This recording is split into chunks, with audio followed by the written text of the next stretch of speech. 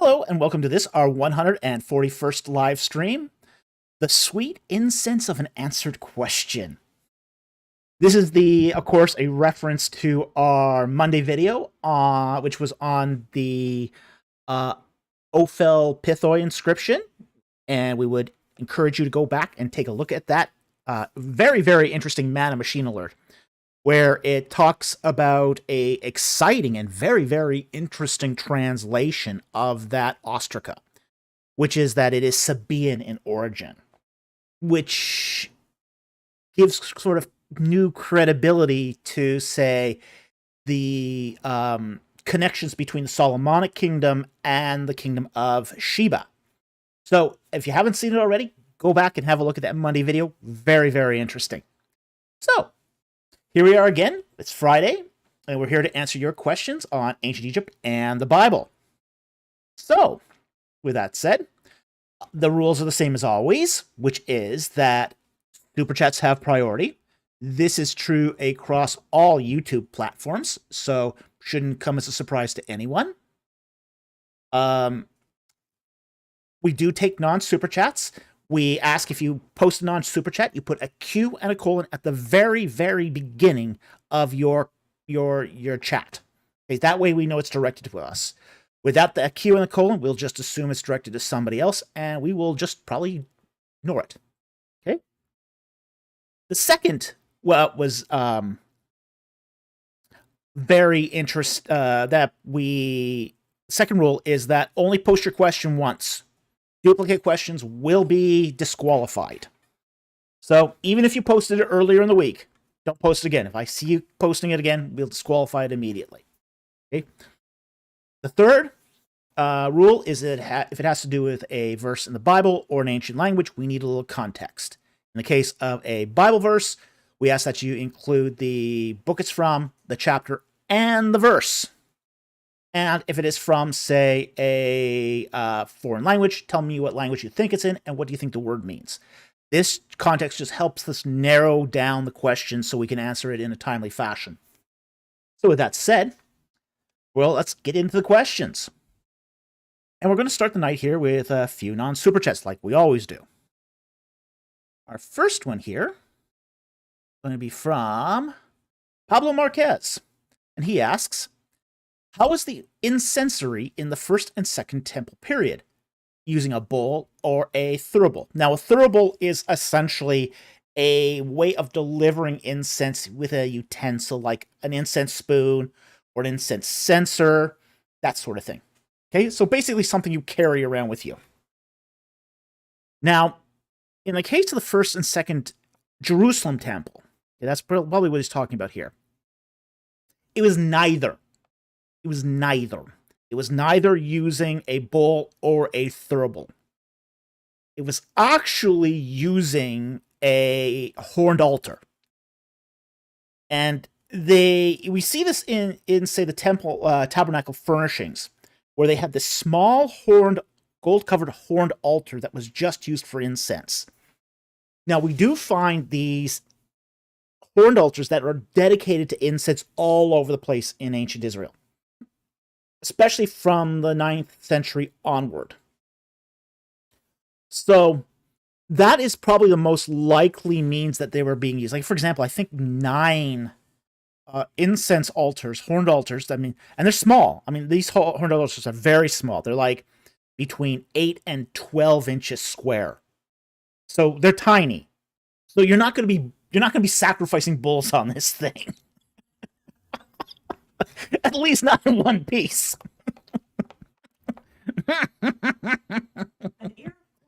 An ear of corn, maybe a bread cake loaf, steeped in honey. But you're not going to be offering big items on these things. So these altars are small. They're tiny.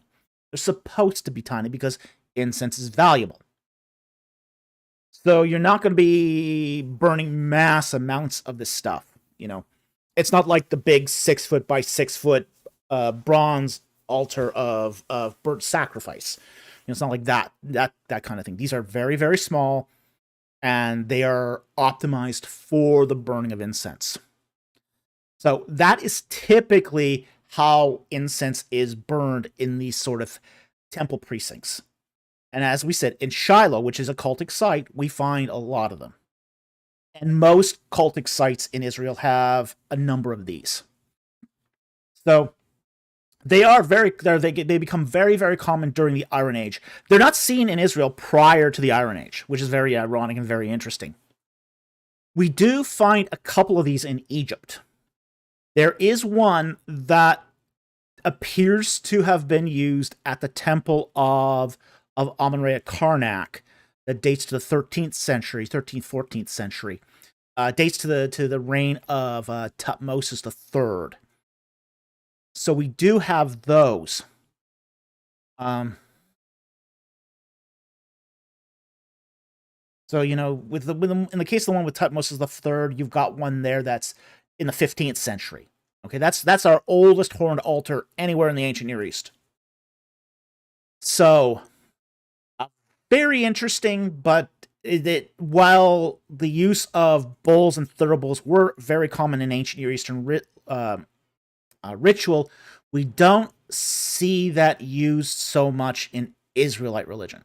Israelite religion seems to confine their incense burning to horned altars. Okay? So, with that said, thank you very much for the question. Very, very interesting question.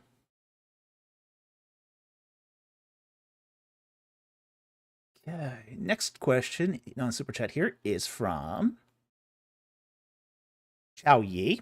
Okay, and he asks, should the prohibition against sleeping with sisters in Leviticus 18:18 be read in the light of Leah and Rachel? It's an interesting question. My producer says it sure shows you the problem with doing it. But we'll just take a look at the passage. We'll get right to its application in the case of Leah and Rachel. Okay. And verse 18 says, you shall not marry a woman in addition to her sister as a rival while she is alive to uncover her nakedness. Okay. It wasn't disjoint. It wasn't. Now, okay. There is now they're quoting here exactly the reason why you shouldn't do this. Like why this is a really, really bad idea. Okay. When you look at, say, Leah and Rachel, there was definitely that rivalry and that tension. And lots of bad things resulted from that. Okay? So, you know, it's very, very clear that Leviticus 18:18 was written in consideration of the problems that pursued as a result of two sisters marrying one man. Now, in Jacob's defense, he was working for Laban to secure Rachel's hand and was cheated by Laban. The older daughter was sort of slipped in her place. So, you know, Jacob didn't know exactly what he was marrying when he married his first wife. Turned out to be the better of the two in the deal, but still, that's something that Jacob was not. He was not. He expected to be marrying Rachel that day, and got Leah instead. So that's what he was working towards, was the marriage of Rachel. Okay. Now, the second thing we have to keep in mind too is that there was no law at the time of Jacob's marriage to Leah and Rachel. Where there's no law, there's no condemnation. So, and we find this often, that there are things in the past that are then later outlawed. Like, for example, the raising of matzebot, which are memorial stones. You know, back during the time religion of the patriarchs, a patriarch could raise a memorial stone, a matzebot, and there was no problem with this. that practice is later outlawed. So there are religious practices that are done in the past that later on at the Covenant of Sinai are basically said, no more. That's it. That's the end. Okay? You've been allowed to do this as long as I'm going to permit you. Now you got to follow these rules. So you can't really look at the marriage of Jacob, Leah, and Rachel and basically say it was unlawful because there was no law at the time to prohibit it. So where there's no law, there's no condemnation, essentially. But it's one of those things that's not retroactive, but it is going forward. So at the time of the Sinai covenant, it then becomes, say, unlawful to marry a woman and her sister. So that prohibition starts at Sinai. But it's not before then. At least not in any law code we can sort of find so far. But we also saw the trouble that pursued from that marriage as well. So that's really what's kind of being put forth here. So that's how we would read this in light of Jacob, which is, yeah, Jacob experienced the trouble that's being mentioned in Leviticus 18:18, but for Jacob at the time it wasn't outlawed and was not considered to be an unseemly thing at the time. Although it was probably very unorthodox. So with that said, I hope that answered your question. Thank you very much for the question. Very much appreciate it, and it is a very interesting question. The fact is, you just can't retroject law. Even religious law cannot be retrojected. Cannot be, say, put back on the people of the past. Because standards and moral codes do change over time. Okay. It's always been a bad idea. Yeah, it's never not been a bad idea. Okay. So with that said, let's get on to the third non-super chat here. And the third one here is from Chow Yi. Sorry, from Thomas Perez. He asks, how do you typically retain information that you've read? With great difficulty. I've got a lot of books for Christmas, but I'm not sure how to retain everything I've read so far. Okay. First of all, you're not going to retain everything you read. Period. Okay? Now, my producer and I disagree on the best means to retain information. She's a note taker. For her, she retains information by taking lots and lots and lots of notes, and sort of the physical act of entering notes helps her to retain that information. I don't do that. Okay? For me, I don't even try to go out of my way to retain information. I found personally that the best way to retain information, and a lot of it, is to read more. I myself am one of those guys who thinks that familiarity breeds retention. So you read it, you keep reading it, and then you go to another book, you find the same information again. In fact, one of the interesting things about most books is most books don't have completely new information.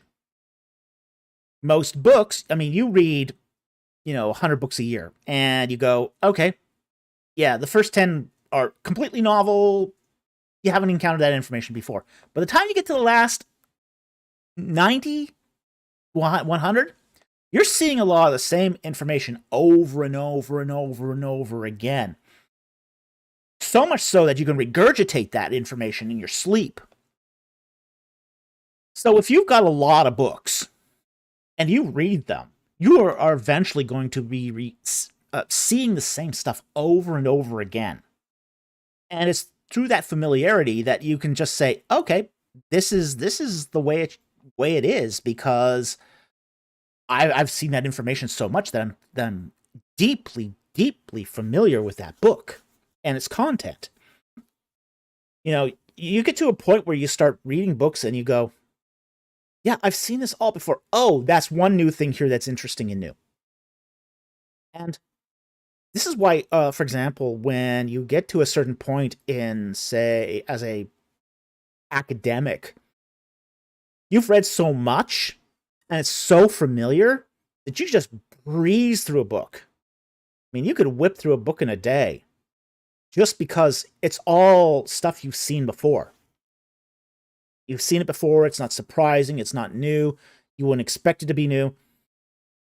The fact is, when you do start seeing, I mean, if you do ever encounter a sort of a groundbreaking book, a book that's really novel in its thought and its content, it can take you forever to get through. I mean, those are the books that are going to take you forever. It's not the ones where they're necessarily big books. The ones, though, I mean, I've encountered some very small books that are very revolutionary that will just take you forever to get through, just because you are getting new thoughts every other page. Those are the sort of, I mean, first of all, those are the gems. Those are the ones that are really interesting.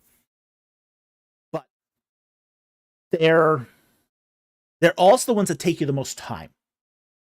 99% of the books you're going to read aren't going to be in that class. Okay? 99% of the books you're going to read are going to be in the class of, once you get through the first 10, the next 80 are going to be, you're going to whip right through. Just because you've seen the same content over and over again. Especially if you're focused on one subject. Now, if you're focused on a broad range of subjects, then that's different, because then you're getting that refamiliarization every time. But if you're focusing on just one subject, say biblical theology or the ancient Near East, you know, you're going to have a few select books that really sort of lay the foundation, and then everything else is going to be sort of regurgitating other stuff you already know. So, in that case, you're going to become very familiar with this material, and you're going to be able to retain it a lot easier. So that's what I say, is that's my recommendation, is just keep reading. The more you read, the more you retain. The more you read, the more stuff becomes familiar, and the easier it is to retain. You know, educational psychologists say that it takes you encountering an idea 7 times before you master it. Well, you know, if you encounter that so often, you know, that you are encountering it 7 times in a dozen different books, yeah, you've mastered it and you don't even realize you've done so. So that's what I would say for retention, is just read more. So anyway, I hope that helped. Thank you very much for the question. Very, very much appreciated. And I mean, it just takes sort of the discipline of reading to get you there. Okay. We're going to do one more non-super chat, and then we got only a couple of super chats, so we'll get right to it as soon as we get to it. One more one here I saw that I thought was interesting was this one here by Deduza Dude. And he says, if Lucifer and the fallen angels knew the consequences of their action, why did they choose to rebel and think they could win? Well, depends what you mean by win. What is a win? Not every win is exactly what you think it is. Okay? You know, there's different perspectives of looking at the term win. Okay? Could they destroy God and defeat him utterly? No. That win was never on the table. That win was never on the table. What other kinds of winning was? Okay? The complete destruction of something that God loves was on the table, which was the complete destruction of mankind. That was on the table. That's a personal win. You know, the idea of hitting back at God, you know, by hurting what he loves most. You know, that sort of thing is still on the table. Okay? you know, the idea of kicking the can down the road, that they can do what they want for as long as they want. That could be a win. You know, the idea that they never have to see God again. You know, yeah, okay, they got the they got the whole problem of having to live with themselves, but that could be perceived as a win. Now, it's a very shabby win, but there's many ways that one could perceive a win.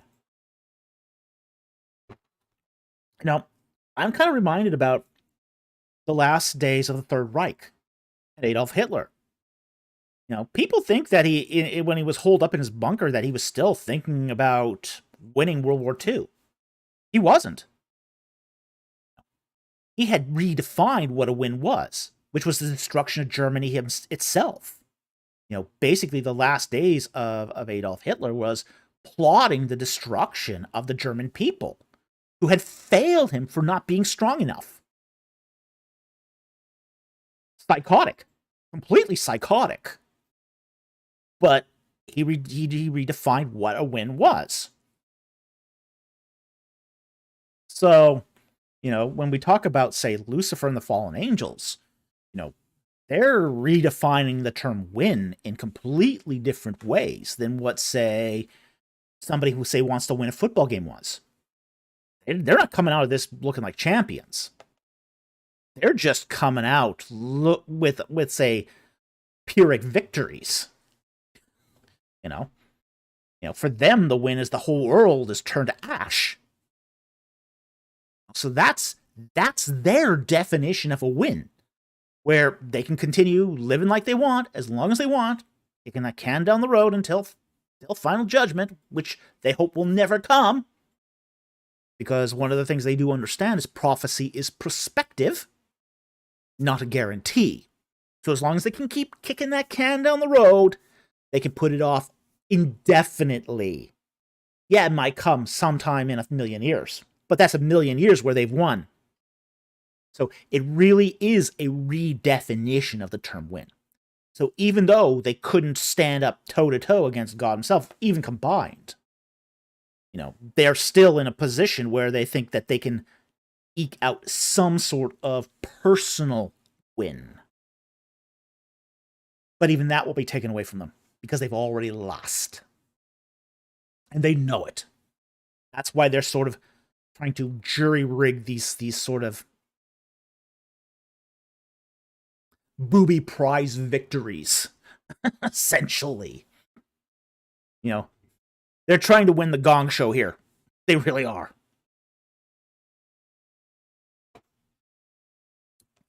BC says, so basically angsty teens getting back at their father. Yeah, pretty much. I mean, it's on that sort of level.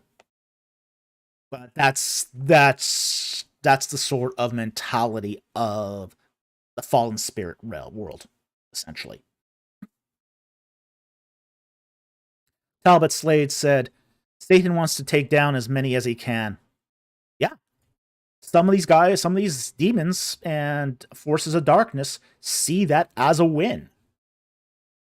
Again, it's getting back at God through what God loves. Essentially. So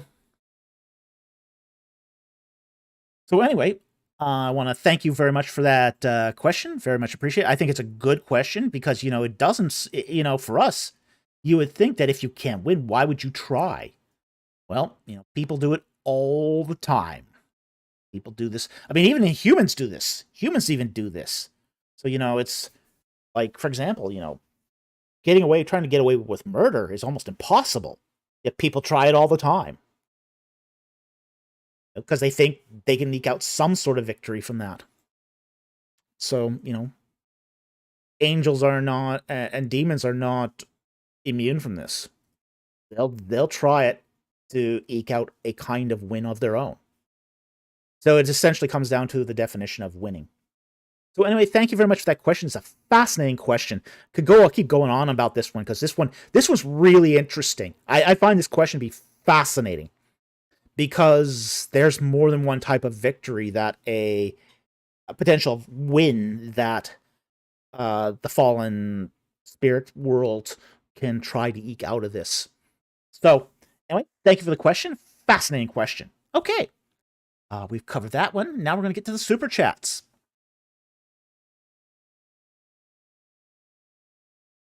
Get down to super chats here. And Japonis Konrafi for $5. Thank you very much for the super chat. He says, what is the importance of the Book of Numbers as scripture as a whole? Ooh, interesting. Now, as a whole, the entire purpose of the Book of Numbers, in a nutshell, is to show that God preserved his people through the wilderness.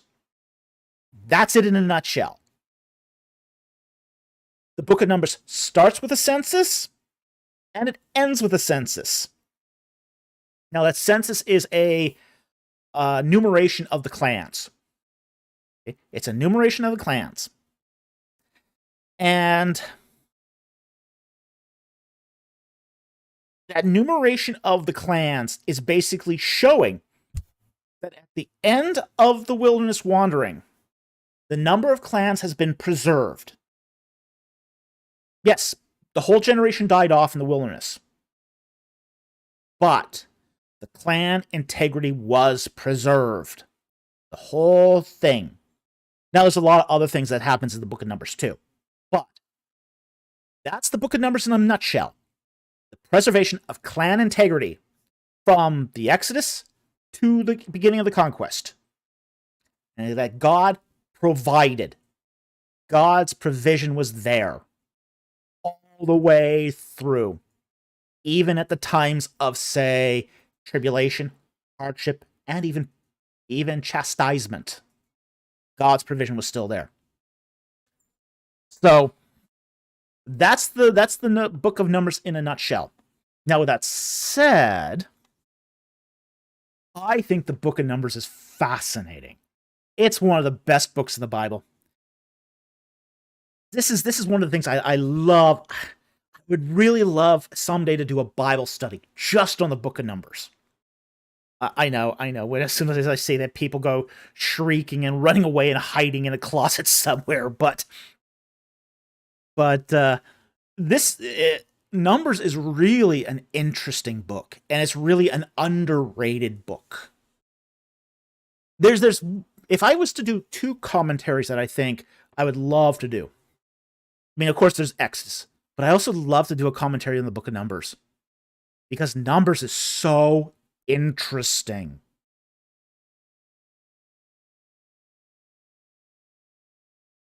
Good on him. I'll take that. 1000 Clever Boy says, my dad is the only pastor I know that preached from Numbers. Good on you. Good on him. Yeah. It's a great book. It's really a fabulous book. It's interesting. Oh my gosh, there's so much hidden. I mean, I not mean hidden as in cryptic, but stuff you wouldn't think is there. That's so fascinating. I mean, you got the raising of the bronze serpent there. I mean, it's just, oh my gosh, there's just so much interesting stuff. The rebellion, I think even the rebellion of Korah is in there. You know, it's just really, really interesting stuff. Yeah, Balaam Beor, as Patui just pointed out, is there.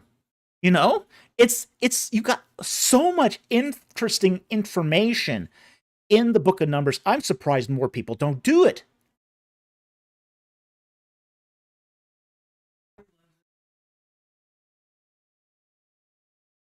Yeah, Tui says, I love Numbers just for Balaam, son of Beor stories. Yeah, I mean, that's fabulous. I mean, that's really, that stuff's gold. A sorceress being coerced by a king to do evil eye magic against Israel and constantly doing the opposite by praising Yahweh. Yeah. Yeah, I mean, it's a great book. Great book. And interesting, too. It does get a bad rap, though, because of those census numbers at the beginning and the end. But it shouldn't. That should not prevent you from reading the book or studying it because it's got so much interesting stuff in it. So I'm a big fan of the Book of Numbers. As I said, I do rue doing this, but I used to try to motivate my Sunday school, my adult Bible study to pick a topic by threatening the Book of Numbers, and I realize now that was a mistake. I should have just said we're doing the Book of Numbers because it's going to be really interesting. But people have that idea that it's a boring book, and it's not. It's far from a boring book. It is one of the most interesting books that I've encountered in the Bible. It's really a fascinating book. So anyway, that's sort of the long and short of it.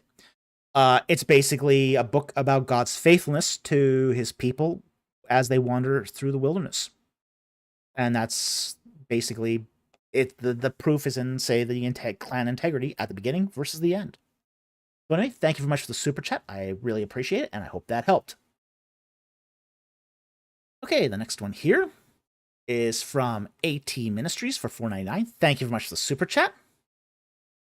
I heard an argument that the spirit isn't a person, and every time the spirit is referred to in the third person, it is in the neuter form. Thoughts? Okay. Oh boy. Let's go to Acts chapter 5, because that is going to put the nail in that coffin once and for all. So, Acts chapter 5. This is talking about the incident of Ananias and Sapphira. Okay, and I'll read from the text. Verse 1. But a certain man named Ananias with his wife Sapphira sold a piece of property and kept back some of the price for himself, with his wife's full knowledge. They're in cahoots. And bringing a portion of it, he laid it at the apostles' feet. Verse 3. But Peter said, Ananias, why has Satan filled your heart to lie to the Holy Spirit and to keep back some of the price of the land? While it remained unsold, did it not remain your own? And after it was sold, was it not under your control? Why is it that you have conceived this deed in your heart? You have not lied to men, but to God. All right. It's a fascinating little pericope. Fascinating. Peter has accused, in verse 3, Ananias of lying to the Holy Spirit. And then in verse 4, he couples that. He says, you have not lied to men, but to God. Okay? Now, what makes this so interesting is the verb to lie, which is to tell an untruth intended to deceive. You cannot lie to a chair. You cannot lie to a table. You cannot lie to a computer. You cannot lie to an automobile. You cannot lie to a rabbit. You cannot lie to a coliseum. You cannot lie to a road. You can lie on a road, but you can't lie to a road. You can only lie to a person. The person has to be able to understand something to be able to lie to it.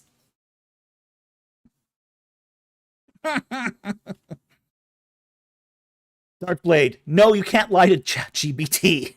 ChatGPT is not a person. You can't lie to it.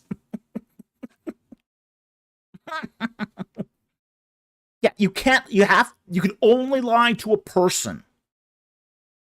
Now, this is sort of just the tip of the iceberg in the book of Acts, okay? The Holy Spirit doesn't just, can only not just, you can't just only lie to the Holy Spirit. You know, the Holy Spirit guides, and we see these verbs of action throughout the book of Acts. He guides, he teaches, he enlightens, he basically comforts. You know, these are not things that are impersonal. These are personal acts. In fact, many commentators have basically said that the Acts of the Apostles should be named the Acts of the Holy Spirit. Because you can go through the entire book of Acts and you can see this over and over and over and over again. The personal working of the Holy Spirit throughout the book. So, even if it was in a neutered form, it doesn't deny its personhood. So, it is a person. The Holy Spirit is a person. The scriptures basically double down on this. So, yeah, there's going to be a lot of people who say a lot of crazy things about a lot of crazy things. You know, so it's just, it's what's going to be what's in the text. What does the text say? How does the Bible purport the Holy Spirit to be? If it purports it to be as a person, it's a person. And not only is it a person, it's also God. So that's sort of, as they say, that's that. Okay? You know, the fact is that the idea here that Ananias was lying to Holy Spirit, and that Holy Spirit is identified as God, there you go. That's sort of the end of the argument here. So, anyway, I hope that helped. Thank you very much for the super chat. Very much appreciated. And we do hear this sometimes, especially amongst, say, you know, I heard this, you know, amongst, say, old Mennonites. There were some old Mennonites that kind of believed that the Holy Spirit wasn't a person. Now, they don't these days, because a lot of them recognize the heresy involved there. But you still see this argument used, say, amongst oneness and Pentecostals and even modalists. Sometimes they'll use this argument too, but it's not a good argument. It certainly is not scriptural. So anyway, thank you very much for the question. Very much appreciated, and I hope that helped. Okay, next one is from Let Me Explain, followers of the Shepherd, for $2. Thank you very much for the super chat. Could you answer my question on God's throne? Let me try to find it.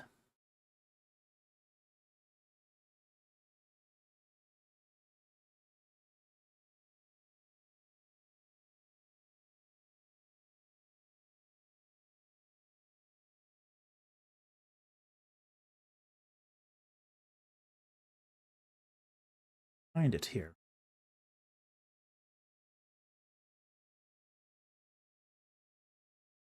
I don't recall it either, but it could be there. There's the original super chat.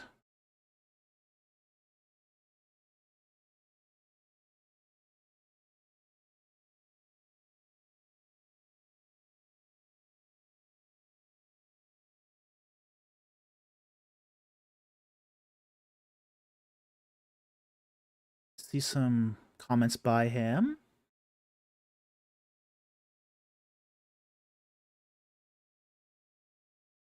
You seeing that question? I'm not seeing that question either.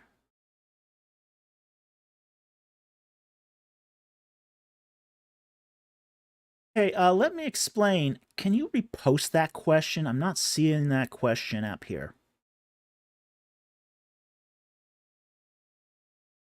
Yeah, I'm not. Oh no, no, I don't see any question on the throne. Oh, okay, he's reposted. Okay, awesome. We'll take it. Okay. Rather, he's reposted at the bottom. Okay. Is God's throne literal or figurative, and should there be three thrones? Yeah. In Acts 2, 33 to 34, it says Jesus is on God's right side. Does this mean there are more than one throne, or is it symbolic? Well, that's a great question. Is the heavenly realm literal physical? Well, not strictly. It's sort of one of those things that sort of borders realities. Okay. And I think this is one of the problems we have when we start talking about, like, even visions, like the vision of John when he's up in the throne room of God and what he sees there. What he sees there is an idealization of the temple itself. You know, like, for example, the sea, the Emerald Sea. Okay. Now, that the analog for the temple would be the Sea of Bronze. That's not talking about an ocean of emerald. That's not what it's talking about when it talks about the Sea of Emerald. Okay? What it's talking about is this giant laver, this giant bowl that was filled with water. In the earthly temple, it was basically this massive 20-foot bowl made of bronze that was filled with water for ritual purposes. Okay? So when it's talking about, say, the Emerald Sea, it's talking about this massive laver, but it's made of emerald instead of bronze. Okay, so that's what it's talking about there. So we have to. There's some definitely there's some analogical language here, and that's what we have to be kind of careful of. Is that when it's talking about the throne of God, it's talking about this in analogical terms, where God's essence is being sort of within a certain holy precinct, an area of sacred space that's protected on all sides by cherubim, okay, to maintain holiness. Okay? So it's more than just that it's symbolic. There's an analogic component that describes an absolute reality. Okay? So it's not going to be figurative. Okay? It's not going to be figurative, and it's not going to be literal. Okay? It's going to be somewhere in that apprehensive, trying to approach the reality of it. So, whereas, say, in the case of, say, a throne, okay, there is the idea of a throne that's being, a seat of power, a seat of authority. And in that respect, it's sort of trying to let you know that there is a seat of power and authority that is like an earthly throne. But it's not a physical chair. It's not a physical chair. It's greater than a physical chair. And that's what happens when we start getting into analogical language. Analogical language takes what we're familiar with here on planet Earth and tries to extend that to the heavens. Okay? It tries to extend that to the heavens so we can understand it better. So that's something that we have to keep in mind too when we're talking about analogical language like this. So it's not figurative, and it's also not literal. It's something in between. As I said, the best description for this is analogical language. Basically, taking something that we find in normal everyday life, now thrones are not normal in everyday life, but chairs are, and elevating them for within the drama of the divine. So that's what's going on here. Is there is a heavenly seat of power. There is a heavenly seat of power. And Jesus would be in that heavenly seat of power. Just like, for example, the Spirit would be as well as the Father. Of course, Jesus would be at the right hand of the Father, and the Father is firmly seated in front and center on the throne. So, again, what we're talking about here is analogical language. So, we have to be careful here not to do an either or fallacy either, which is it's one thing or the other. It could be something else. And in this case, it is something else. As my producer just pointed out, we're simply limited as human beings, so we don't always can't always understand the dynamics of these things. So anyway, thank you very much for the super chat. I hope that helped, and I hope that sort of clarified this a bit. Okay, next super chat here is from Jonathan. For $9.99. The ADHD Bible, popular TikTok Bible scholar, claims no mainstream scholar believes in a historical exodus, and only people who affirm it do so for confessional reasons. Thus, responses to that. Well,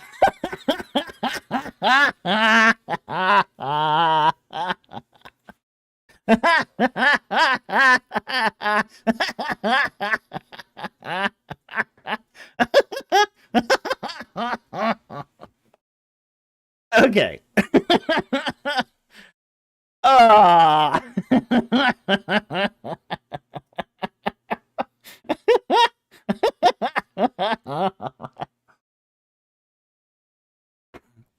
Okay.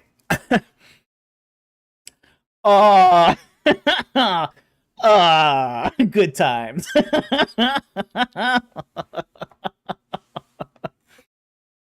Okay.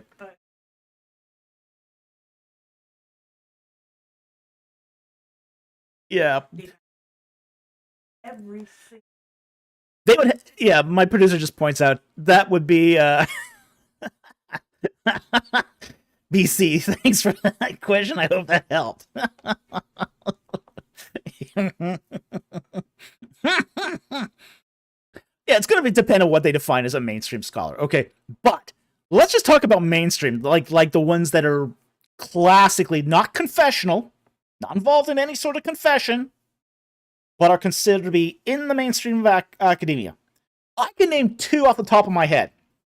At least two, that are mainstream scholars that believe in an historical exodus. Okay? These are not confessional scholars. Okay? The first one I'll say is Christopher Rolston. He believes in a historical exodus. He is a mainstream scholar at George Washington University. Yeah. He's about as mainstream as it gets. The fact is that Rolston didn't even say what his beliefs are on the Exodus at all until just recently, like last year, was the first time he ever came out and said what he actually believed on the Exodus. Now, this is a guy that'd been in mainstream academia for 30 years. Yes, linguist Animal. Rolston, really? I was shocked when I heard this. Because he's kept his beliefs so close to the chest, it isn't even funny. But, he admitted on Sean McDowell's channel that he believed in a historic Exodus and a historical Moses. Next one, B-Talk. Linguist Animal, is the next one B-Talk? Yes, it is. Manfred B-Talk. Definitely not a churchgoer.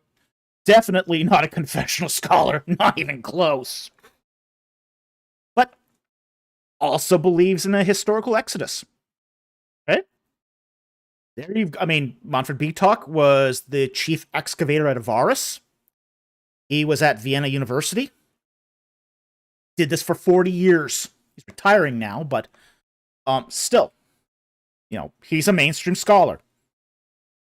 I would be surprised if anyone would accuse Manfred B-Talk of being a confessional scholar of any kind. Or even being a Christian. Dude's not a Christian, man. But, no, not Redford.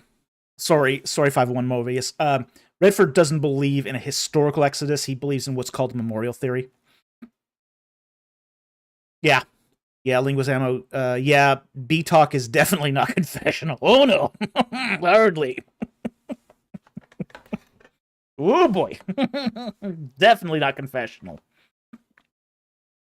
Okay, so those are some of the two of the most mainstream scholars in the field that believe in a historical Exodus and even a historical Moses. So yeah, so the whole idea that no mainstream scholar believes in a historical Exodus and only confirm it for confessional reasons is complete hogwash. I mean, it's complete hogwash. Aston Weir says, Richard Elliott Freeman believes in a historical Exodus. No, not quite as recorded in the Bible. Yes, Richard Elliott Freeman also believes in a historical Exodus. But, there's a lot. There are people out there who believe in a historical Exodus now, more so now than, say, in the past 20, 30 years. So it's moving more and more to that direction. Even a guy like name now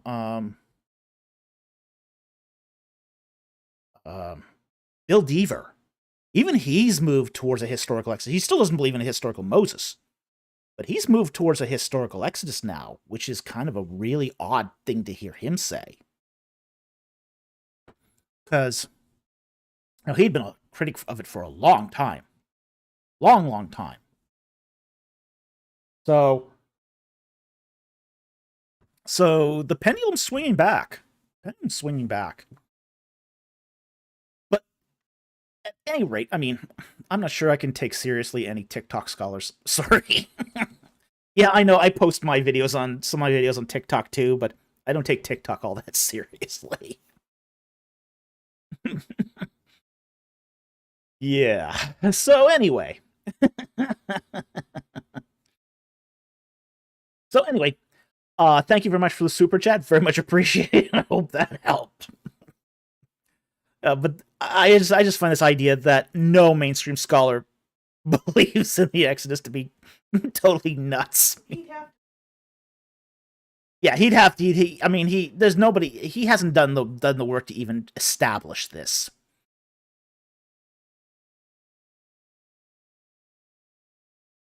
Yeah, he's not obviously not familiar enough with the field to even make that opinion. So.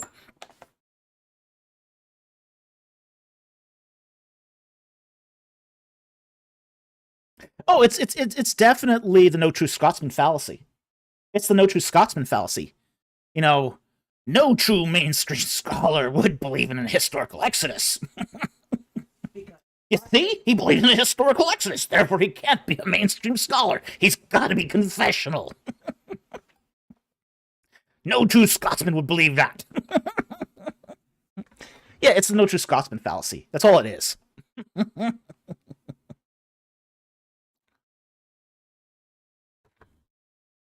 It's just it's the same old garbage. Same old garbage.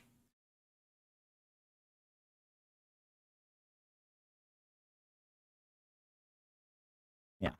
So anyway, thank you very much for the super chat. Very much appreciate that, and I hope that helped. Okay. AT Ministries for $4.99. Thank you for the super chat. Follow up to the Leviticus 18:18 question. Does that verse prohibit polygamy? The quick answer is no. It doesn't. Now,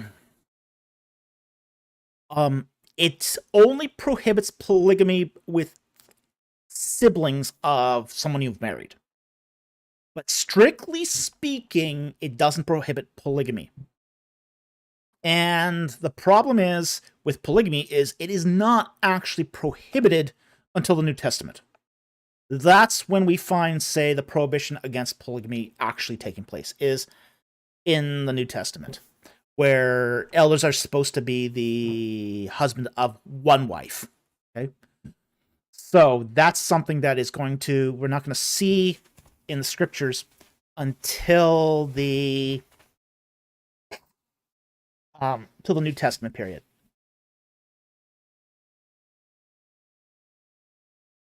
So anyway, that's sort of the follow-up here. it doesn't strictly prohibit, say, the polygamy, but it does prohibit polygamy with somebody who is related to someone you're already married. So anyway, I hope that helped. Thank you very much for the super chat. Very much appreciated. Okay. JCM for $2. Do you agree that 666 is Nero? No, I don't. I've got some issues with the whole idea of some of the ways that numbers are interpreted in the Book of Revelation. Now, from my particular point of view, I always want to go the Old Testament first. And I typically don't...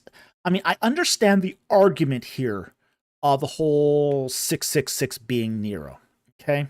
I understand that it's a way of taking, say the name of Nero and sort of adding it up numerically, converting the letters to numbers and etc. And think, oh, okay, his name ends up to 666. Okay. I get the argument. But I think there is a more eloquent solution to this. Take me a moment to look this up. There is actually one place that we find 666 in the Old Testament.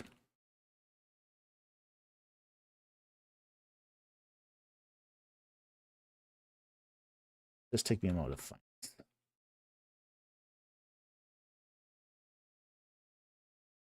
First Kings 10:14.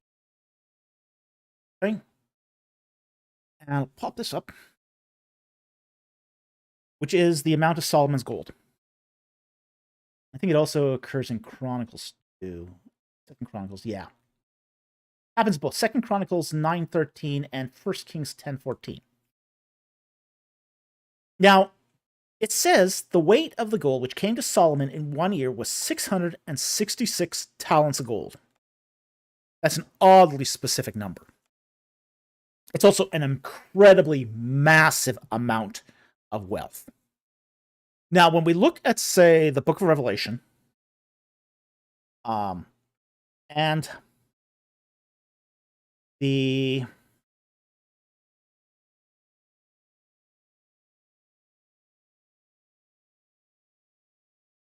here, and let's see. And it says here in chapter 13, verse 18.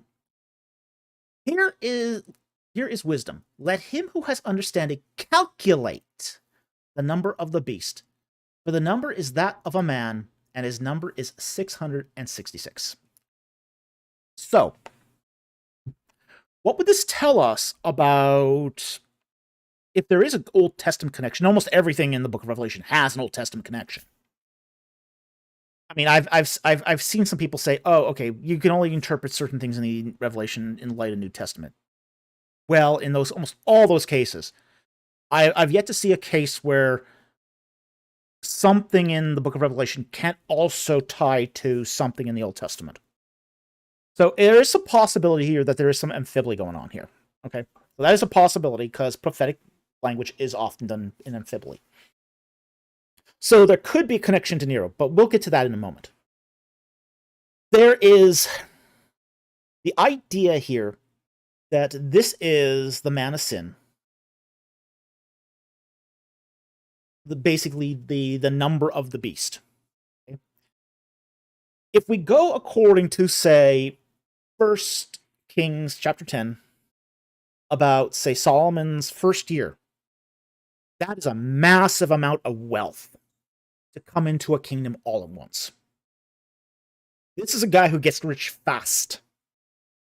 Solomon is basically a king in ascendance. He's a king in ascendance. He gets a power, he gets influence, he gets money quick. He's not old money. He's not old money. So I think what it's telling you here in Revelation 13 is it's not the number of a name. It's a number of identity. So I think that we have to be very careful here when we start looking at, say, Nero and say, oh, this is 666. Well, let him who has understanding calculate the number of the beast. Not the number of his name, his number. And good, Hebrew observant people who know their Old Testament are going to go back to 1 Kings 10. They're going to see, oh, that's not the first time 666 occurs. What's the same? Where do we find the parallel here? Because John, the apocalypse, the whole thing about the apocalypse is it's the unveiling. It's to make this clear. Not to obscure it, to make it clear. So the whole idea that this is representing a name would not make this clear. Everybody who's got a copy of the Revelation has access to the Tanakh, the Torah, the prophets, the writings. They're going to go back, take what they've got in the book of Revelation, and going to compare it to the Tanakh. So they're going to go back, they're going to look at 1 Kings, and they're going to say, oh, this is, I mean, we use a idiom similar to this.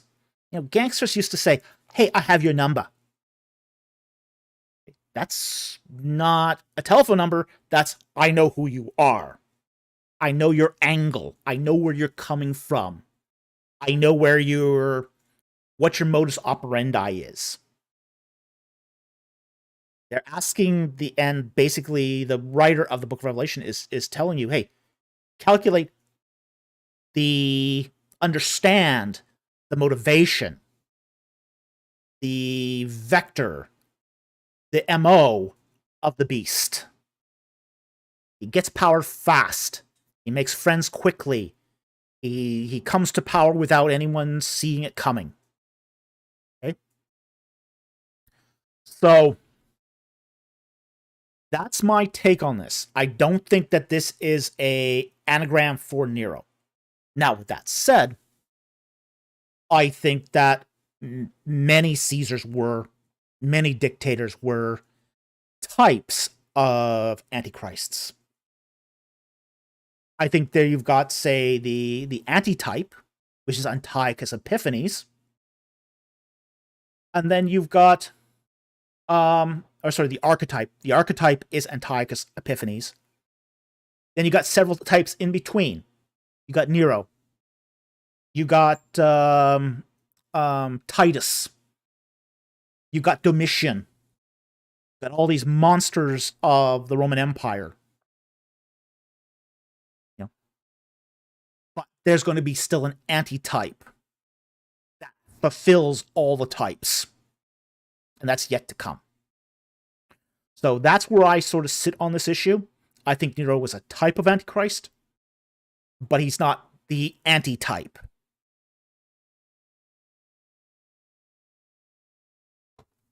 He's just a wheel in the cog. And frankly, Nero's dead before the destruction of the temple anyway. He's dead already by that time. So he wouldn't make a very good beast if he was one. He wouldn't. Okay. Oh boy. I'll take this follow up by Clever Boy too. See this.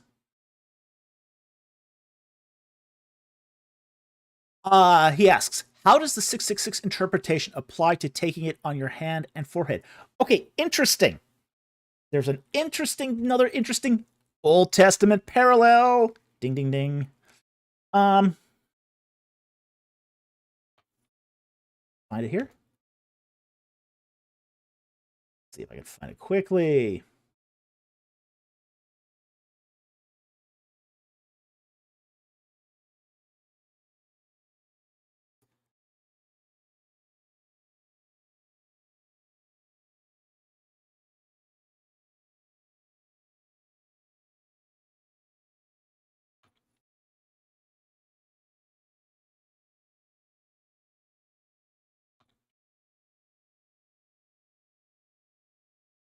Okay. Exodus 13:9.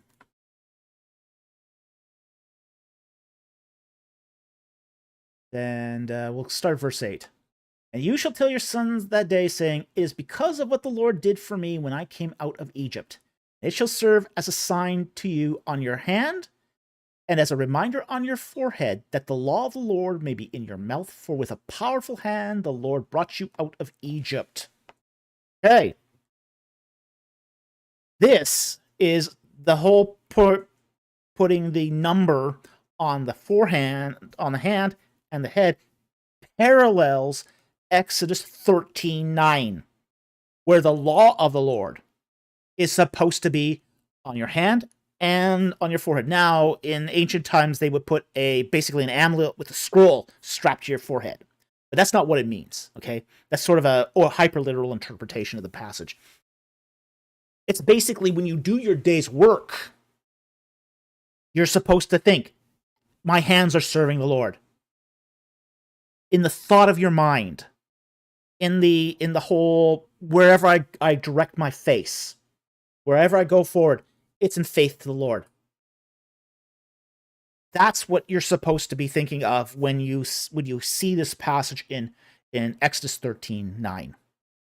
Now, those who follow the mark of the beast, they're following their own code.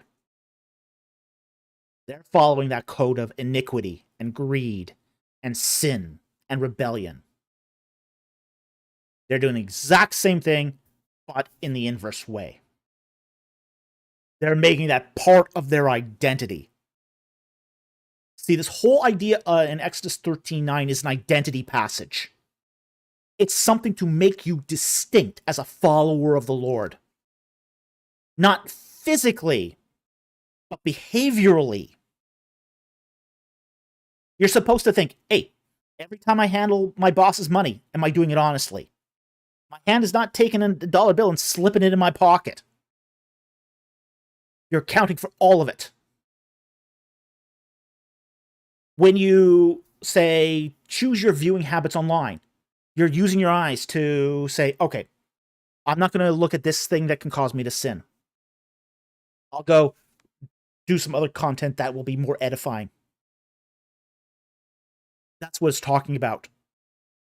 So that when the people take the mark, they're following that whole ethic that comes with it.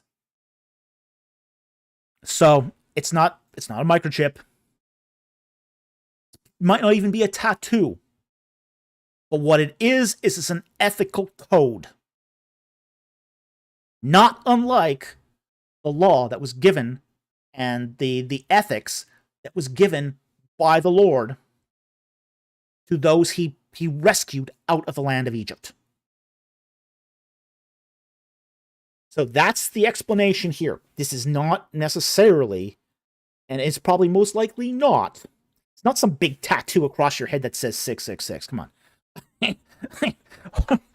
Horror films are terrible sources of theology. I mean, no one's going to go around with a big 666 tattoo striped across their head. No. No, because it's not talking about that. Oh, boy. It's. I mean, you can get into some really silly stuff with this if you read it without its Old Testament counterpart. You need to read the book of Revelation with basically with two Bibles. One open to Revelation, one open to the Old Testament.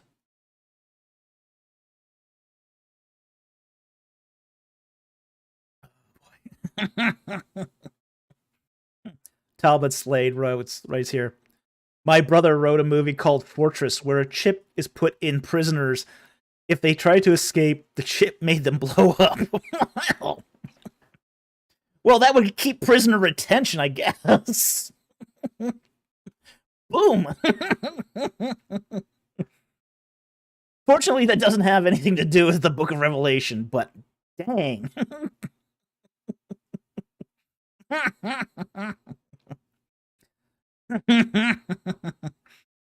Talbot, BCS, Talbot Slade, did that get made? I thought I'd seen a preview similar.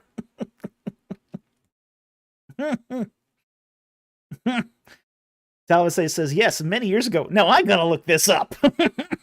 Now I'm interested. Sounds fascinating. Not terribly biblical, but fascinating. All right. So anyway, that's sort of the long and the short of it here is that I don't think that that 666 refers to Nero. I think it refers to something else. Is basically his modus operandi, how he's going to ascend to power in a path very, very similar to the charismatic kings of old, like Solomon. So I think that's really what's going on here. And likewise, the mark of the beast is really the ethics of the beast. It's his teachings. So anyway, I hope that helped. Thank you very much for the super chat.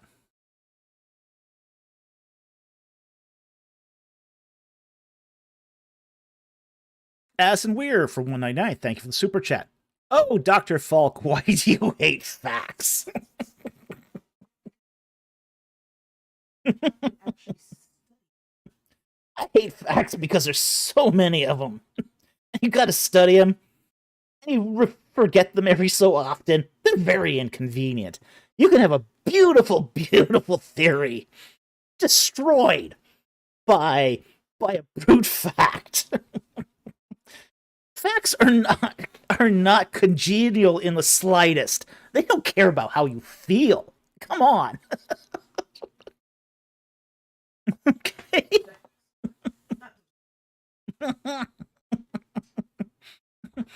They're so unsympathetic. They'll keep saying no to you. I mean, every time.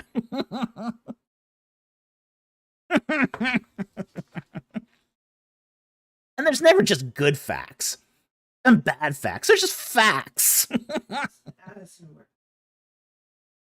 If yeah, Addison Weir, you got it right. That's it. They're so inconsiderate.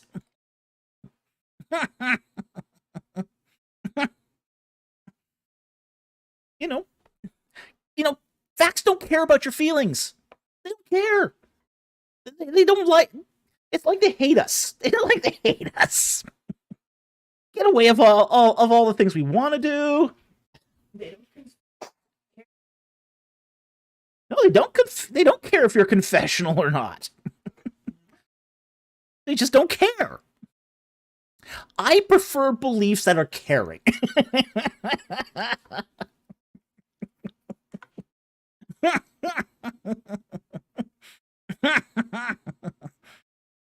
Oh boy.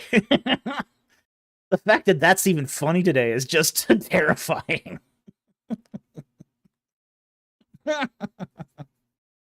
Yeah, I agree with you, Talbot. Facts can be embarrassing. They could be very embarrassing. You know?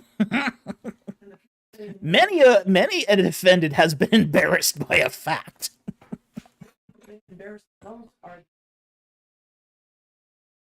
Oh yeah, the fact checkers have been embarrassed many times by facts.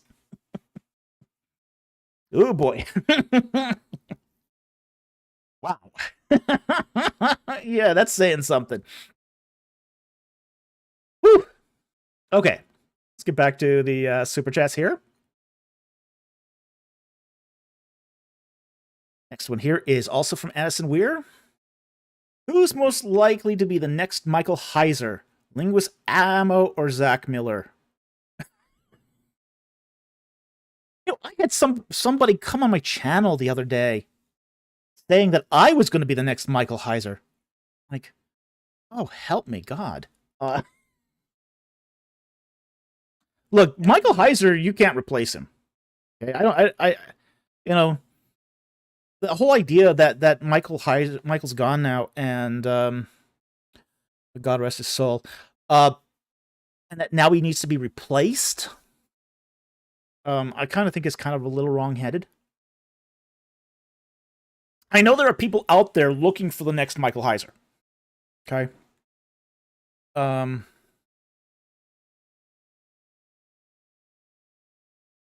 Well, yeah, but everyone, I mean, yes, he was a popularist. My producer says that he was a popularist. Well, we all are in a sense if we're online. I mean, I'm a popularist. I mean, I also do scholarly work too, but if you're going to be online, you're going to be a popularist of some kind. That just comes with the territory. But at the same time, too, I think Michael Heiser was the best Michael Heiser out there. And I don't think we should strive to replace our lost heroes. But there will be new heroes that rise up. There'll be new people who contend earnestly for the faith once for all given to the saints. And I think if you are faithful in what you do, God will bless the work. Ultimately, the work is what God has prepared in advance. For Ephesians chapter 2. All we have to do is be faithful about the work. I think this is something that's really, really important. That each one of us should be the best of who we are. You know, the most faithful person to who we are. I should be the best David Falk there is. Linguist Ammo should be the best Linguist Ammo he is. Zach Miller should... I'll leave that unspoken.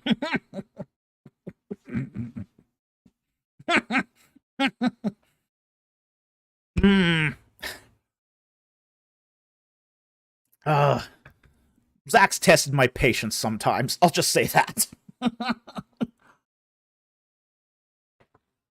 Yeah, so, we're all standing on the shoulders of giants. We all owe where we are to those who came before us. None of us is a self-made man. Not one of us. Every one of us owes a debt to the past. Whether that's to Michael Heiser, whether that's to Donald Gray Barnhouse, whether that's to Kev Kitchen, we all owe somebody in the past for who we are today. What our job is to be faithful in our own time. That's what we should all be striving for. To do the work that God has prepared for us and do it faithfully. And that's what God expects from us. He expects us to be faithful. Doesn't expect us to be successful. Doesn't expect us to all build megachurches. Thank God. I mean, I've seen some horrible sin in megachurches, so I don't even want to go there. But the point is, it's not a numbers game. It's a quality game.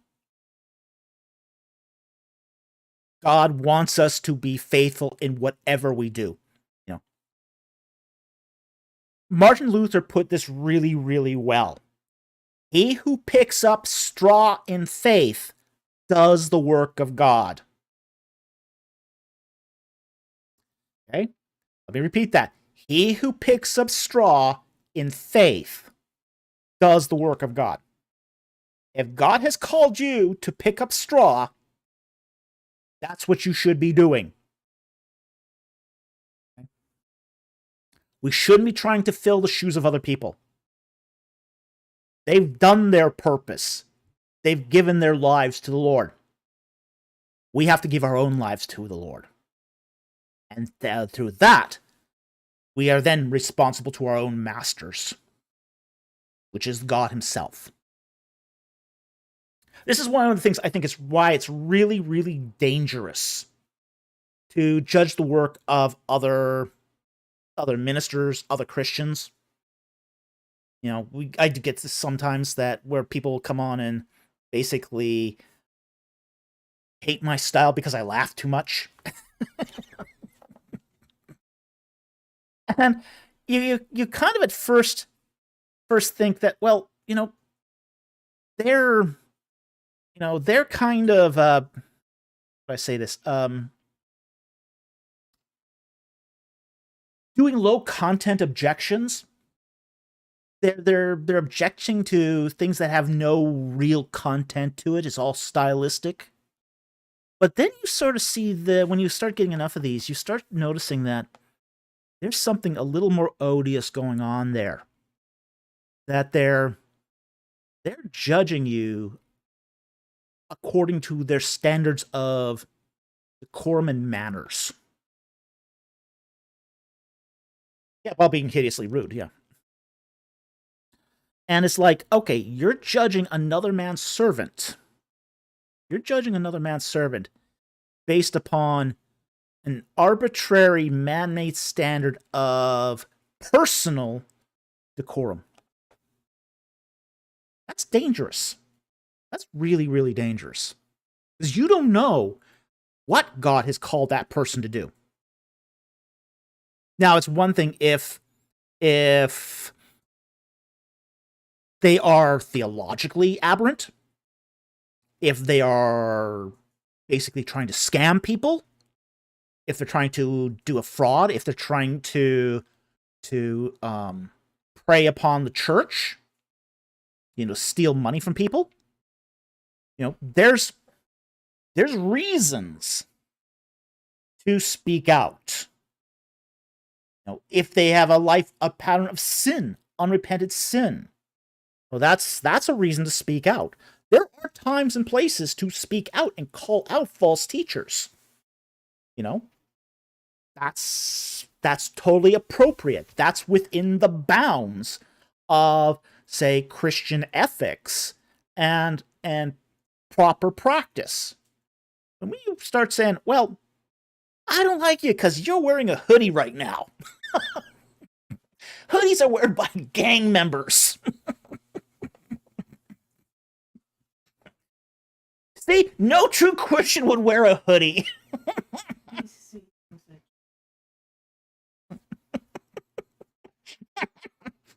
No true Christian would wear a hoodie.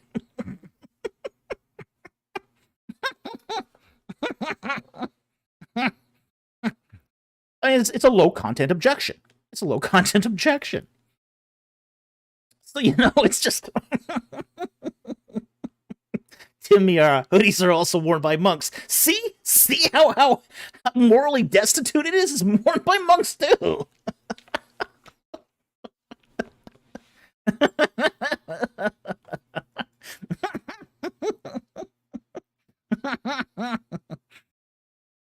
Yeah, so I think it's really, really important that we don't try to fill the shoes of another. Don't try to fill the shoes of another. Do what God has called you to do. Whatever that is, do what God has called you to do. And do it well. And do it in faith. And do it for the glory of God. Let the rest just sort of fall out where it is. Okay? If you do what...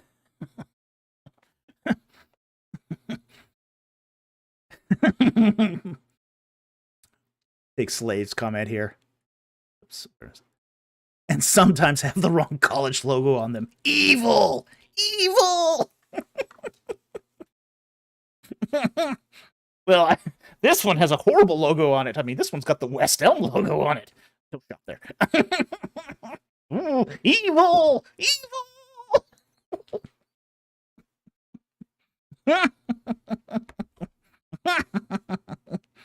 Okay.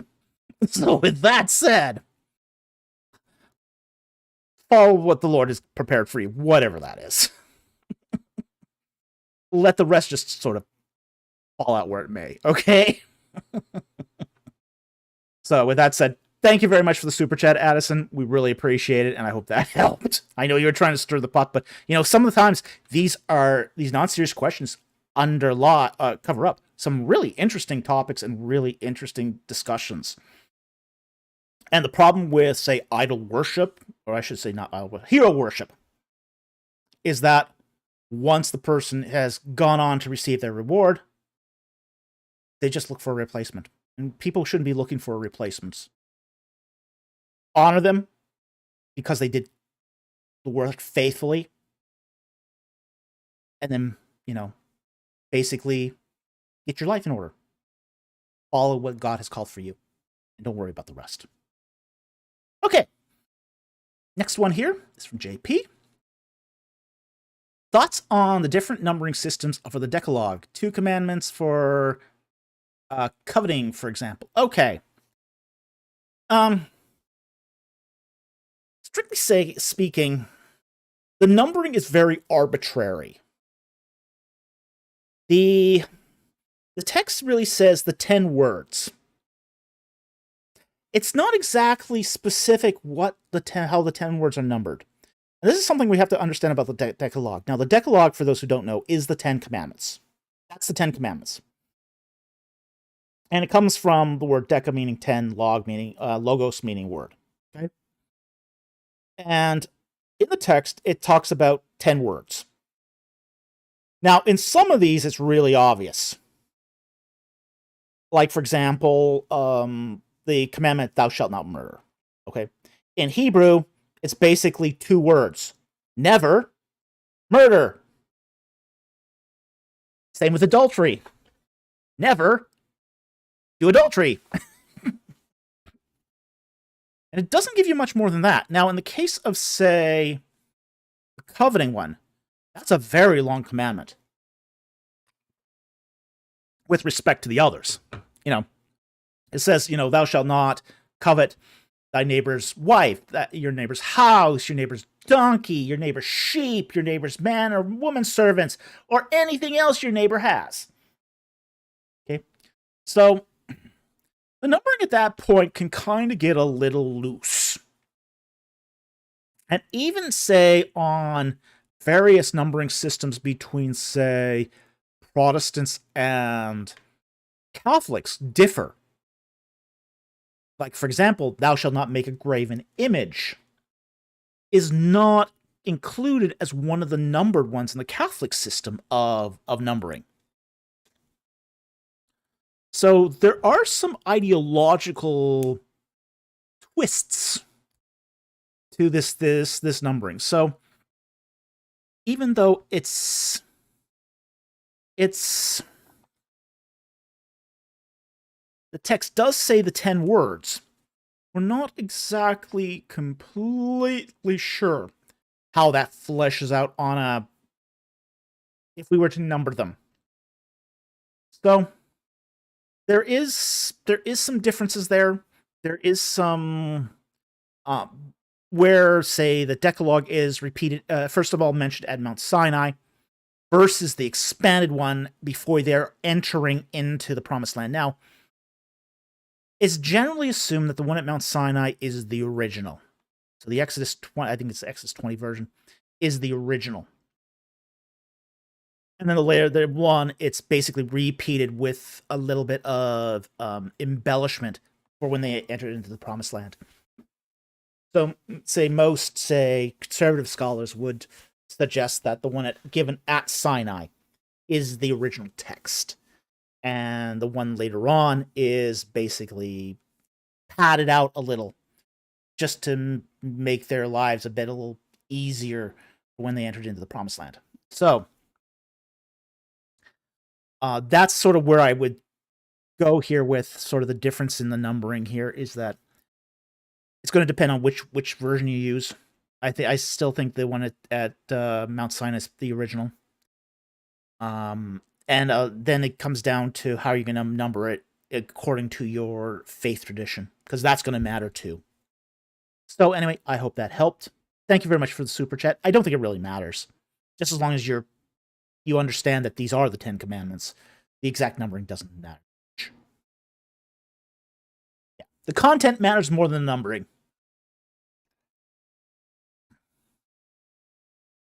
So that's it. Thank you very much for the super chat. Very much appreciate it, and I hope that helped. Addison Weir on the for 199. Thank you for the super chat.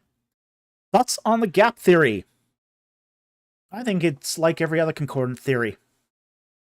I don't subscribe to it. Okay. I have no problem with people who subscribe to it. I think if anything at this point, it's sort of lost its mojo. One of the things with the gap theory, and for those who aren't familiar with the gap theory is this idea. Let's pull up Genesis chapter 1. That'll make it explain. Okay.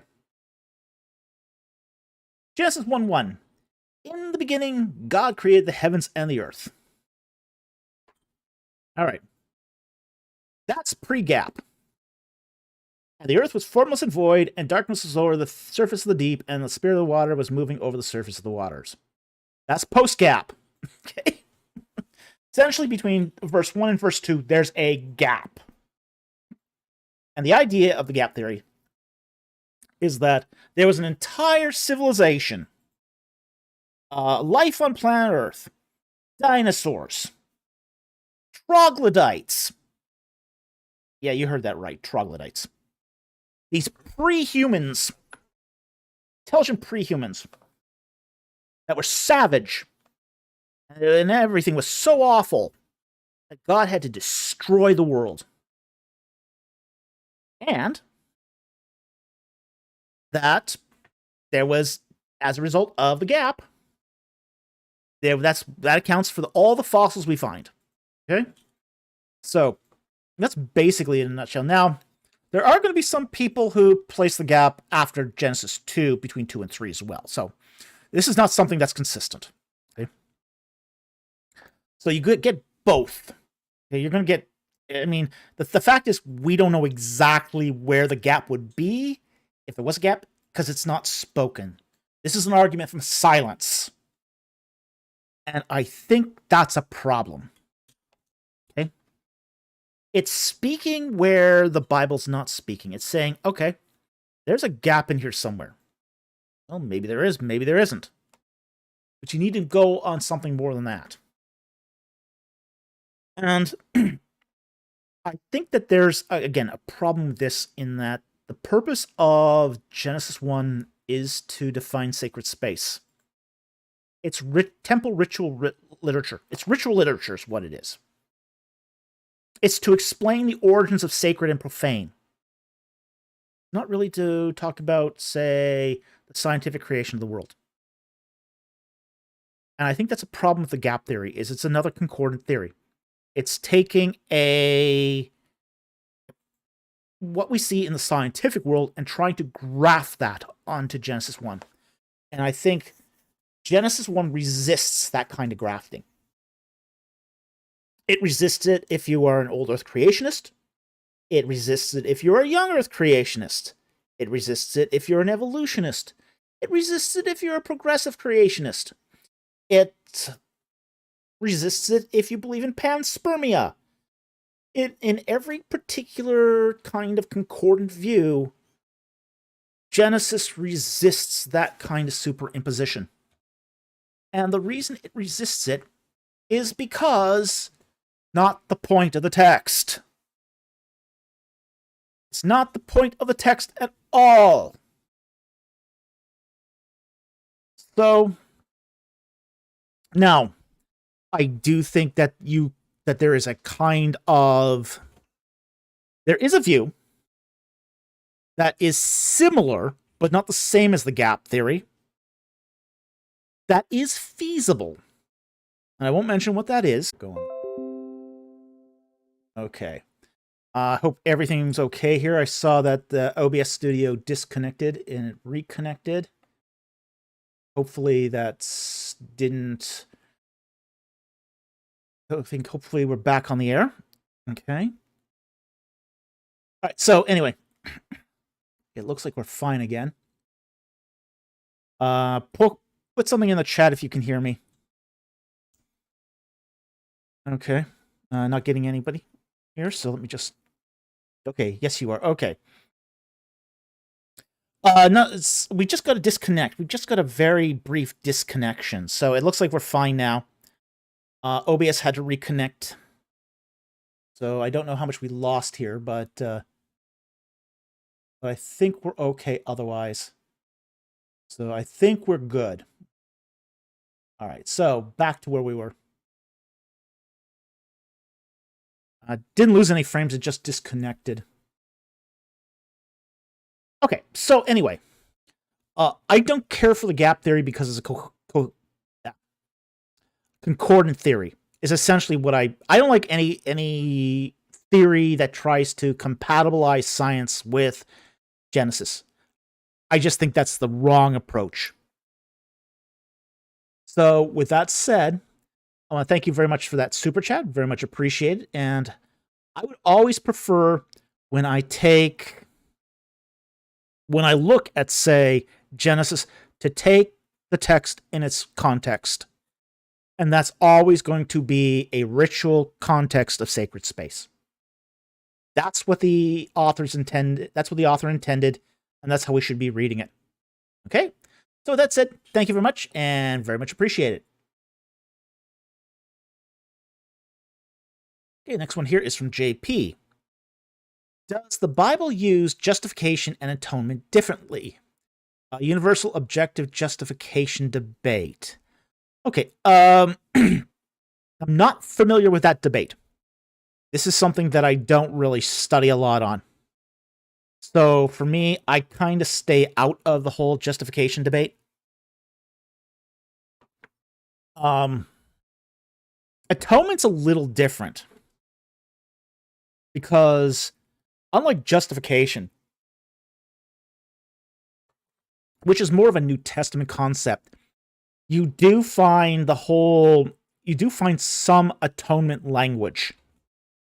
Now, some atonement language in the Old Testament. Now, so glitchy? Are we still having glitches?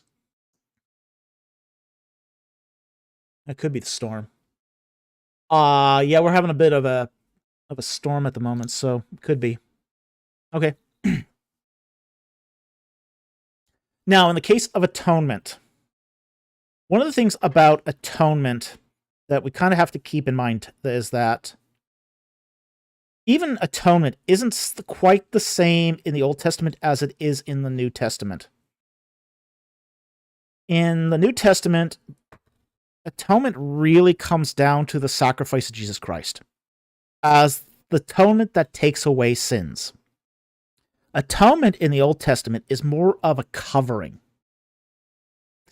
basically to purify you ritually so that you can continue to have a relationship with God. Atonement in the Old Testament doesn't forgive sins. Atonement in the Old Testament is really about covering over sin so that God can continue to have relationship with you until the final atonement of Jesus Christ can be performed. So, that's sort of the difference between it. So even say with these concepts, there's going to be an Old Testament and a New Testament view of these things. Now, even justification is going to have some anticipation in the Old Testament, particularly in the respect to, say, the crediting of righteousness. Like, for example, Abraham. We're told by Abraham that he trusted in God and it was accounted to him as righteousness. That's justification. That's justification in a nutshell. So we do have those things leading up to it, even in the Old Testament. But as far as whether or not it uses it differently, that's going to be a debate, and I don't really get into that debate. So anyway, I hope that helped, at least get some, lay some foundation out there. Thank you very much for the super chat. Very much appreciated. JCM for $5. Thank you for the super chat. So, do you also not agree that the Whore of Babylon is Rome and the seven heads in Revelation 17 is not about the seven hills? Okay. No, not necessarily. No, I don't think the Whore of Babylon's Rome. It's a well, no, it's not even. In the case of Babylon, Babylon's something else. Babylon, um,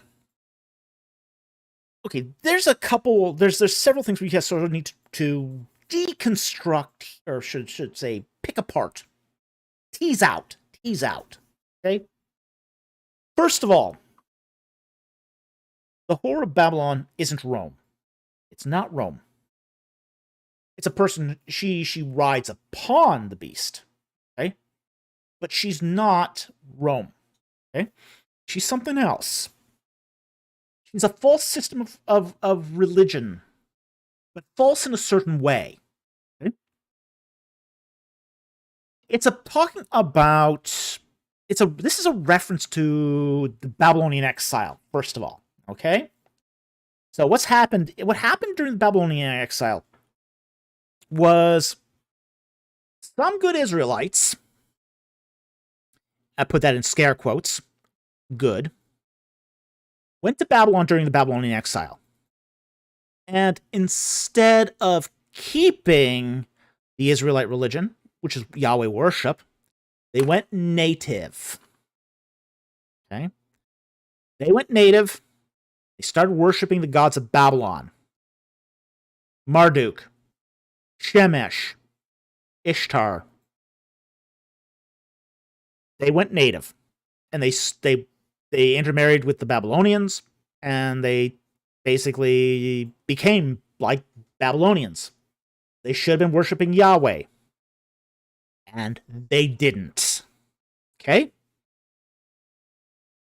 So, what this is, what the whore of Babylon is basically people who should have been worshiping Yahweh. These are apostates. These are pseudo-religious apostates. Basically, when it talks, for example, in Thessalonians about, say, the apostasy that is to come, that the Antichrist will not be revealed until the apostasy. The apostasy, the falling away, is the people of the church who fell away. Okay? These are the people of the church who fell away, who should have been worshiping Yahweh, who should have been worshiping Jesus Christ, and decided to follow the beast. Okay? These are... So here, Babylon is a symbol. It's a symbol of covenant unfaithfulness. Oh, there's two words you're not going to find in a sentence every day. That's two words you're not going to find in it's covenant unfaithfulness.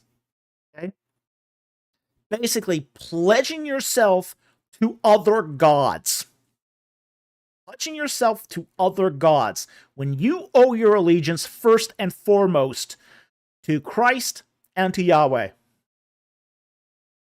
So that's the whore of Babylon. It's that whole group of religious people who fall away, who forsake the faith, have a form of godliness and deny its power. Progressive Christianity. Bing, bing. There you go. Yeah, it's progressive Christianity. People who should have been devoted to Jesus Christ, but are worshiping the zeitgeist instead. Yeah, I mean, it's not even neo-pagans. Talbot Slave says neo-pagans. No, it's not even neo-pagans, because neo-pagans never believed. Neo-pagans never believed. Neo-pagans were always outside of the faith. Babylon is a reference to something very, very specific here, which is that fallenness, that falling away from a faith you had. Now, of course, some neo-pagans would be like that. Okay? There are some... Yeah, Christian druids are like this. guys who think they're Christian Android at the same time and they're not. They can't be. You can't be both. Okay? So these are people who confessed faith in Jesus Christ and then decided, I don't want to believe any of the things about Jesus. I don't want to believe he was resurrected. I don't want to believe in the virgin birth. I think that Christianity as the only way is judgmental. That sort of thing. It's just 1,000 Clever Boys got it here, which is in the Old Testament, Israel forsaking worshiping God and were called unfaithful like a harlot. Exactly. Like a harlot. I just did. That's what's meant by the whore. A whore is just a synonym for harlot. You could translate this as the harlot of Babylon. Or Babylon's harlot. That's another way to translate this, is Babylon's harlot. That's exactly what's going on here. This is covenant unfaithfulness. People who should have been in the covenant. They should have been in the covenant. They pledged themselves to the covenant. Yeah, it's sort of the inverse of the marriage supper of the Lamb. Where the Lamb takes the church as his bride. Well, where there's a bride, there's also the harlot. Okay? There's also the harlot. So, this is something that's replete in the symbolism again of the Old Testament. In I think it's the book of Amos. Amos takes on I think was it Amos? It took on Gomer. Just see. Yeah. Mary's a harlot as a symbol, as a parabolic act to show Israel is playing the harlot. Hosea, thank you, sorry. Thank you, Pablo. It's Hosea. Yeah, Hosea marries Gomer, the harlot. Who... And then this is a parabolic act. It's an act to show Israel that they were playing the harlot with God. Well, you know what? Israelites aren't alone in playing the harlot. There's a whole lot of Christians today that are playing the harlot. We've got now entire denominations that played the harlot. It's terrifying. It's absolutely terrifying. But that's what's being referenced here as the harlot of Babylon. Babylon's harlot. That of can be viewed in a possessive manner.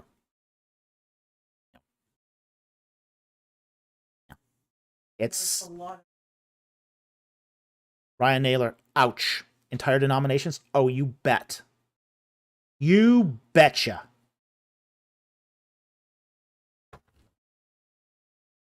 Yeah. It's, as I said, it's covenant unfaithfulness. Yeah, it's just... But that's what's meant by Babylon's harlot. Babylon owns her. In spirit. And fact. But she belonged to another. So that's what's going on by the... That's why I don't take that view that the harlot of Babylon is wrong. Okay, because the symbolism is there and is really, really deep. Okay? Now, the 7 heads in Revelation, I don't think refers again to the 7 hills. Now, there are some people who will take that view. I don't know. I think that's kind of doubtful. There's... Here, let's see if we can even find this one.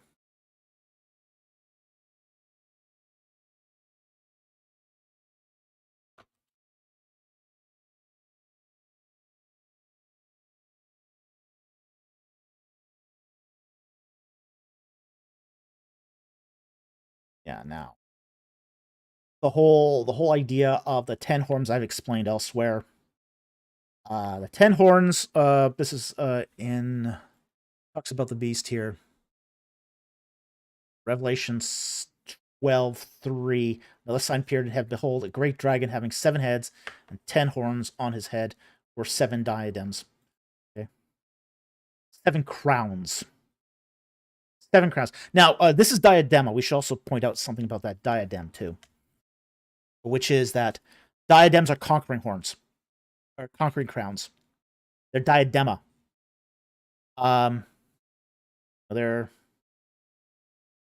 There is particular their particular kind of crown. So, I don't think that the 7 heads is a reference to the 7 hills. Now, could it be some other reference? Possibly.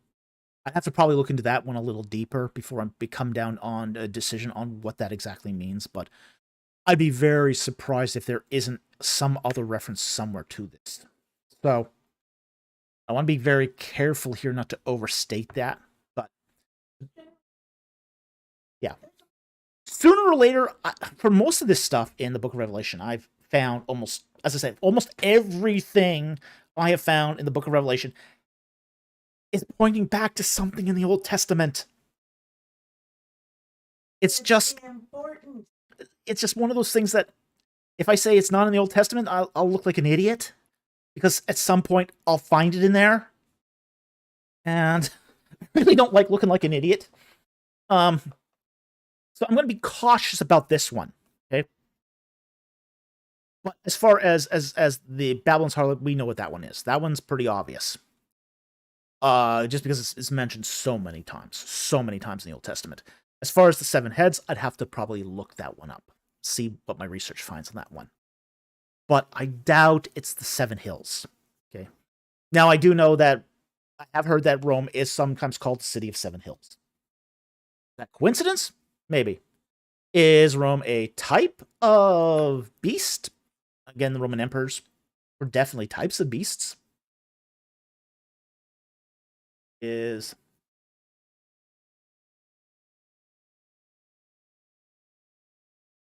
yeah.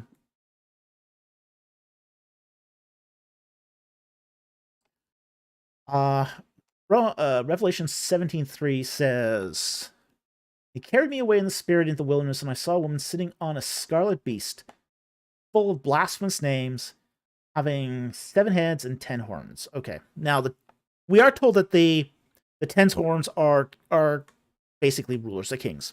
Okay, but we're not told exactly what the 7 heads are.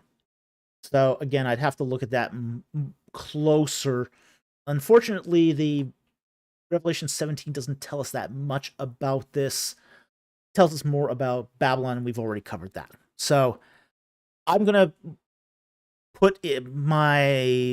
basically say I have reservations about comparing the 7 heads to the 7 hills, but there's no really controversy on who the harlot of Babylon is. So anyway, I hope that helped. Thank you very much for the super chat. Very much appreciated. Okay.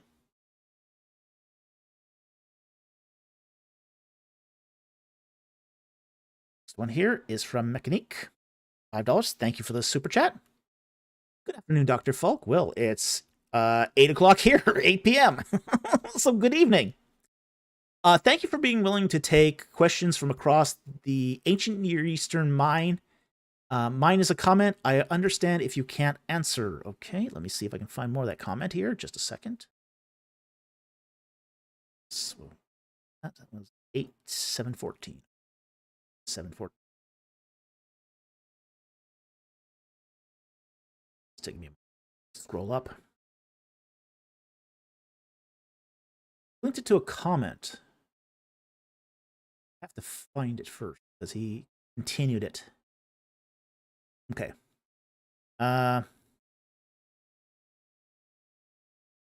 So where's the rest of it? Okay, Mechanique. I don't see the rest of the comment.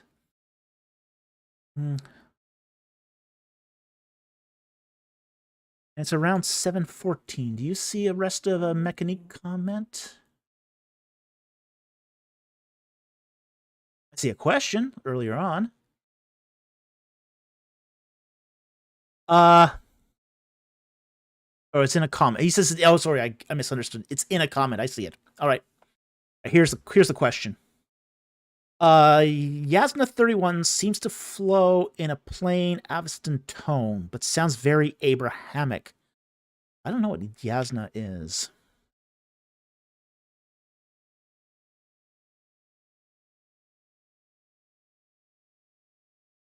It's a Zoroastrian text. Okay.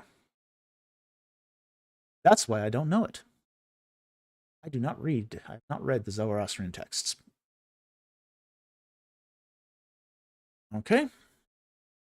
But sounds very Abrahamic, especially in verses 8 and 13. In my honest opinion, looks like Israelite influence, but does any relation seem likely to you? Gate and cost. I haven't read it. Okay, I would have to probably read it myself to figure it out. Now, again, I'm not sure about what's the dating of that text. I'm just gonna look it up here because again, it's not something I've read myself. The Zoroastrian text, date 2, any yeah.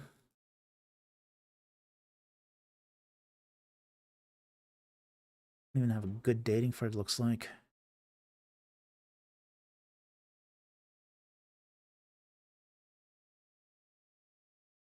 Yeah, we don't have a.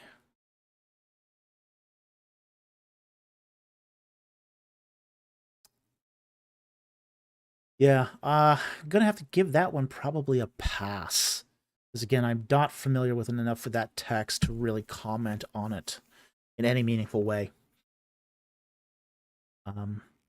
And frankly, we don't even have good dating on Yasna, so without good dating on Yasna and not having read the text, I probably can't comment on this very much. So anyway, I'm sorry, but that's probably the best I can do here. It's just not something I'm familiar with. So anyway, thank you for the super chat. I appreciate the support of the channel, but unfortunately, I can't help you on this one. Okay. Next one here is from John Febeck for $4.99. Thank you for the super chat.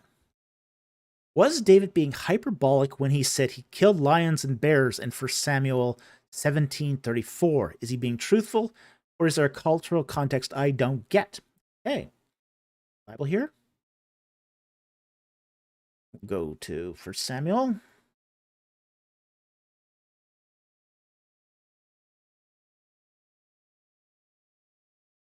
Samuel 17:34. Okay. And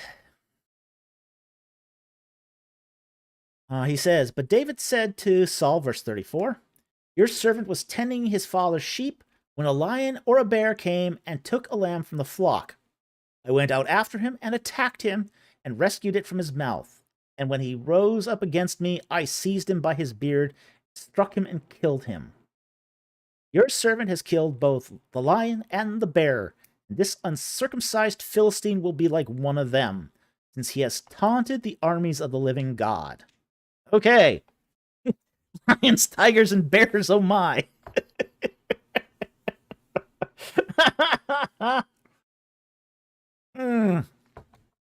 You are a 1,000 clever boy, aren't you? Okay. Was he being truthful? Most likely answer to this is yes. Now, why is he, how do we know he's being truthful? Because he was a shepherd. Okay? Now, when we think of shepherds today, we think of Greek guys wearing short tunics with harps in the field, and it's all pleasant, and there's snowy white sheep all around, and they're reciting poetry to each other and singing songs, and Frolicking in the fields. Yeah, that's not the shepherd life. Okay. Okay. Shepherds in the ancient world were more akin to truck drivers. Really. It was a rough life. Yeah, including the women did it. And there were some women who all are also shepherds. Okay. It was a rough life. Okay. You would have to protect your flock against bandits, against bears, against lions. And frankly, the bears and the lions aren't even the most dangerous ones. The two-legged variety of animal out there was probably the more dangerous one. Okay. The purpose of the shepherd was not just to keep the sheep corralled, but it was to protect the flock from predators. Predators of all kinds. Wild dogs. Wolves. Yeah, wild dogs were a huge threat to a flock. Okay. Yeah, and, you risked life and limb being a shepherd. You had to be strong. You had to be ruthless. Yeah,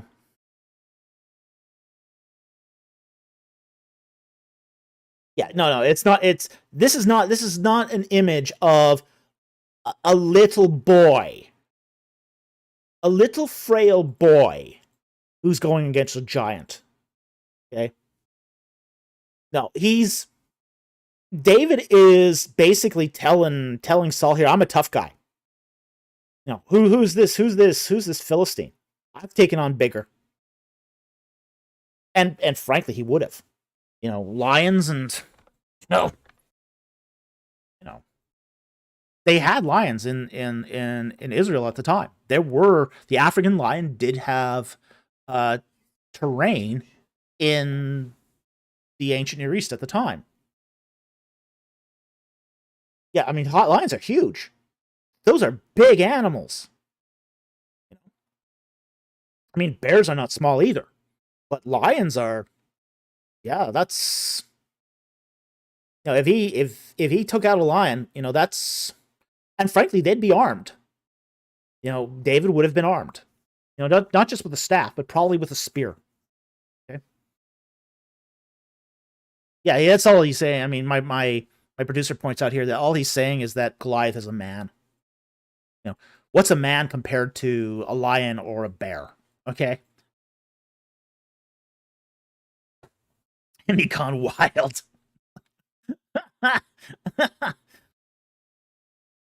Take this one. Sunday school was wrong? Who would guess? Funny that. Funny how that keeps recurring. No, I mean, Sunday school teachers love the whole David and Goliath narrative because they think that kids can relate to this. Frankly, this is one of the things I just don't understand. That Sunday school teachers will glorify Samson because he's a big tough guy. But David's a big tough guy. And David's more their age. And David has actually done positive things with his life. It's kind of like they almost got the role models reversed. They want to show David as this weakling. The fact is that he wasn't, when the prophet Samuel went to select a king among the sons of Jesse, it was not that David was just a boy. That wasn't the reason he was overlooked. He was overlooked because he wasn't favored. He was just seen as a shepherd. Grunt manual labor. He was seen as grunt manual labor. Guy who thought with his muscles, not his brain. So, oh yeah, Andy going, well, sling is powerful, yeah. Oh yeah, slings are they're like being hit by a small cannonball. Oh yeah, if you get hit by one of those, that'll make a mess of your day. I mean, they're about that size. They're good, I'd say, 3-4 inches across. Yeah, you get hit by one of those, you're going down. When those hit you, they break bones. You're not getting up after that. Okay. He says there's a lot of mass velocity to a sling. So yeah, mass times velocity equals momentum. Lots of momentum, lots of broken bones. And you know what? It didn't matter that, to be frank, it didn't matter that Goliath was wearing a bronze helmet. You get hit by a sling stone in the middle of your forehead, that thing's crumpling in like a piece of tinfoil.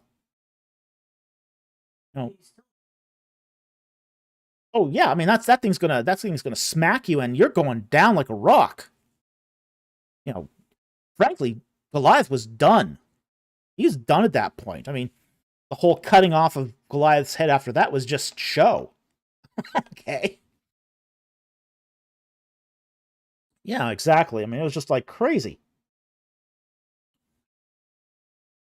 No, I mean, the fact is, the reason why they were reticent to put David out on the battlefield had nothing to do with his strength or his size. It had everything to do with his inexperience in battle. They kind of tried to put armor on him, and it didn't work very well. Okay? The fact is, he wasn't that kind of fighter. He would become that, okay, but he was not trained in armor. That's one of the things you have to understand about wearing armor. Wearing armor requires training. You can't just put armor on a guy and expect him to fight in it. David fought like a shepherd. He fought like a shepherd. Took those sling stones, did what he did best, and nailed him. The fact is, once he got one round right in the noggin, Goliath was going down, and he's not coming back up. Because again, those things are heavy and fast, and they carry a lot of momentum. And bronze is not very strong. It's yeah.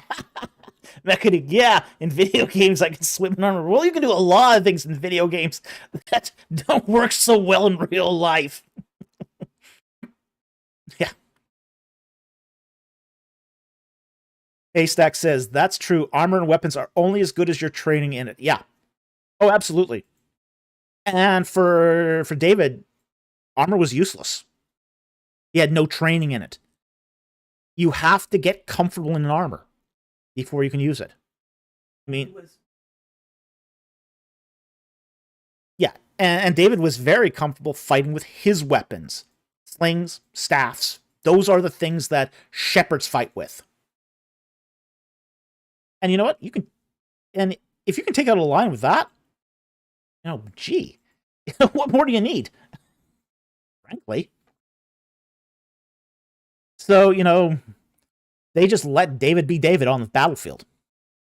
I mean, no one else was going to go out there, so... Yeah, again, this is getting back to, don't try to be Heiser. David didn't try to be Saul, as my producer just stated. And she said David didn't try to be Saul. David didn't try to be like his brothers. David just tried to be like David.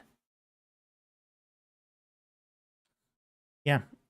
Tim Yar says the same thing here. That ties well with why we shouldn't try to be the next Michael Heiser or anyone. Yeah. Be who God called you to be. Now, David will eventually get that training and become a mighty warrior as a result, but that takes time.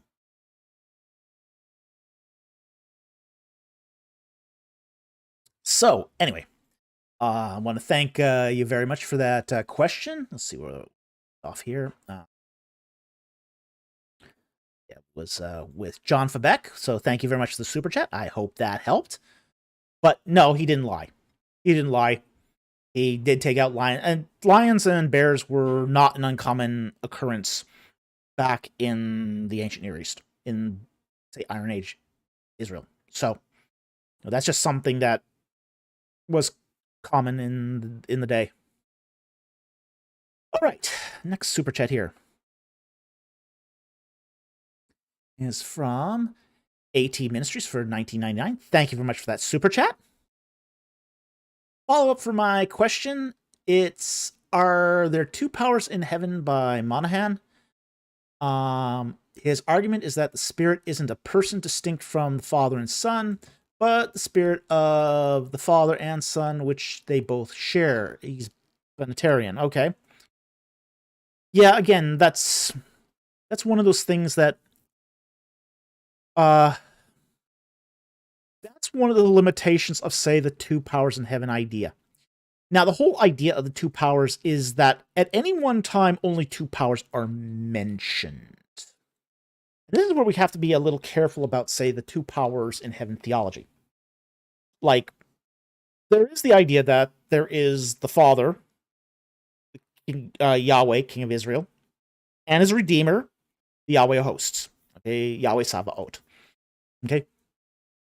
But we also do have some things like Genesis 1, where God created the heaven and the earth, and his spirit dwelt upon the face of the deep. So, the one thing about the two powers in heaven theology is it mentions any two powers at the same time. But we're not getting any, we don't know, they're not always the same two powers. So that's one way we have to be a little careful about the two powers in heaven theology.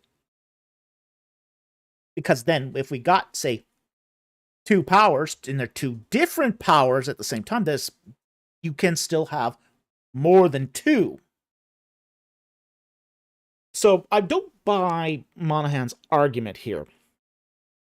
And I really think once you start taking the New Testament into account, it's really, really clear that the Spirit is a person. So he's got to overlook, hand wave away a lot of data to become a Binitarian. Okay, he's got to hand wave that away. So I don't think that's viable in the long term. But then again, if you're not a New Testament, if you don't believe in the New Testament, you could probably still get away with it.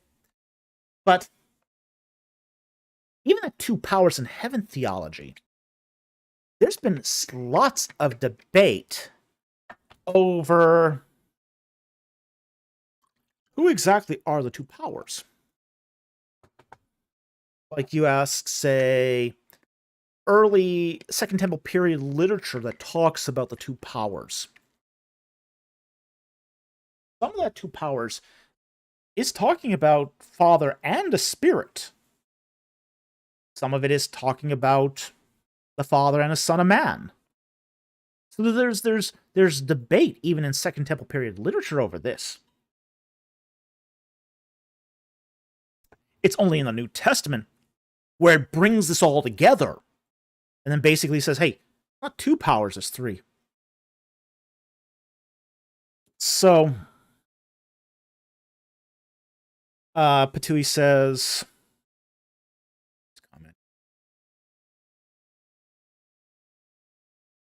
Monahan, Alan Segal, Benjamin Summers are all reflecting early Messianic Binitarianism and intentionally focusing there. Yeah, that's what they're doing.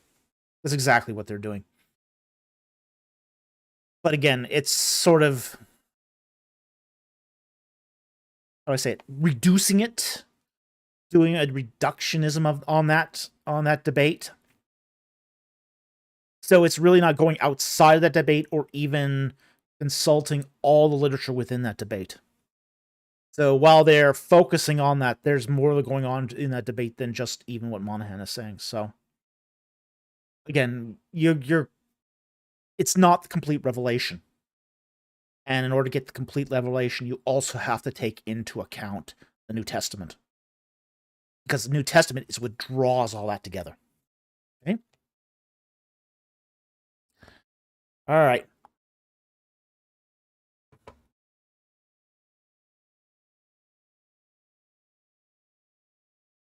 This one here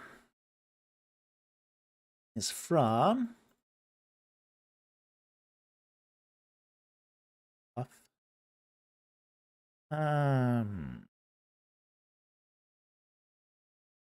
oh, next one here is from Jonathan for $4.99. Thank you very much for the super chat. How many mainstream scholars are there in the fields of Egyptology or ancient Near Eastern studies in general? Dozens, thousands. I would say hundreds. In the ancient Near Eastern studies, you do get a few more than, say, in, Egyptology. Egyptology, you're talking about probably around 1,000 tops. In ancient Near Eastern studies, you're probably talking close to the same. At least when we're talking about ancient Near Eastern studies proper, okay? And what I mean by that is, say, cognate fields. Cognate fields within the ancient Near East. So stuff like West Semitic inscriptions, Assyriology, Egyptology, even to some extent the geography of the ancient Near East, ancient osteology. So those sort of niche endeavors. When you get into something a little more broad, like biblical studies, then the pool gets wider. Then you're talking about tens of thousands at that point. But ancient Near Eastern studies, it's a very niche field as far as that goes. And I'm talking here worldwide. So it's I would think that in Egyptology, the number of Egyptologists alive today is less than 1,000. Less than 1,000. So, and really, even among those, only about a couple hundred are active in the field.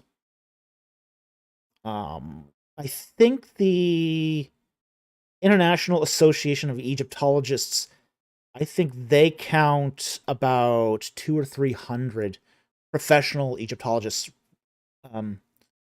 alive today. Now, not every Egyptologist is a member of the IEA, but most are. So it's down to in the hundreds. It's down in the hundreds. Something like the broader ancient Near East, you're going to get a few more just because there's more fields involved at that point. So you can probably expect 1,000 or 2, maybe.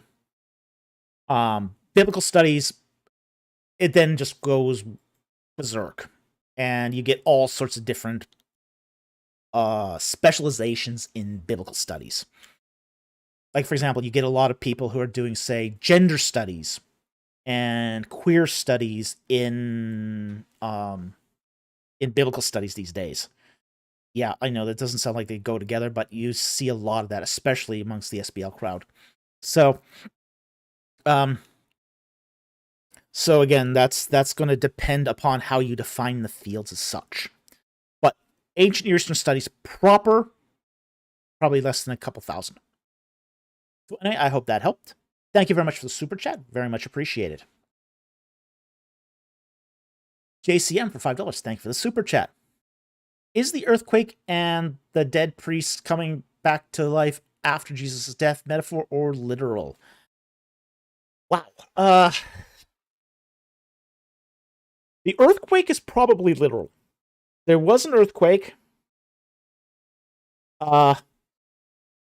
We don't know. There's also was a report an eclipse too, but a darkening of the sun. But again, some of that, how much of that is metaphorical or literary is unsure. Okay. Now, there have been scholars like Mike Lacona that have suggested that the dead coming back to life is metaphorical. That people didn't walk out of the tombs. Other scholars have suggested otherwise. So, it really is going to depend upon. This is one of those. This is one of those situations where we don't have good secondary evidence one way or the other. Possible. I mean, if you can grant that Jesus Christ came back to the dead, no, I can't see why this wouldn't be possible too. Right? But it's really, really difficult to prove it one way or the other. So it's just going to come down to opinion in this case. So, this is a definite maybe. Definite maybe. Could be metaphorical. It could be literal. It could be prophetic. There's a lot of options here that it could be. So, but again, without more information, it's hard to say for sure. Yeah. And that's one of those things that we have to be careful of too, is that we're in an area here of speculation. So, again, maybe. I won't say it's impossible. Again, if Jesus Christ came from the dead, it's certainly possible. But did it happen? That's the question. So, again, I don't side with Lacona here. I don't think it's an impossibility. But I can't say for sure it did happen either. Because there are other alternatives, ways that this text could be interpreted as well. So anyway, thank you very much for the super chat. Very much appreciated, and I hope that helped. This one here.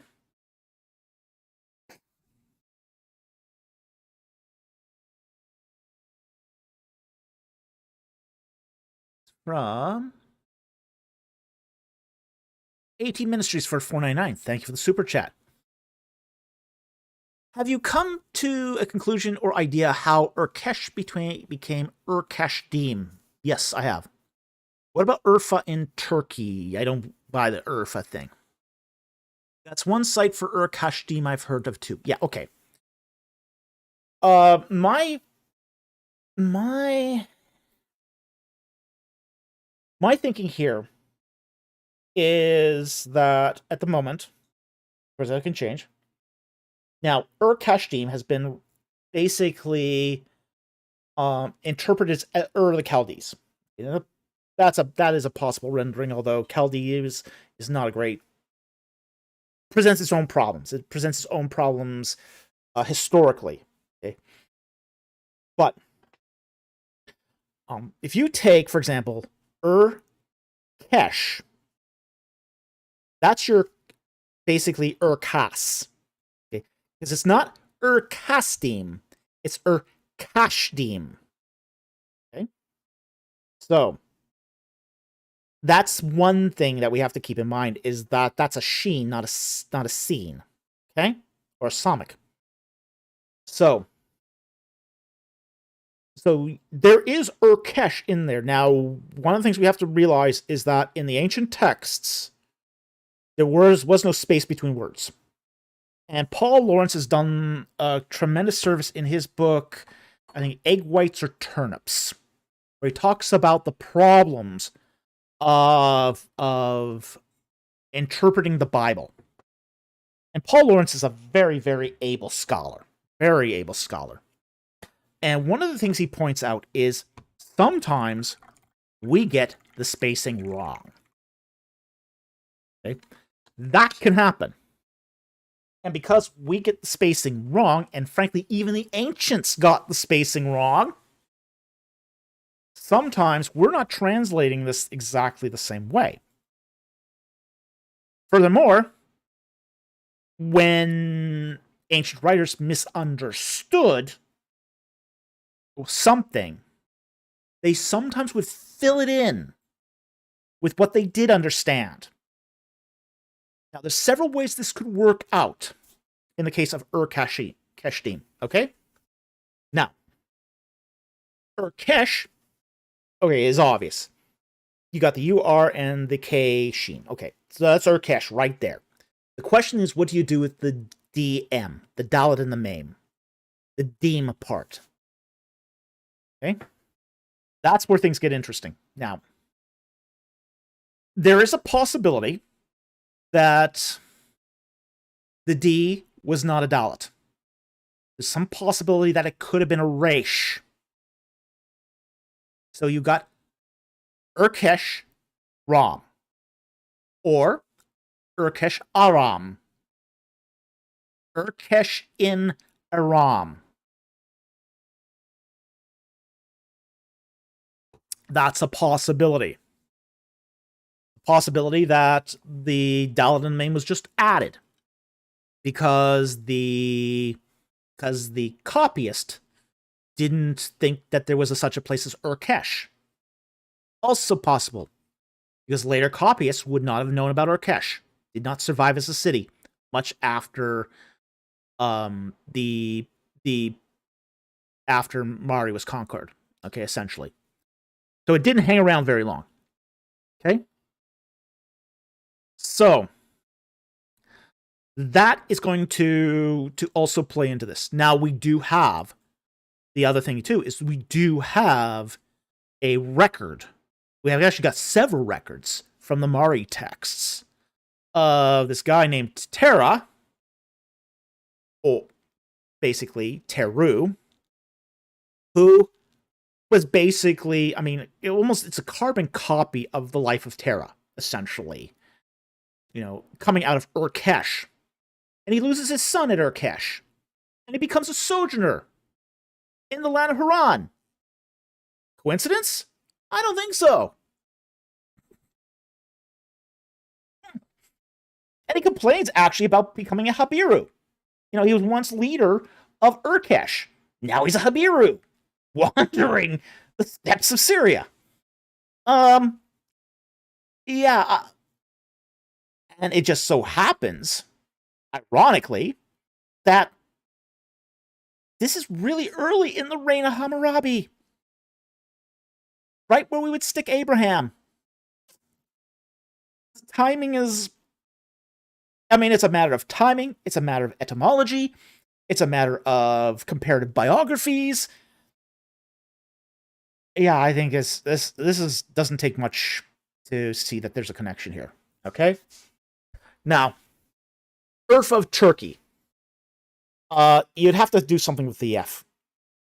The F and the Aleph afterwards. So I don't think Urfa is a very good alternative here. I think that's...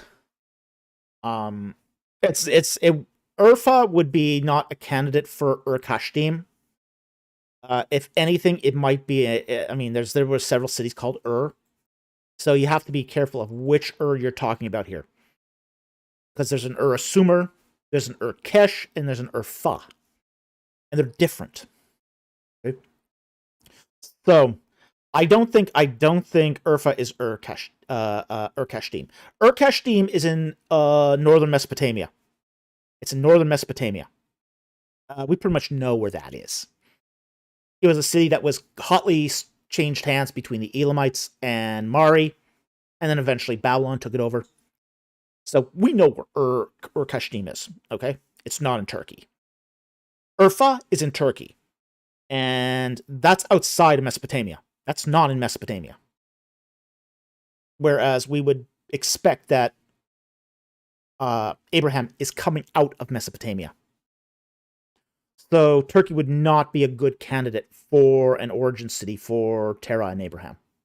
Because, again, it's outside of Mesopotamia. So anyway, I hope that helped. That's sort of my thinking as far as the etymology is concerned and its textual development. Thank you very much for the super chat. Very much appreciate it, and I hope that helped. Okay, next one here is from Japonis Kanrafi for $5. Thank you very much for the super chat. Did you know there is a Martin Luther real insult generator online?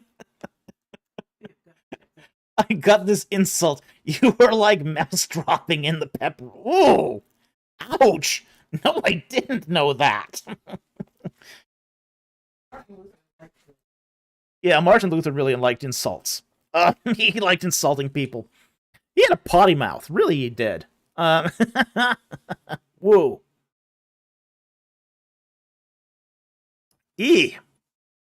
Yeah, so,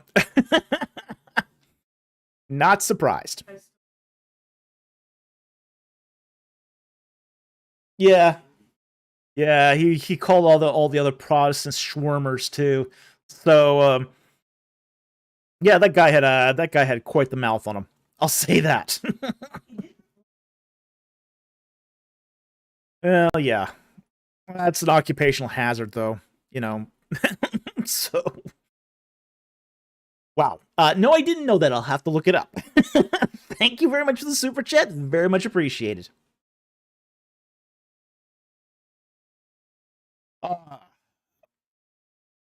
JP for $2. Give a review evaluation of PSA theory. What's PSA theory? Hey, what's PSA theory? Not sure what you mean by this. Anyone want to put in the live chat what they think PSA theory is? Because I'm not sure exactly what he's talking about. So I'm going to wait for about 10 seconds, and if I don't see somebody in the live stream here tell us what they think PSA theory is, I'm just going to move on here because I just don't understand it. Feeding cats. Nope, I don't think that has anything to do with PSA theory.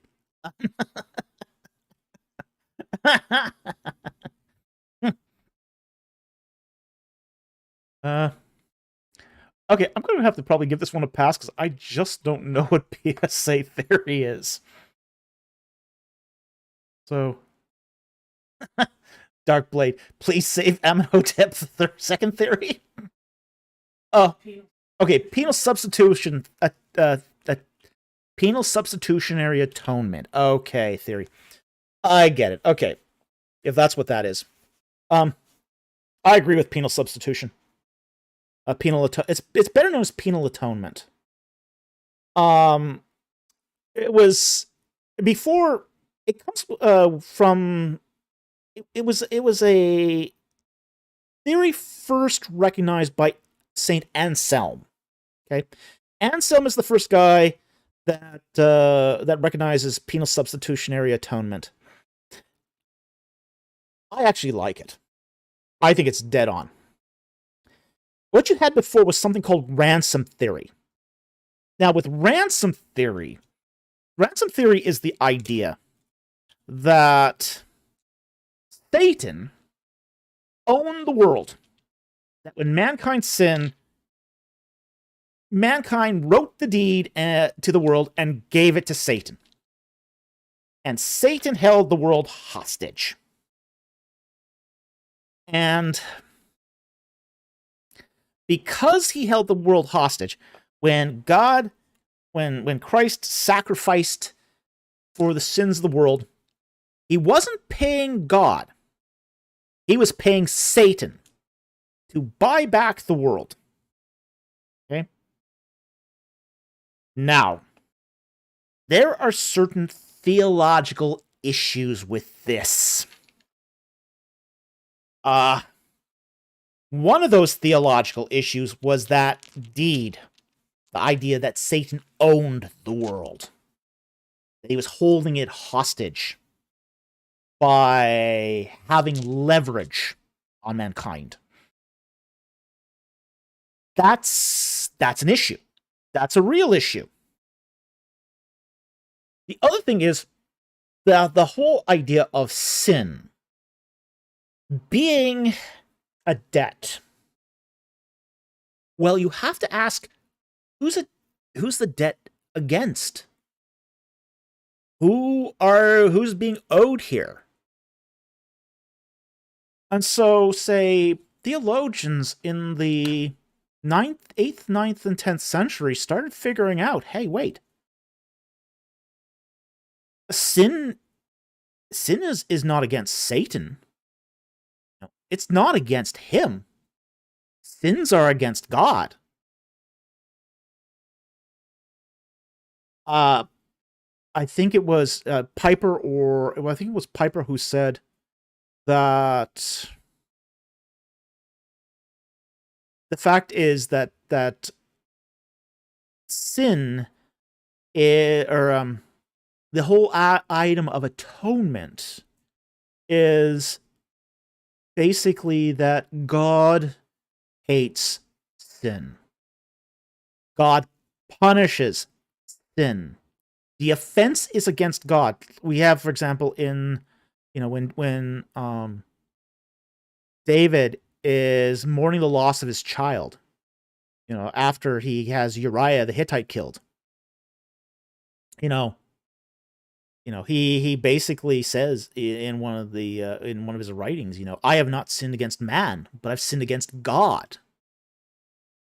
All sin is against God, and God will judge. The big enemy of mankind that's this war against sin is God. God loves us to save us, but in a sense, he is saving us from himself, from his judgment and wrath against all unrighteousness. Satan doesn't care if you're unrighteous. He's happy the more unrighteous you are, because that's more rebellion against God. So Satan doesn't hold the keys to our salvation. God does. So a lot of theologians, especially in the West, during that period of, say, theological enlightenment in the 8th, 9th, and 10th centuries, started realizing that the ransom theory wasn't going to work, because it was never in Satan's control. Satan never owned the deed to earth. Satan never held the ransom for sin. Satan's not the king of hell. He's a 2-bit player. He's small change.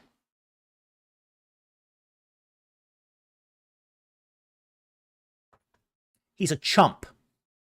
He's a chump who had delusions of grandeur.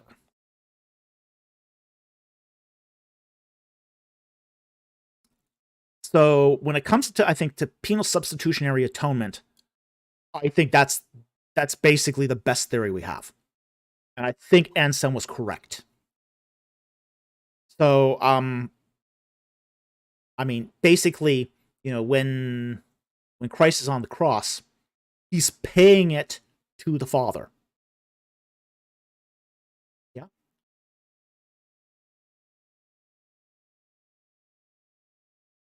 Oh, no. Yeah.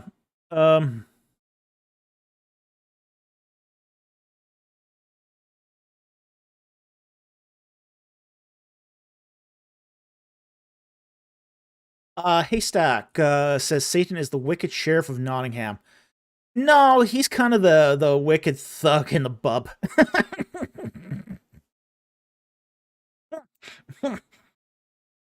No, he's just a thug. Satan is just a thug. No, he doesn't have any authority. Satan has no authority. That's the thing about Satan. Satan had nothing. No authority, no power, except what others gave to him in basically his own lackeys. Not even from us. We have no ability to give him power. So, no, he doesn't even count as a sheriff of Nottingham. And frankly, too, that is a bit of a historical caricature anyway. There is some considerable debate amongst historians over how wicked the sheriff of Nottingham really was. The fact is that he was under authority.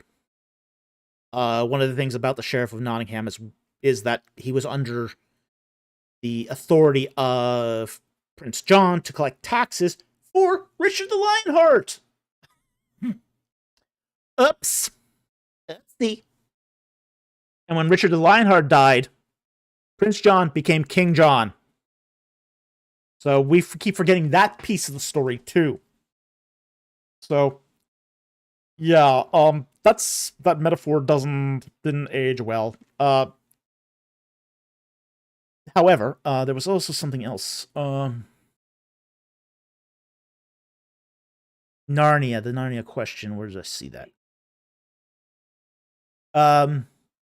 Can someone tell me if Narnia represents a ransom theory rather than a substitution? Yeah, it's more of a ransom theory.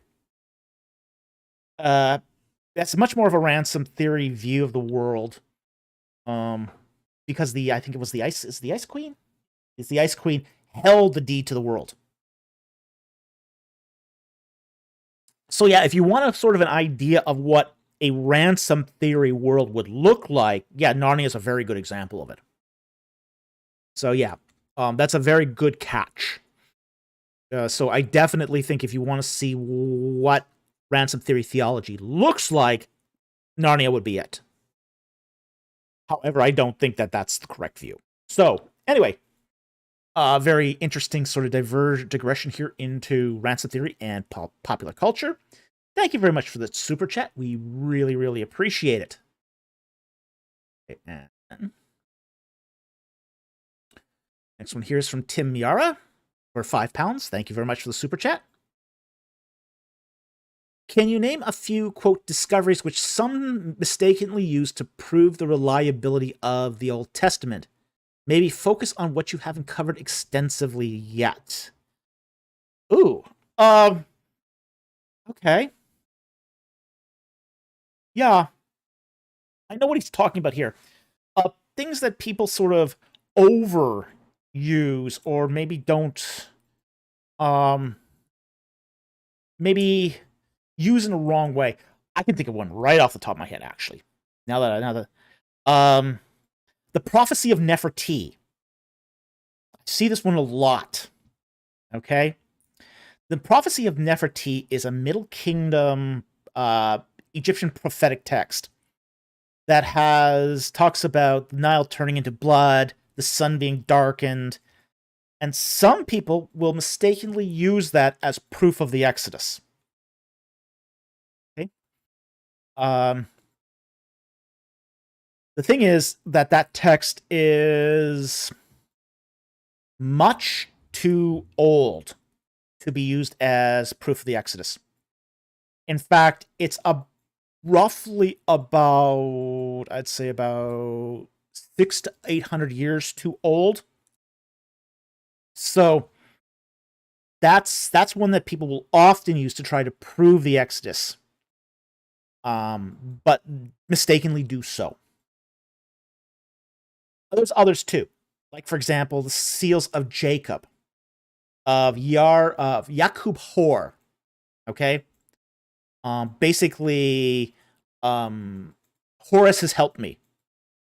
They'll just see the Jacob, and then they'll just run with that. So that's another one that people will do. And again, these scarabs predate the historical Jacob, and they're really from a 14th dynasty warlord, not the original Jacob. The original Jacob doesn't come into Egypt for another 100 years. Let's see here.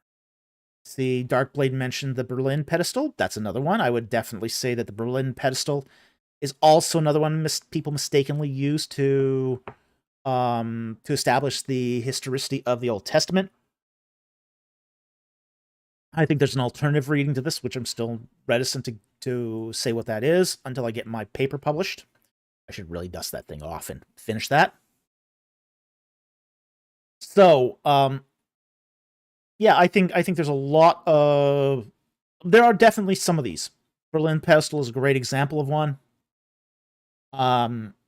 Again, the prophecy of Nefertiti is another one. The scarabs of Yakub Hor are another one. So, we have to be very careful about what constitutes good evidence.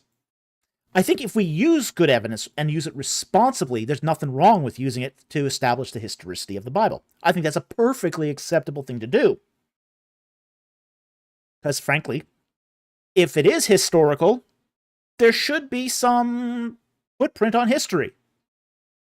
I don't see any problem with that. I think that's a completely reasonable position to have. But again, abusing evidence, bad evidence is not... Yeah. If you use bad evidence, then, the skeptics have a field day with that. So, So again, I think we have to be careful. We have to be circumspect. I think there's always room to be more circumspect and be more careful and to be more nuanced. There's always room for that. And that doesn't take away from the historicity of the Old Testament.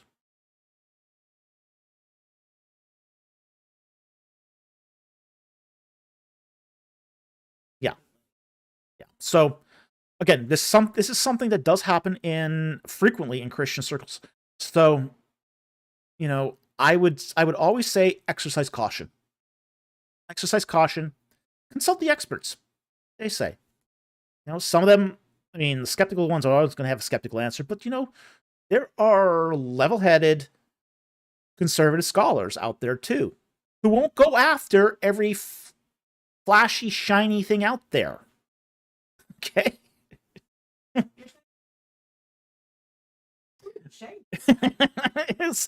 My producer says some of these guys are crows. You're saying some of these guys are crows? Well, in some respects, yeah.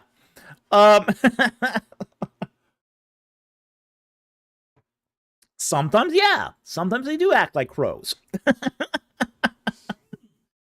Yeah, so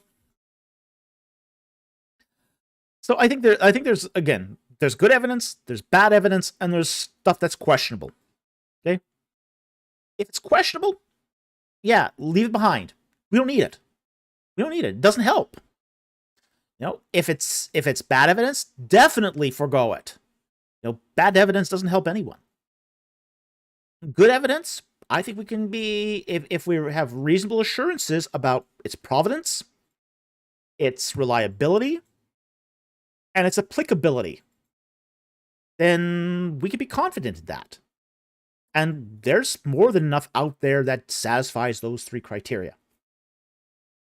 So, again, the moral of the story here is follow good evidence. Follow the evidence wherever it leads. Okay. So, with that said, back here to it. Now, the next one here is from Love Can 7 Minecraft the Diamond for $5. Thank you for the super chat. What are your thoughts on the Greek Septuagint, Samaritan Pentateuch, Josephus genealogies, Age of Genesis, and mind reacting Nathan H. Pyramids before the flood? Oh boy. Boy, is there anything else you couldn't stuff into that super chat?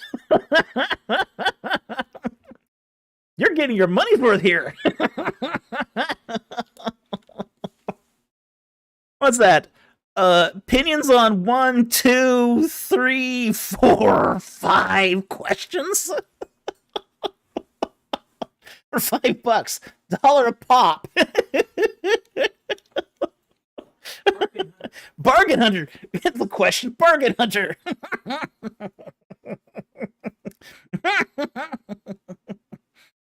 Okay. All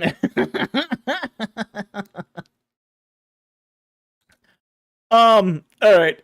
Tim Yara said, I think his question is about the genealogies because that's all of them, what they have in common. Well, yeah, they do, but, okay. But they also all require different comments too. Okay. The Greek Septuagint and Samaritan Pentateuch come out of legitimate biblical traditions, okay? The Greek Septuagint is a set of texts, Greek translations of the Hebrew Bible that date to the 3rd century BC. So they're very old. These are very old texts. Samaritan Pentateuch is the Pentateuch that was adopted. It's the first 5 books of the Bible that was adopted by the Samaritans. Basically, those people of northern Israel who interbred with basically people who were relocated from the Assyrian Empire into northern Israel. Okay. The case of Josephus's genealogies, I don't know much about. I've never read them. Ages of Genesis, I've done a whole video on this. where I talk about, say, the clan dynamics in the book of, say, Genesis, particularly chapters 5 and 11, but also Exodus 6. So I do talk about this.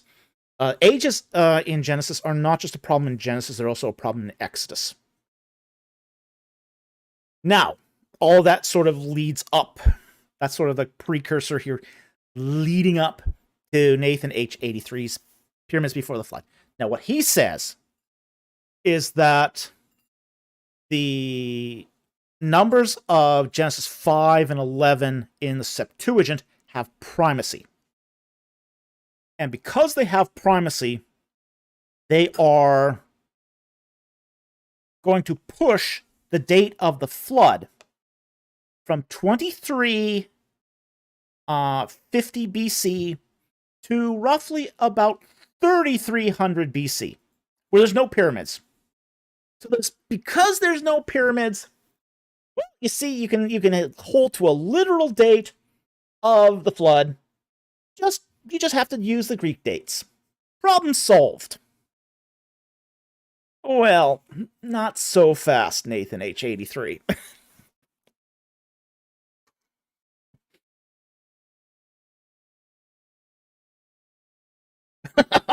Okay, I'll get to that. I'll get to that in a moment. That's funny.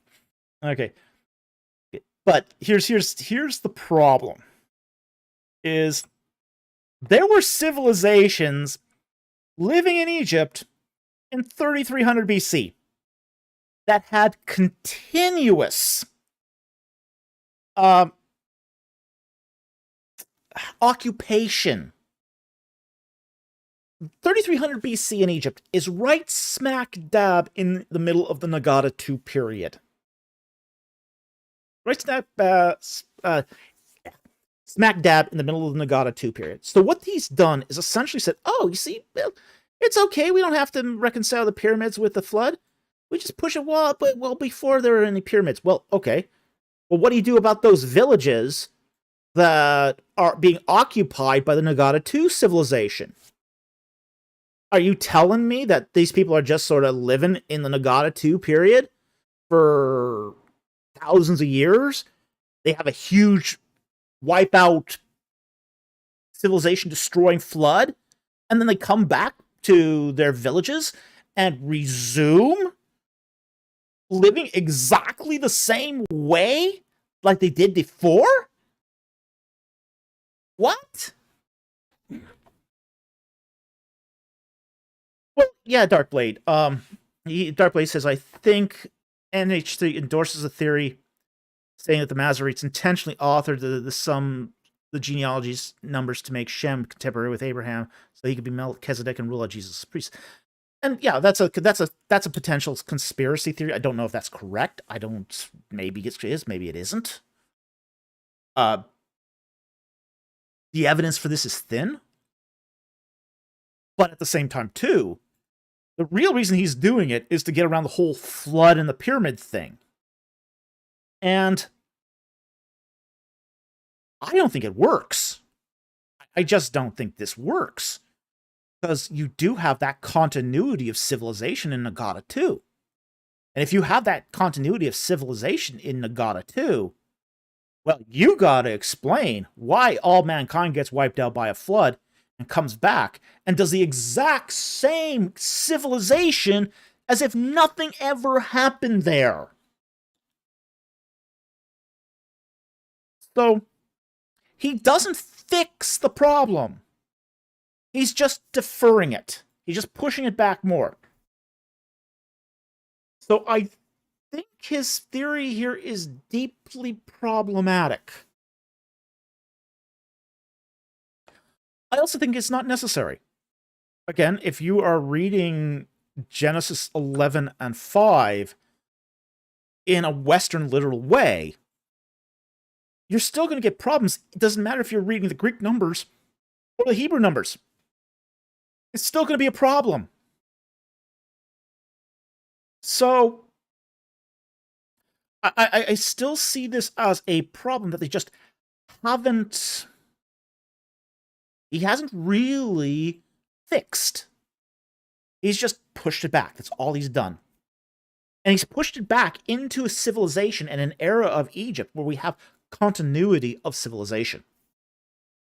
That's not good. That's going to blow up in your face. So I think this is a, NH83 really doesn't understand the archaeology of the period he's pressed it back into. Patui says genealogies can get messed up in text criticism due to lots of reasons. Two names for the same person, missing matrix lexiconus, similar looking letters, change in script, translators fixing errors. I think there's also another one too, which is the fact that they aren't writing genealogies the way we do. I think that's the principal error. The principal error is they're trying to read this like a Western genealogy. And it's not a Western genealogy, it's a Toledot. A Toledot is not exactly the same as a genealogy. We look at a Toledot and we think, oh, that's a genealogy, because that's what we're familiar with in the West. It's, again, looking at the text through Western eyes. And I think that's problematic. Talbot Slade says, the Masoretic text also altered on Messianic stuff to counter mass conversions to Jews to Christianity, the reason that some of it contradicts. There's actually a little more going on there than that. It looks like the Masoretic text and the Septuagint are actually two different text traditions. So I think there's something more going on here than just that. One of the things is, we do, from the Dead Sea Scrolls, we find readings in the Dead Sea Scrolls that are Masoretic, that are, say, akin to the Samaritan Pentateuch, and to the Septuagint. We find all three sets of readings in the Dead Sea Scrolls. So what it looks more like is not so much that the Masoretic text altered the stuff, but more along the lines that they chose the manuscripts they liked. That seems to be more of what's going on. And that can be just as biased. Okay, that can be just as biased as any other, than, say, just alteration. Picking, Christians do this too. We do this too. We pick the Bible translations we like. How many people are there that pick the Passion Translation because they like it? How many people pick, say, the NAV or the NIV just because they like it? Or pick the Net Bible because they like it? We do the same thing. We do exactly the same thing. I think the Masoretes picked the text they did. I think they had a selection of texts. And I think Tim Yar, I'm still working on the evaluation of the Net Bible. I've got it right beside me. I just haven't done it yet. But a lot of people pick the translations and the texts they like. Because, frankly, hard readings are difficult to digest. So, we really... Yeah, there were definitely, Talbot Slate says that was when Jewish scholar Rashi was reinterpreting Old Testament in order to stop mass conversions, stop conversion. We find these readings even before then. I mean, many of these readings predate Rashi. Okay, they predate. Many of them are in the 2nd century BC. So if they're in the 2nd century BC, there's no conversions there. They're all one big happy family, at least in theory. So, a lot of the Masoretic readings are actually quite old.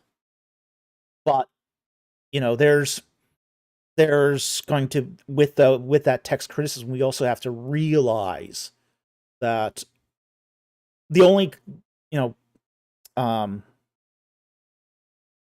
altering the text isn't the only bias out there. And that's what I think is really, really important to understand.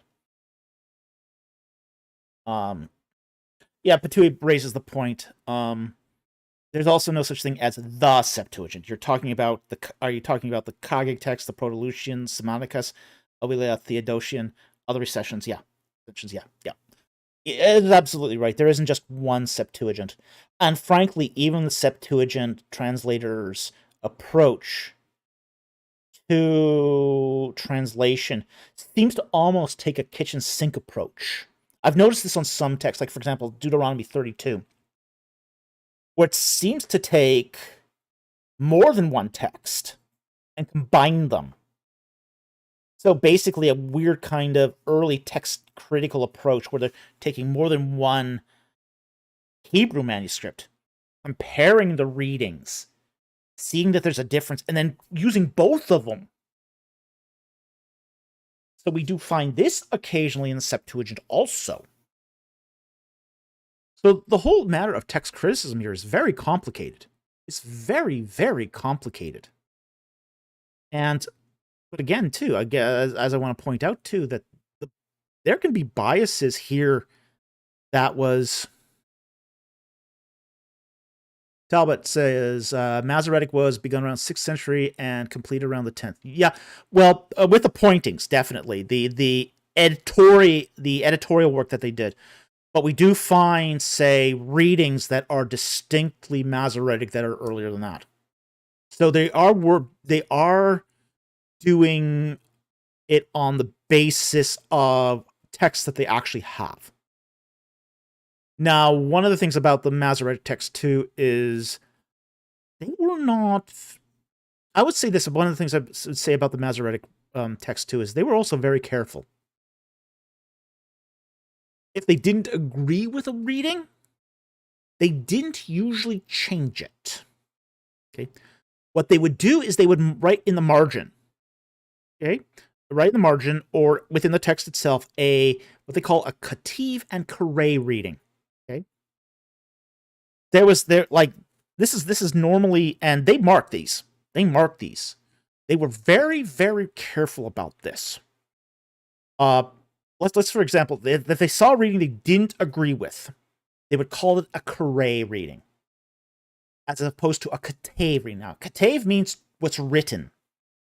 Kare means what is spoken. So, in their esteemed opinion, if you ran across one of these controversial readings, and you saw it written as a Kativ versus Kare, you were in synagogue supposed to substitute what's written with what's spoken. So with that said, they were very careful about this sort of thing. The Masoretes were, in some ways, at least the Tiberian Masoretes. The Tiberian Masoretes were very, very careful about manuscript transmission. They even had a form of CRC checking to prevent mistakes, which was fascinating all by itself. Very, very interesting. So, with that said, it is true that the Masoretes were no friends of Christians. I'll grant you that all day long. And I think a lot of their selection of texts was based upon that certain bias. I have no problem with that. But they're also not going in and inventing readings either. They are trying to pick readings that more fit with what they believe, rather than inventing them themselves, for the most part. There is a couple of exceptions, but they aren't many. All right, so I think we've beaten that horse to death. But anyway, the point of the super chat here is, what did I think of Nathan H83's views? And I'm not impressed. Not impressed. That's pretty much my view on this. I think he's just sort of basically taken the same problems and pushed them back further in time. So anyway, thank you very much for the super chat. Very much appreciate it, and I hope that helped. Okay, next one here is from Aaron Richard for $5. Thank you for the super chat. What are your top Sunday school misconceptions about the Bible? Number 1, Jonah in the whale. You all knew that was coming.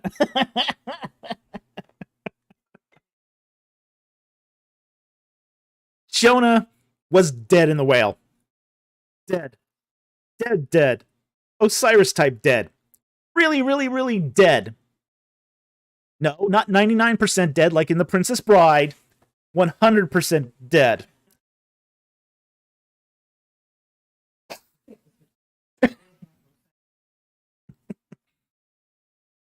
We have Osiris dead, and we got Princess Bride dead. Not Princess Bride dead. Osiris dead.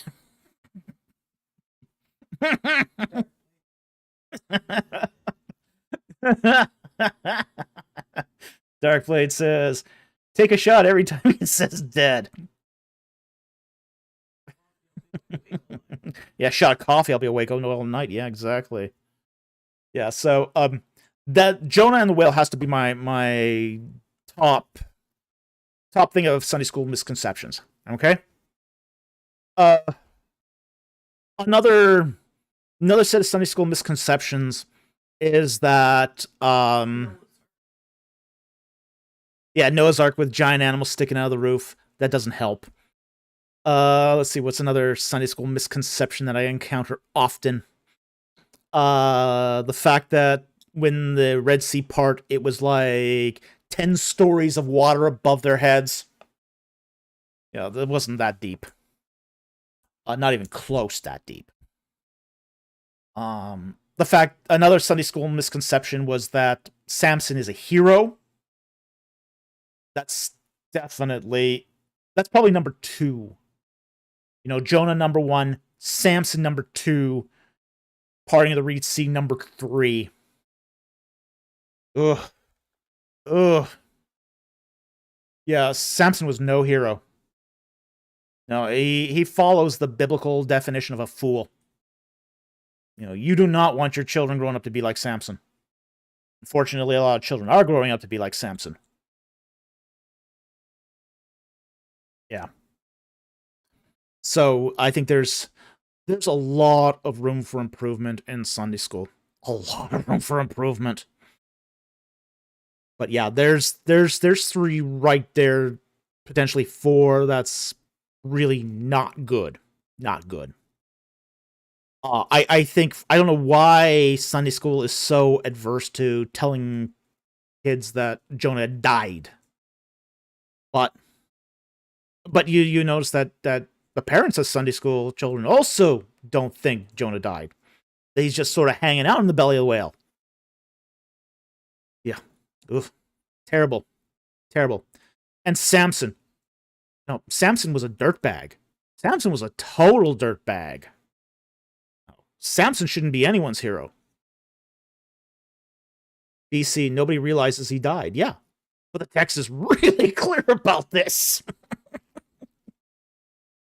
Ooh.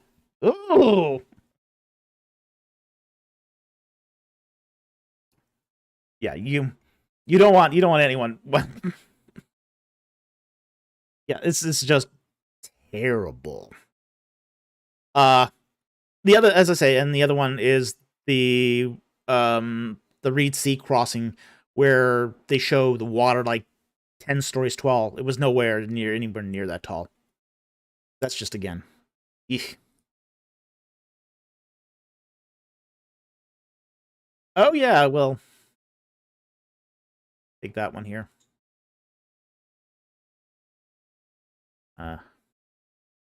Batui says Samson has a Canaanite-smelling 4 radical name, which might give a clue in Hebrew reader to Samson's morals. Yeah, Shemshin. Shemesh. Little sun. The little sun god. It's a diminutive of Shemesh. Yeah, I'll say it has a stinky Canaanite name. Yeah. His mother gets 2 theophanies and he ends up being named after a pagan god. Yeah, there's something not right there. Totally not right. Oh boy. Yeah, not good. You have to wonder what his parents were thinking. You have to wonder what his parents were thinking to name Samson after the sun god. Ooh, e, ah, ack. Ooh.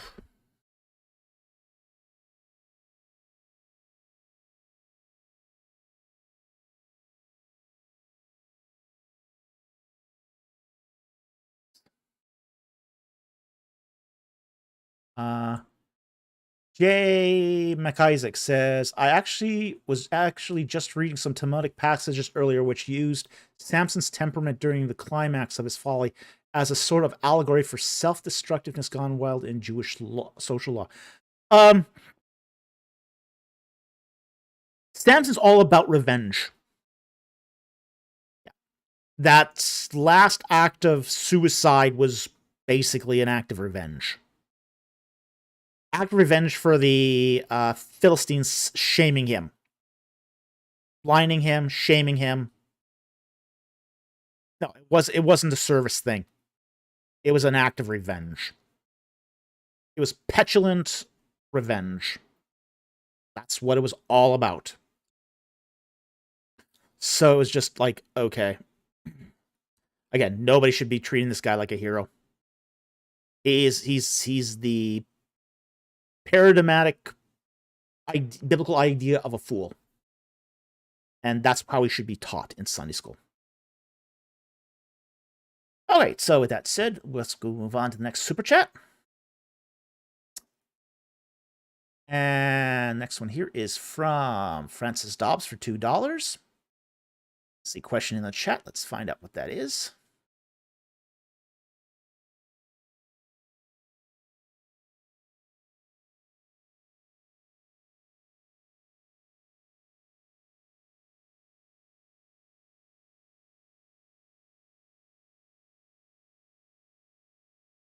Okay. Dobbs. Here. I think it's the one that comes right after it. And the question is, Dr. Falk, have you read a work by Melkite theologian Khalid Anatolius called The Deification Through the Cross, where he proposes the atonement called doxological contrition? No, I haven't. I would have some issues with that. The whole idea that that one is deified through the cross is problematic. This is what we call in certain circles low Christology. Okay, the whole idea that Christ wasn't incarnated as deity, but he was human who became deity. I think there's an issue with that. So the idea that, I mean, I kind of get what the idea is, because I've seen this similar ideas in low Christological circles, where the idea is that Christ is not just, say, and again, I don't know what Anatolius wrote, so I'm not commenting directly on it, but this is what sort of it's smacking of. Sounds like. And if I'm wrong on this, then just understand that I don't know Anatolius's view per se. Okay? But I've heard similar things by people who adhere to a low Christology. But the whole idea that Christ is just a normal human who became God through his obedience, his contrition, his humility, his obedience. He was the perfect human right up onto the cross. And because he was the perfect human, God smiled on him and said, well done, good and faithful servant. You can now be second person of the Trinity. Oh.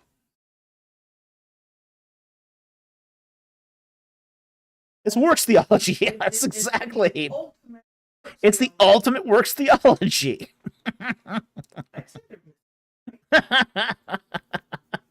uh,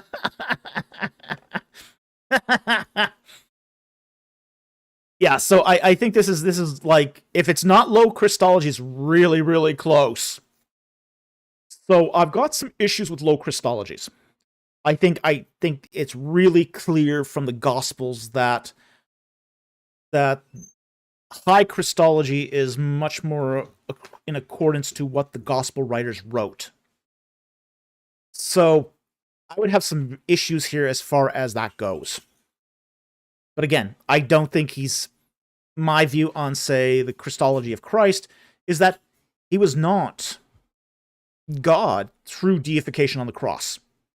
He was God because he was the second person of the Trinity since before the foundation of the world. Now, I make it no secret, too, that I'm also an Athanasian Trinitarian, too. So for me, the idea of deification through crucifixion would be abhorrent. So, again, one could have, he would be contrite on the cross. That's, again, a half-truth. Would there be some sort of doxological idea tied to it? Perhaps. But again, half-truths can also lead to whole lies. And I think the idea that he was deified through the cross is a lie. Okay? I don't buy it for one moment. So, that's sort of my opinion on these kinds of views. Even though I don't know exactly what Anatolius said, I will also, but I've seen said things very, very similar to this in, say, low Christological writings. So anyway, thank you very much for the super chat. Very much appreciated, and I hope that helped. Okay. The next one is from Juice Jedi 27 for $10. Thank you for the super chat.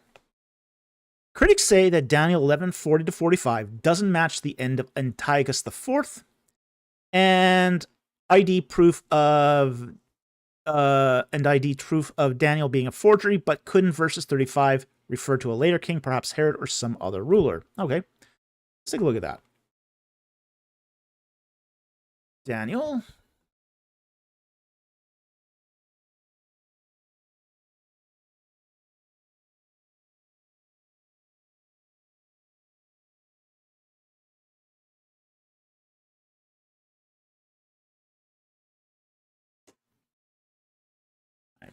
I see your comment there, Francis.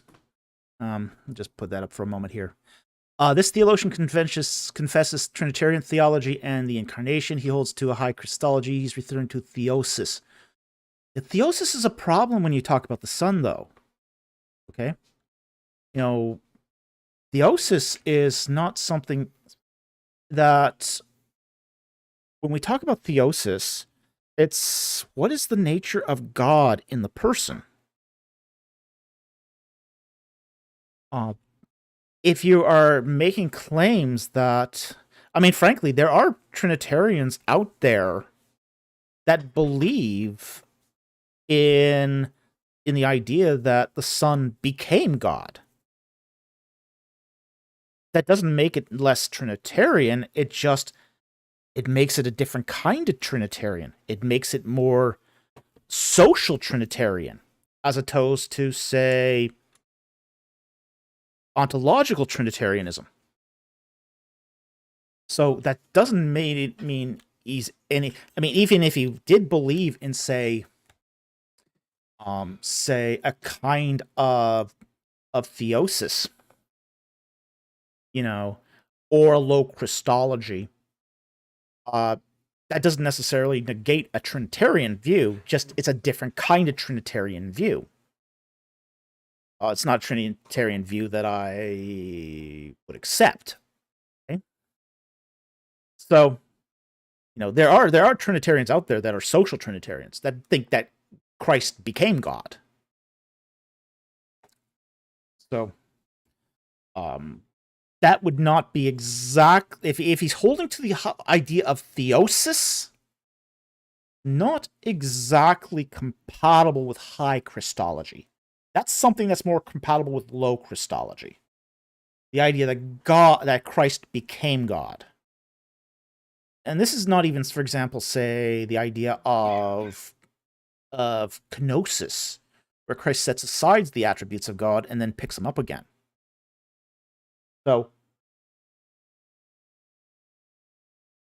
So I would be careful about this one. Okay, it might just be clumsy wording here. I mean, that could always be. Okay, he might hold to a high Christology and just isn't defining his terms well. But once you start talking about deification on the cross, there's some slippery, there's some language there that we really need to be careful of. Works theology. My producer keeps saying works theology, works theology. Okay, so I just think it's something that requires deeper inspection. Okay, so it's not something I would be very comfortable supporting. I'm just saying that right off the bat. Okay, let's get back to the other super chat here. Okay, we're talking about Daniel here. Daniel.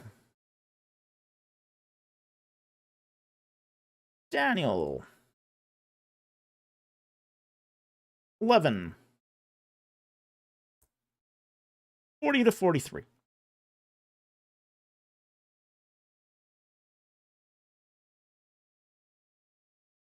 We'll go back a little bit here. We'll talk about the whole sort of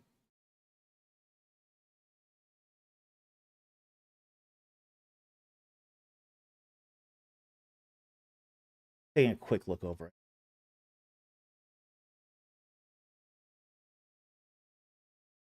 Okay. We'll start with verse 38. But instead he will honor a god of fortresses, a god whom his fathers did not know. He will honor him with gold, silver, costly stones, and treasures. He will take action against the strongest of fortresses with the help of a foreign god. He will give great honor to those who acknowledge him, and he will cause them to rule over many, and will parcel out a land for peace. And at the end time of the king of the south will collide with him, and the king of the north will storm against him with chariots and horsemen, with many ships, and he will enter countries, overthrow them, and pass through. He will also enter the beautiful land, and many countries will fall. These will be rescued out of his hand, Edom, Moab, and the foremost sons of Ammon. Then he will stretch out his hand against other countries, and the land of Egypt will not escape. But he will control over the hidden treasures of gold and silver, over all precious things of Egypt, and the Libyans and the Ethiopians will follow at his heels. Now, I will agree that is not a good match for Antiochus IV. Okay? But it could also refer to other things as well. So this is one of the problems with when we talk about prophecies of this kind. When we talk about prophecies of this kind, we are very much. We have to consider that we're not exactly given a key to how to interpret these things. Biblical prophecy and prophecy in the ancient Near East in general is one of those things that is recontextualized with every generation. And every generation will interpret it a different way. Now, some parts can be interpreted independently. Again, this is something that people did in the ancient Near East when they interpreted prophecies. They could take a selection out of it and say, hey, this applies to a certain person, but this other part doesn't. This is, again, part of the amphibulous function of prophecy. Basically, you can have more than one interpretation, and the parts of it can have more than one interpretation. So, a prophecy does not necessarily have to apply to an individual entirely, without exception. It can be a lot more nuanced than that. So, I think that there's a lot here that we have to consider before we even try to apply it to a historical figure. So, just because Daniel 11 to 40 doesn't match doesn't necessarily imply it isn't talking, at least in some respect, to Antiochus IV. Because again, we do see this, like, for example, the prophecies of the fall of Tyre. Does say that Nebuchadnezzar does it, but it also says that many nations will come up against it in the same prophecy. So there's in that particular prophecy, you've got both Nebuchadnezzar conquering Tyre plus other people conquering Tyre. It's not all at once. My producer says the point is don't buy real estate in Tyre. That's probably a good idea anyway.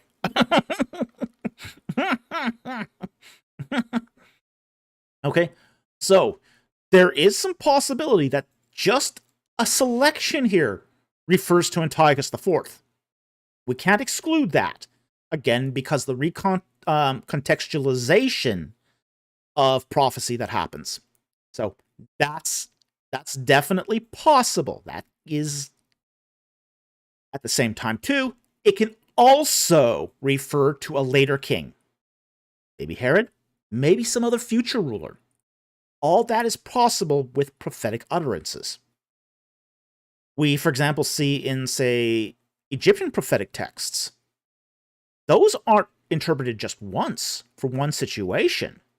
Those are reinterpreted several times through the history of Egypt. Again, to meet specific circumstances of their age. You see, for example, the prophecy of Nefertiti being interpreted for, say, the beginning of the 18th dynasty, and then again during the mid-19th dynasty. And they're two different circumstances, but they're being interpreted and recontextualized for their current events. Same thing can happen here. So, again, we got to be nuanced about this, because they were nuanced about this. If the original writers and the original readers were nuanced about how to interpret these things, well, we should be also. Because that's how to read this stuff contextually. There's that C word again. That evil C word. Context. Those darn facts.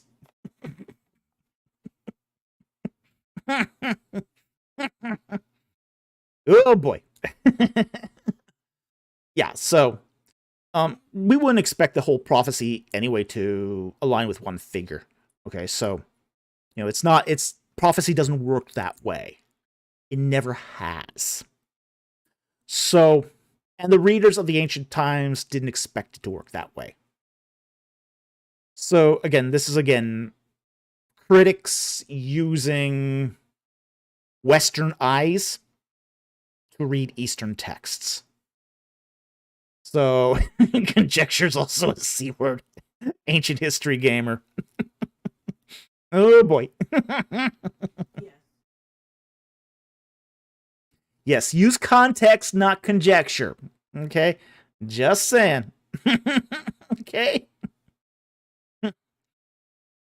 Yeah, so anyway, we would just basically the moral of the story here is we have to interpret these things according to how the ancient readers would have recontextualized and read these texts. And they would have basically read them, say, in more sort of, how do I say this, more selective terms. Okay? So they're not going to read the whole thing and basically say, oh, this whole thing has to apply. They don't read it that way. They basically are going to recontextualize it to their own period of time. So anyway, I hope that helped. Thank you very much for the super chat. Very much appreciated. I did a paper actually on that was published that you can find on, I think it's on my academia.edu page, on that talks about the recontextualization of prophecy. And it specifically talks about apocalyptic literature, but the same principles apply to any prophecy. So you can check that out and see if that is helpful if you want more information. So anyway, thank you very much for the super chat. Very much appreciated, and I hope that helped.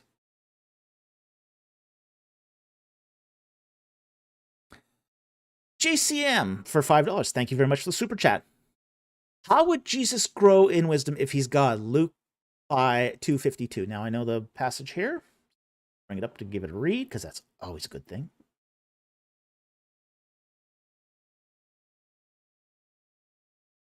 Okay, Luke.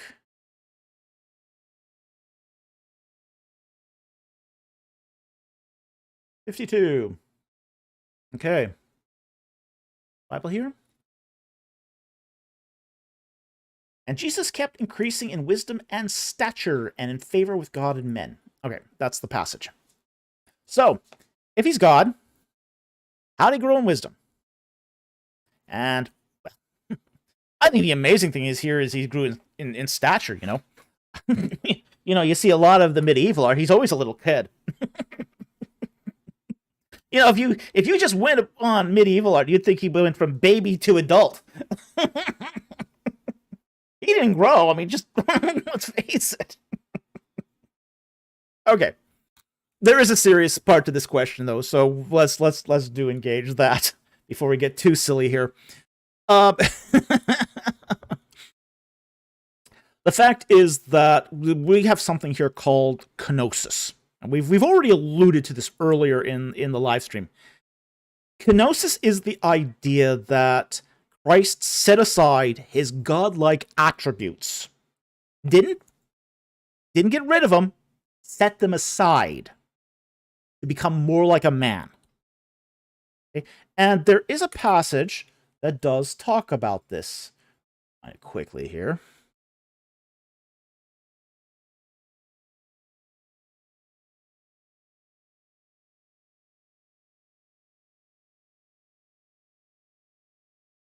Caution. Find it here.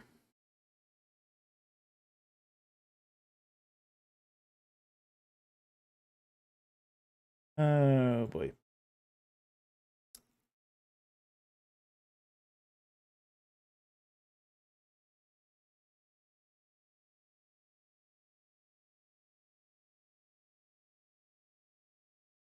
But either in Corinthians or Colossians, I can't remember which, but there's a passage here that talks about Christ setting aside his divine attributes. So that, you know, he could be like us. And then he picks them up again. Okay? So, how would Jesus grow in wisdom if he's God? Well, because he's setting them aside. He's sort of basically starting off, is it Philippians 2? Philippians 2, let's see. Philippians chapter 2.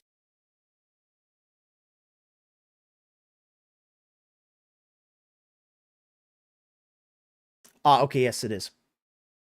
All right. Verse 5 and following. Have this attitude in yourselves, which was also in Christ Jesus, who, although he existed in the form of God, did not regard equality with God a thing to be grasped, but emptied himself, taking the form of a bondservant, being made in the likeness of men. All right. And being found in the appearance as a man, he humbled himself by becoming obedient to the point of death, even death on a cross. Therefore, also God highly exalted him and bestowed on him the name which is above every other name.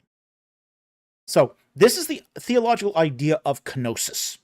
The idea that kenosis in the Greek means to empty, become empty, empty oneself. So he emptied himself of the attributes of God, the omniscience, the omnipotence, basically the things that give God an unequal advantage. Okay?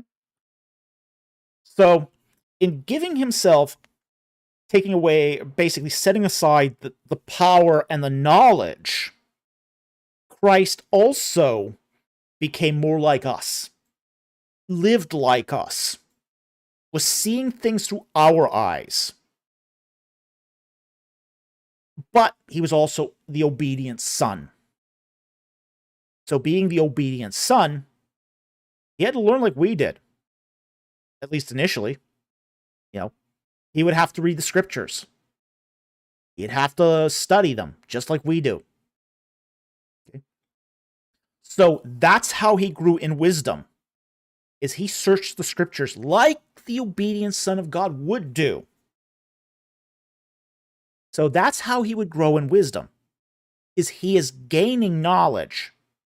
Now, there's also some divine knowledge that he will receive from the Father. But that's in the scope of his ministry as well. But that's what it means to grow in wisdom, is that he's become fully God and fully man.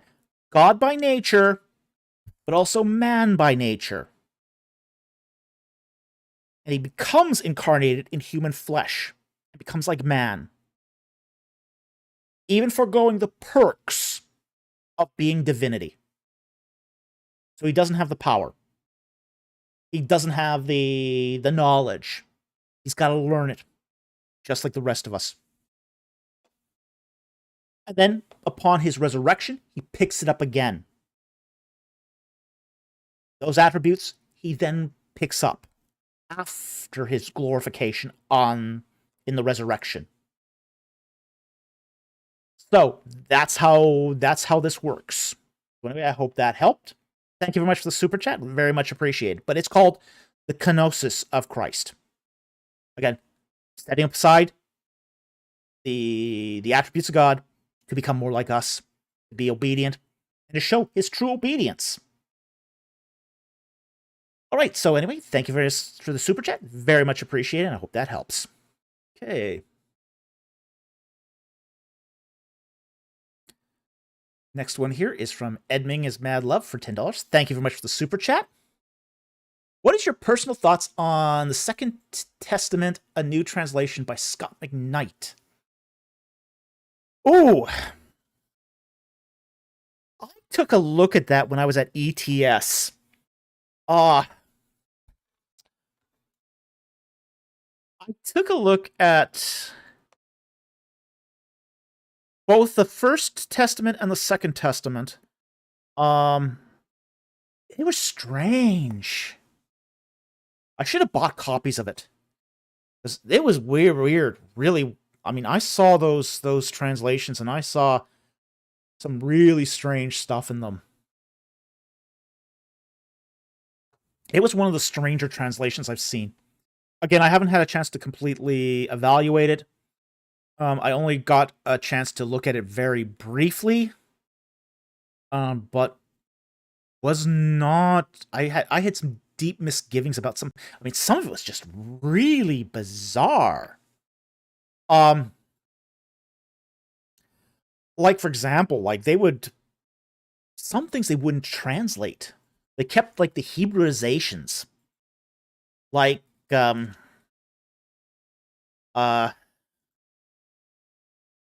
for example, like the word Pharaoh. The word Pharaoh. They had something like Poeria. Like, who translated this? It's like, this is, I mean, it was bizarre. Really, really, really strange.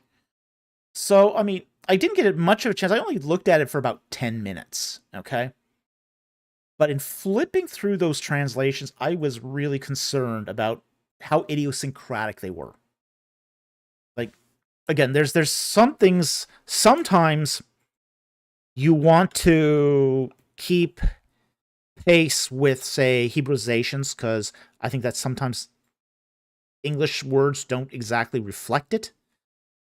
But other times, too, if you are translating it, but keeping the Hebraization, but it's a weird Hebraization, that just leads to confusion. And this is a very confusing translation. So, I had concerns. I wasn't impressed. I have some deep misgivings about that translation. Again, I haven't looked at it thoroughly. Not like I don't have a copy of it like I have a copy of the net translation, which I'm still going to do a review on. But I think that there is some dicey stuff in there. Some dicey stuff in there.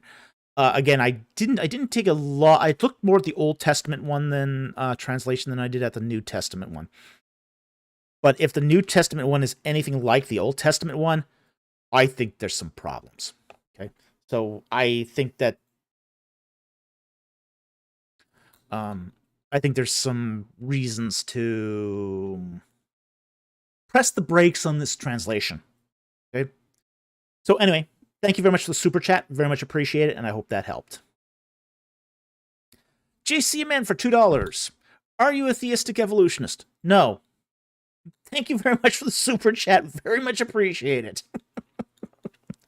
I am not a theistic evolutionist. Not by a long shot. I'm also not a young Earth creationist. I'm not an old Earth creationist. I'm not a progressive creationist. I'm not an evolutionist. I'm not a creationist. I don't believe in panspermia. I think we've covered it all, haven't we?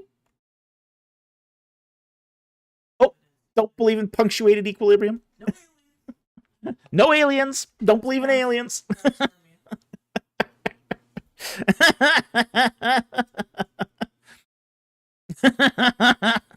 You are. Look, I just don't. I think I have concerns about evolution from a scientific view. I think theistic evolutionist blends the worst of all worlds. I think that that it's another concordant theory that I think is just abuses the text. So, no, I'm not a theistic evolutionist. Not even close. I mean, I believe that the first few chapters of Genesis is talking about ritual space. It's a ritual text. You know, and I'll go from Genesis 1 to 11 on that one. I think Genesis 1 to 11 is all talking about sacred space. That's all it's talking about. So yeah, I don't believe in any concordant theories. I think it's a really dodgy proposition to suggest that, you know, you can combine it with science and get anything coherent. Okay, so no, I'm not a theistic evolutionist, but I'm not anything else either. Okay, so there you go. Thank you very much for the super chat. Very much appreciate it, and I hope that helped. All right, want to thank Talbot Slade here, who's just become a YouTube member at the Seth here. Thank you very much for supporting the channel, and we would appreciate people who are about to let their memberships lapse to please renew them, because that helps support the channel. And we really thank you for doing that, and it does help us, so we really appreciate that. Okay. So anyway, thank you very much, Slade, for becoming a member, and we hope others will follow as well. Okay, we have a super chat here from Isaac Freeman for $4.99. Thank you very much for the super chat. I do not see a question associated with that. Back here, I don't see any questions. Huh? No, producer didn't see one, but we want to thank you for supporting the channel. We really, really appreciate it. It's fantastic that you're supporting the channel. We really, really appreciate it. And, you know, it's supporters like you that put food on our table and help us to continue to do this full time. And we so appreciate it. Okay. Let's see here. I'll pick that up to just before Ryan Naylor's one. Talbot Slade says, John Walton wrote some good stuff on Genesis 1 to 3. Yes, he did. John Walton is an excellent source. I like John Walton's work, especially on, say, the Pentateuch. The Pentateuch, Judges, Joshua. I think Walton's done some excellent work on those, say, early books of the Bible. There are some disagreements I have with Walton. I don't agree with him on his view on demons. I think that needs a reassessment.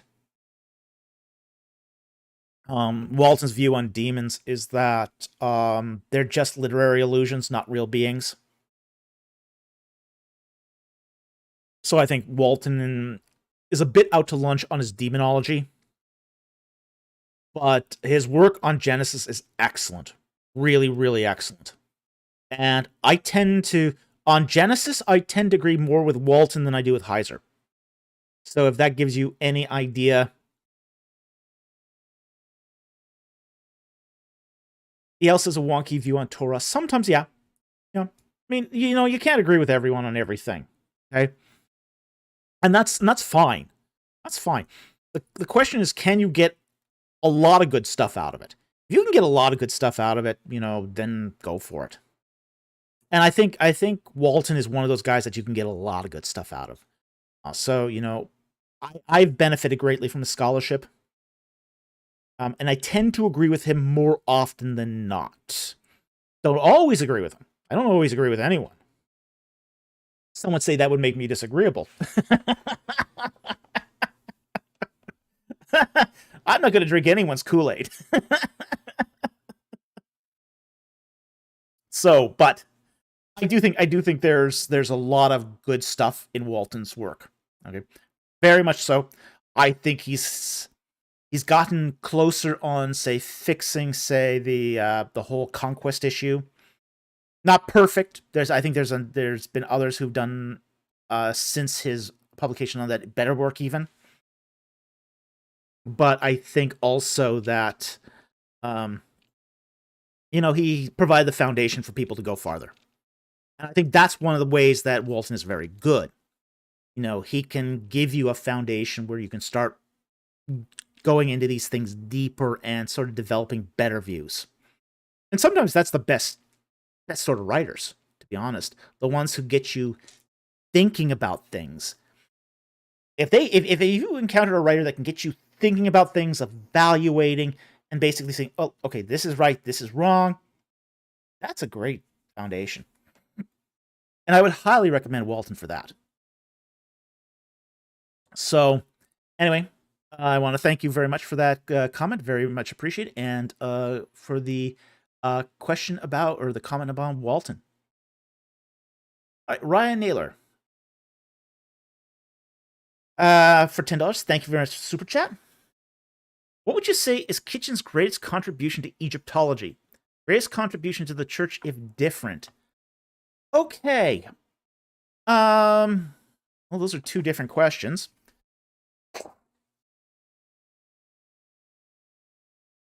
I would say, let me answer the second one first. Kitchen doesn't see himself as much of a churchman. He does go to church. He's been a member of the same church for 40 years.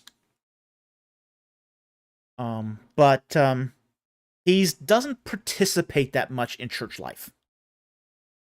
I'd say his greatest contribution to the church is his book on the reliability of the Old Testament.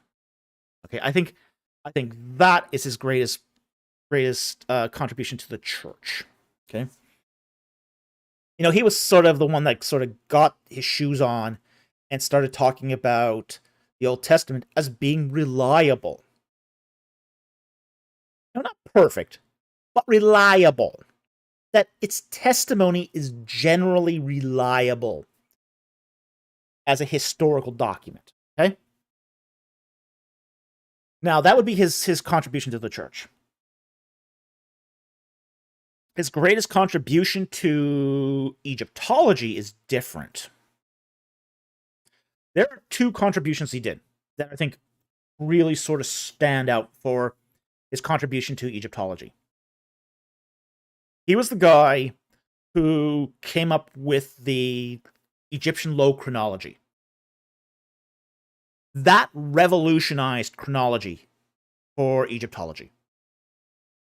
It basically took chronology out of the Dark Ages and basically made it, he was able to anchor chronology to the Assyrians and the Babylonians.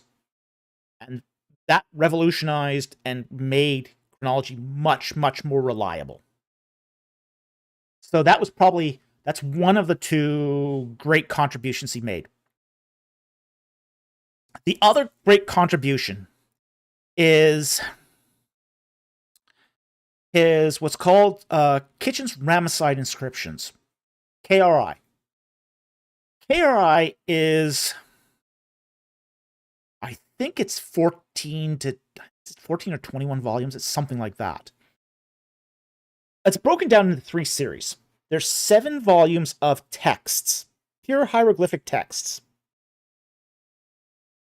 A second set of volumes which match the texts on translations. Then a third set of volumes on commentary, and I don't believe I think the commentary series is not quite complete. But that is when you talk about, when you cite a source of a Ramesside text, you almost always take it out of KRI, Kitchen's Ramesside Inscriptions. Because one of the things that Kitchen did, because interestingly enough, he was doing Kitchen for his PhD. By the way, he never finished his dissertation. He got his PhD through his 3rd intermediate period. But what he wanted to do was he wanted to compare loanwords, Semitic loanwords, in the Ramesside period. But no one had ever compiled the Ramesside texts in a volume. So what Kitchen did was he went up and down Egypt, looking for as many Ramesside inscriptions as he could find. And he copied them. He took photographs of them, got those photographs home, and then made facsimiles of the inscription. So he basically write out the inscriptions and published them. This has become one of the most important resources in Egyptology, bar none. So it's going to come up to kind of a toss-up here of what his greatest contribution is to Egyptology. Is it going to be his chronology, or is it going to be his Ramesside inscriptions? The Ramesside inscriptions are invaluable. Absolutely invaluable. You can't do any work in Egyptology without referencing them at some point. It's just one of those things where it covers such an important period of history that, I mean, and it's comprehensive too. It's really comprehensive. He even has biographical inscriptions in there. I mean, it's a really amazing piece of work. And it was a piece of work done over 30 years. And that's sort of the thing that Kitchen does. He does these magnum opus over and over again. Not just one, he does it many times. Yeah.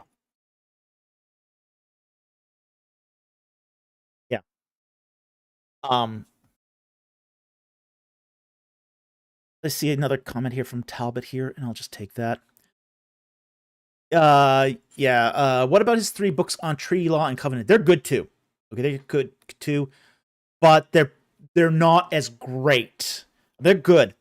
One of the criticisms of TLC was actually the translations.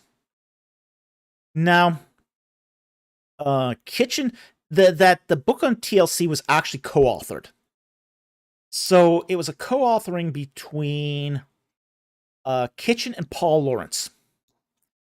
And one of the criticisms of TLC is that some of the translations that were done were a bit antiquated. It's still usable. And it's good. It's really expensive, but it's good. I have a copy of it. Autographed by Kitchen himself. But I think that it's really great. It's a fantastic work, but it's nowhere near the scope of Kitchen's Ramesside inscriptions. I mean, Kitchen's Ramesside inscriptions are voluminous. They're huge. TLC is a good 3-volume set, but it only is covering the covenants and treaties and law codes. So that's a much smaller scope. It's a much smaller project. KRI, vast. I mean, you can.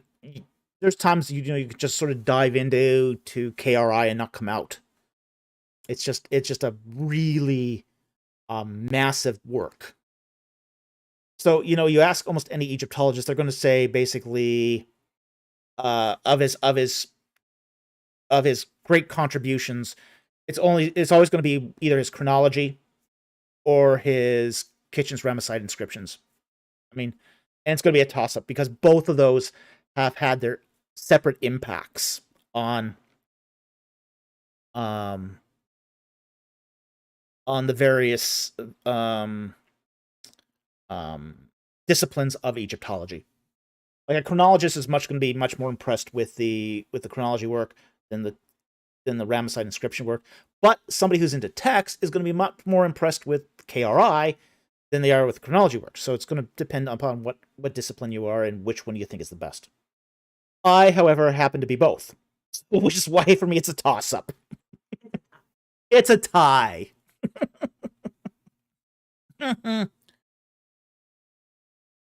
Okay, we've just hit 10 o'clock, so we would normally at this point call it a night. He came in, Guy Who Lives for Art just came in at the very last moment. We'll take this one.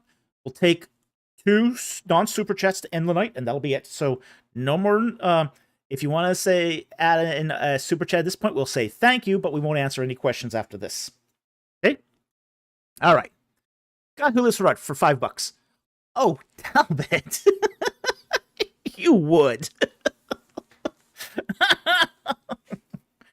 All right. Unless you make a huge super chat, then we'll do it. Okay. All right, first of all, Guy Who Lives for Art, laugh out loud. All right, he asks, what could the ancient Near Eastern context for Exodus 23:19's prohibition against cooking a young goat in its mother's milk? I will take that. Let's go look it up. Exodus 23:19. All right.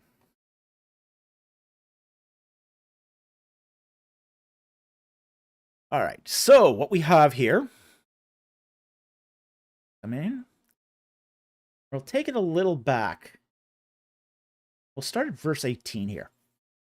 You shall not offer the blood of my sacrifice with leavened bread, nor is the fat of my feast to remain overnight until morning. You shall bring the choice first fruits of your soil into the house of the Lord your God. You are not to boil a kid in the milk of its mother. Right. So here's what we got here. We've got unnatural acts. Okay? Things that are seen to be not... How do I say this? You wouldn't want to combine them because they are unnatural. When we talk about, say, the whole kosher law, the whole kosher law is based upon the idea of, we call it clean and unclean. That's really not a great translation. Think more normal versus abnormal. Clean for normal, unclean for abnormal. So think of it more in the terms of normal and abnormal. Okay? Verse 18, you shall not offer the blood of my sacrifice. You know, this is Yom Kippur, blood atonement, or sin offerings, with leavened bread. Leavening being the sign of sin. This is when they do the Passover. They are supposed to clean all the leavening, all the mold out of the house, okay, for a week prior to Passover. And Orthodox Jews do this. They white glove this. You're supposed to go under your sinks, get rid of the mold, Get rid of all the bread in your house. Clean out your fridge with bleach. You know, you're supposed to go over your house with a toothbrush, getting rid of all the mold and leaven. That's because the yeast is a kind of mold. This is why your bread goes moldy, by the way. It's because of the yeast. Okay? The yeast will bloom and become mold. Ew. But yeast is a kind of mold. It's a kind of leaven. Okay? And that's why you don't mix the blood, the holy blood of sacrifice, with leavened bread. The two are abnormal together. Okay? Again, continuing verse 18. Nor is the fat of my feast to remain overnight until morning. It's either supposed to be burnt, this again refers to the Passover, or eaten. You should do that. Oh, you don't of the holy feasts. The fat's not to remain. One way or the other. It's supposed to be burnt or eaten, consumed. Not to remain till morning. Again, that's seen as abnormal. You're not doing the feast right if you do that. Okay? So when we get to the next part here, verse 19, you shall bring the first fruits of your soil into the house of the Lord your God. You are not to boil a kid in the milk of its mother. Now, Orthodox Jews, especially starting first in the Second Temple period, started saying, well, we can't be sure where that milk came from. We can't be sure where that milk came from, so let's not cook any meat with milk. This is where you got, say, the separation of say, Orthodox Jews having two sets of dishes. One for meat, one for dairy. And you never combine them. Because you don't know where that milk came from. Might have come from the mother by accident. You wouldn't want to do that by accident. So your cheeseburger, never have your goat cheese on a hamburger made of cow. Because that goat might have been the mother of that cow. I don't think it quite works that way. But that was the thinking. That was the thinking. That you couldn't be sure where the milk came from. Because you couldn't be sure where the milk came from, you just banned it all.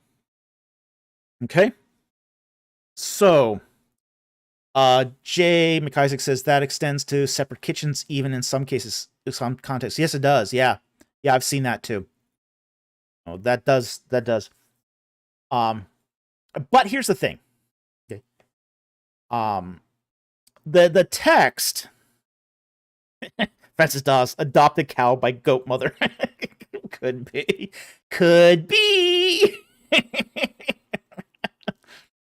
Okay. Now, the text here does use the possessive, okay? I believe. I'll just double check that just to be sure.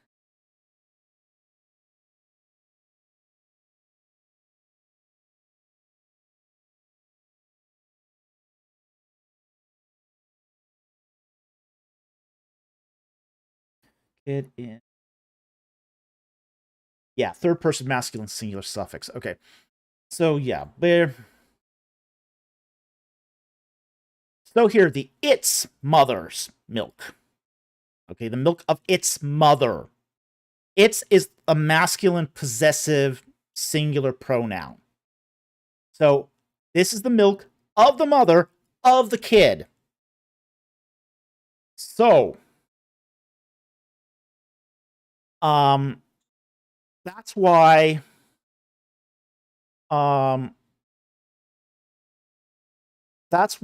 think this is sometimes overread by, say, Jews, okay? They're overreading this text. So, they're overreading this text, but here it's a kind of barbarism that it's really addressing. That's what's really addressing here. I mean, it would be a pretty crummy thing to do to boil a animal in the milk that was meant to nourish that same animal. That's a pretty crummy thing to do. Okay? So, I think it's one of those passages that what it's trying to do, the point of this passage is to prevent barbarism.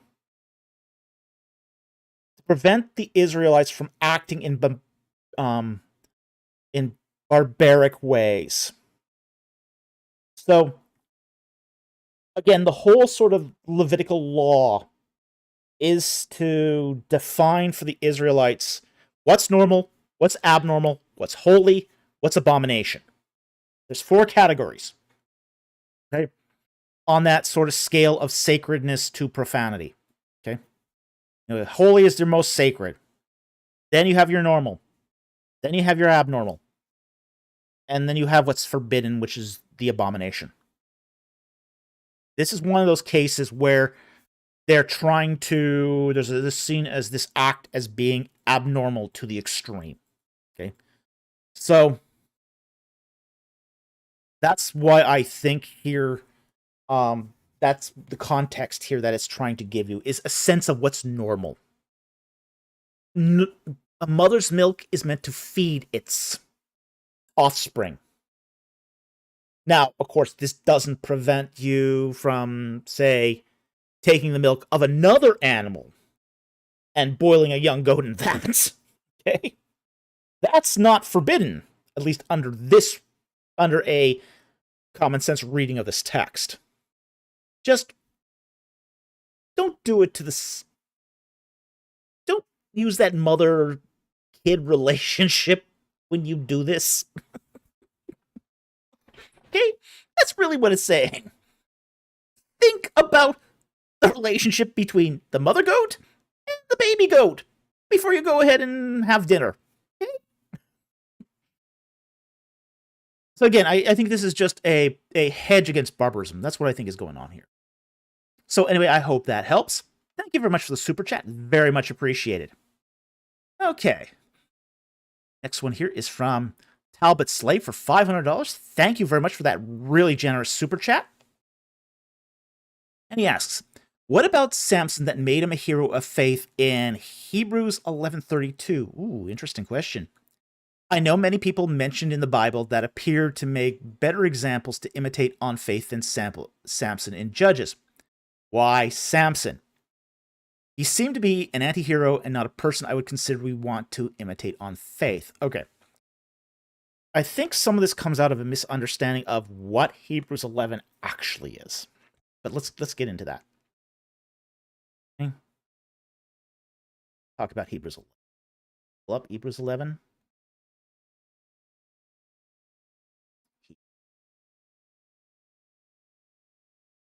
Okay.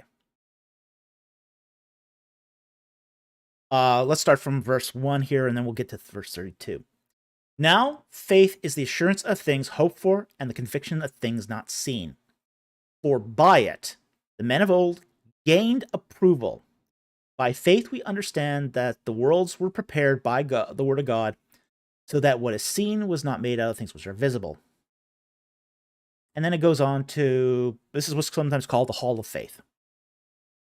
One of the things we have to understand about the Hall of Faith is not everybody in here was a nice guy or a good guy. Okay? Now it talks about Abraham. Abraham's not a nice guy.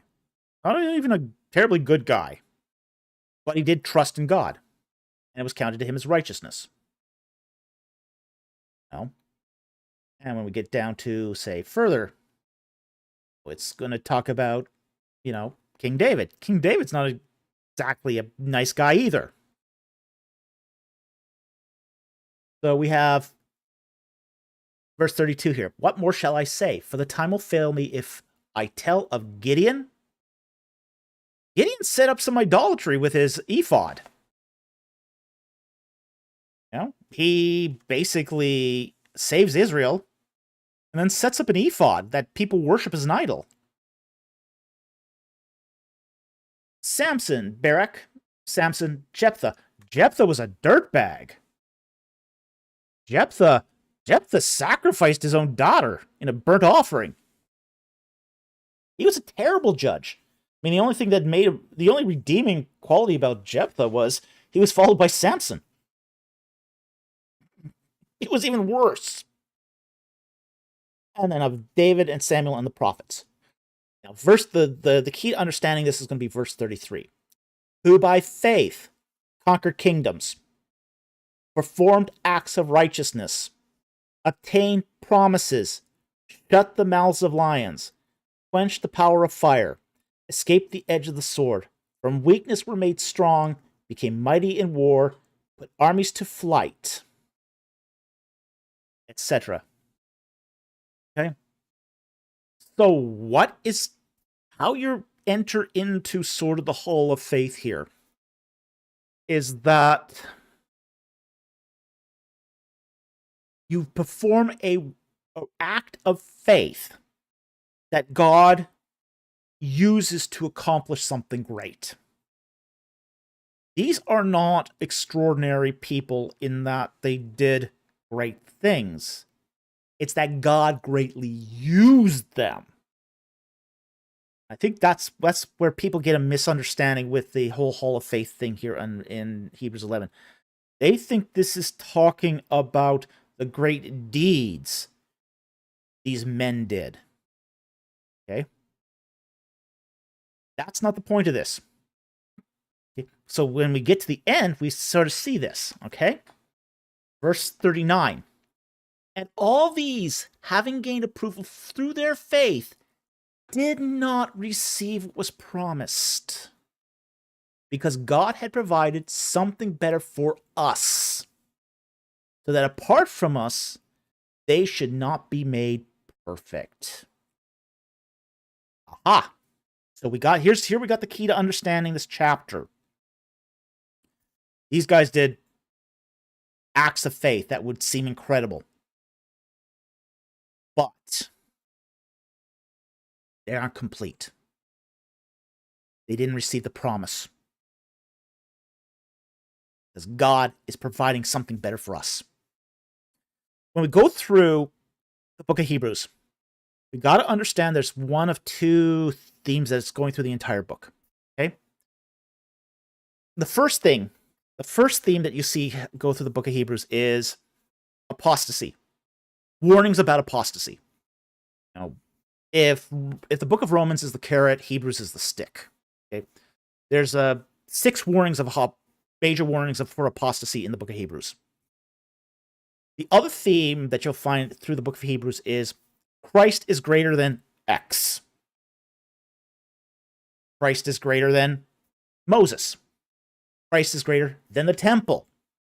Christ is greater than the law and the angels. Christ is greater than these prophets, because Christ delivered the promise. And that is what's being driven at here in Hebrews 10. Or Hebrews 11. So that's what's going on in the passage, is even though these people did acts through faith, some of them were scumbags, but still did acts of faith. You didn't have to be perfect to get in here.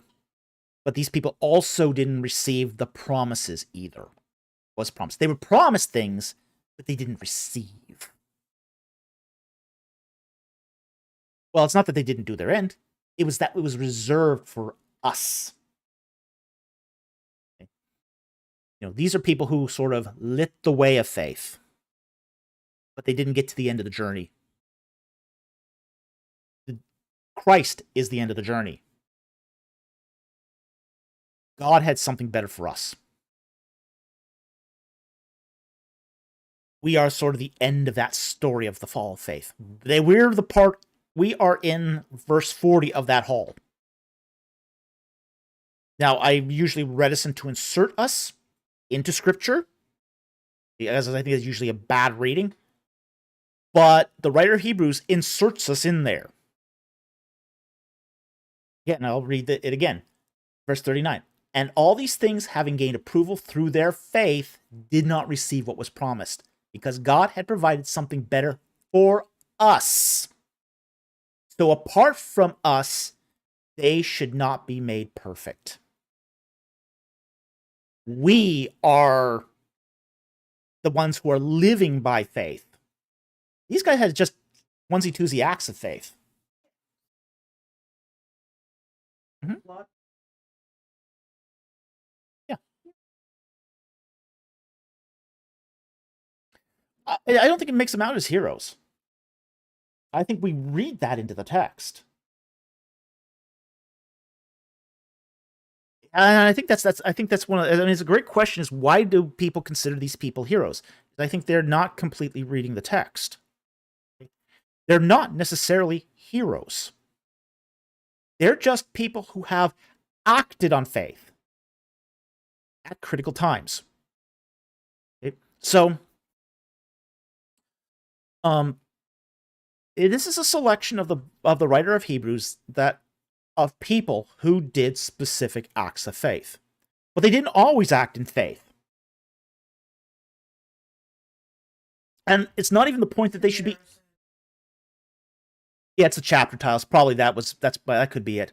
My text here doesn't have chapter titles. Okay, chapter titles are added by English translators. Okay, that's something that you got to keep in mind. Chapter titles are, and Tim Miera, I will put Tim Miera's comment on here because I think that's actually a really good point. The text doesn't really call them heroes. It's the chapter titles from the translations that write this. Yeah, that's true. That is very, very true. Out of curiosity, I'm just going to pick up my Net Bible and see what it says. Yeah. Because you won't find this in the Greek. This is not in the Greek. There's no Greek titles, chapter titles in the Greek doesn't have chapter titles. But let's see what the Net Bible says. How does it? Yeah, and I can see where people get that impression, because the Net Bible calls it people commended for their faith. That's exactly what the chapter title of, say, the Net Bible says, is people commended for their faith. And I don't. Yeah. I think let's see, do I have any other Bible translations? I have the CSB. I'm going to grab the CSB too. See what it says.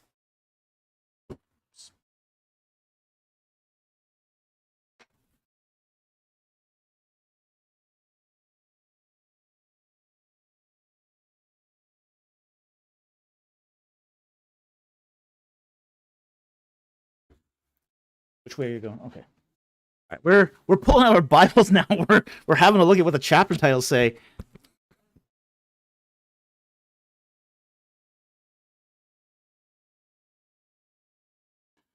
Here, the CSB says just living by faith.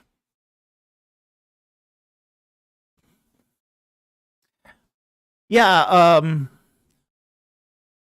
Talbot says, I've heard various preachers also refer them as a hall of fame for faith in Hebrews. That's why I ask what makes them heroes. Yeah, theologians often call this the hall of faith. Again, the text itself doesn't say this. It's a great question. I mean, it's a fantastic question, because you wonder where they get this from. You know? Well, Samson was an idiot. His girlfriend says, "Where's your strength?" Oh, this happens at buddies, and they doesn't lose it, and she counts and says, "Oh, you lied to me." Yeah. I mean, I'd be destroyed. It happened. Well, that whole sort of Samson and Delilah thing is very nuanced anyway. He didn't think that was going to happen.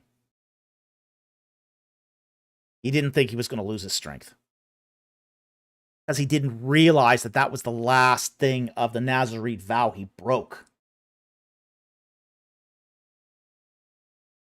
People think that his power was in his hair, and it wasn't in his hair. It was the Nazarene vow. And he had violated every other provision of the Nazarene vow except that. As when that was cut, That was the final straw, as it were. But okay, but yeah, Talbot, you're absolutely right. I've heard preachers preach this. I think that they're missing the point of the text. They're really. No, I missed the point of the text. What's new? Sunday. We're back to our Sunday school theology again. Another one bites the dust. Yeah. But yeah, preachers do refer to this often as a hall of fame, and it's not.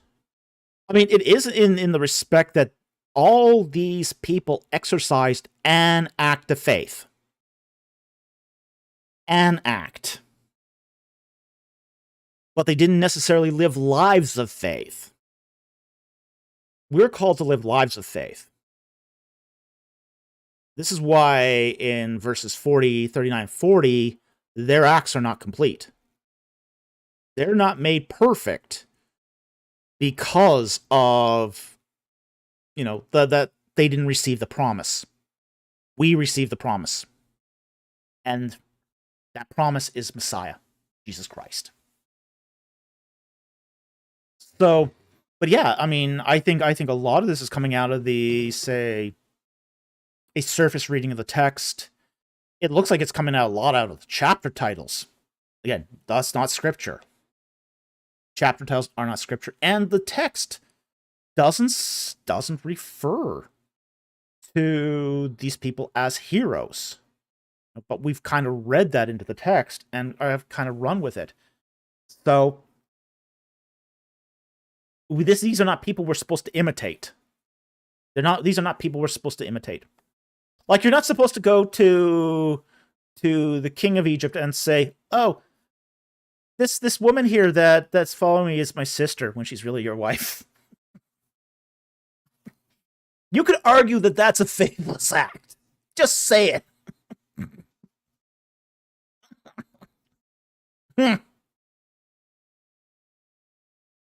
Yeah, don't do that, guys. Okay, don't do that. Yeah, so, Tony G's, the Vulgate does not say heroes. Yeah, and the most translations will not say heroes either. Okay, you'll only see that in sort of chapter titles in English translations. So, my Greek text doesn't say it either. So, yeah, Jacob's a kind of a scum too, but all right. So anyway, so that's what's going on there. Is what we have is a list of people who've done acts of faith, but whose faith is not made complete. So they're not to be emulated, but it's to show how much greater our faith is in Jesus Christ. That's really the purpose there. Yeah, these people did some acts of faith. What Jesus gave us is better. And Hebrews 12 is going to go into that in a lot more detail. So that's basically chapter 11 is the setup for chapter 12. And it's the chapter 12 that's going to show how our relationship with God is much, much better. Okay? So anyway, thank you very much for that really generous super chat. I hope that helped, and I hope that explained the passage. So, thank you very much for that very, very generous support of the channel. With generosity like that, we can continue doing this full time, and we really, really appreciate the support. Thank you so very much. Okay, I'm going to take we're at 10:30 now. I think we're going to do I'll do one or two non-super chats, and then I am going to definitely call it a night because we have gone way past. So, I'm going to only pick really, really quick ones here. So, disappoint Milo again?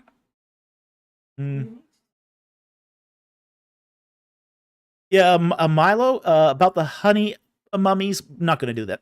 Sorry. There's just...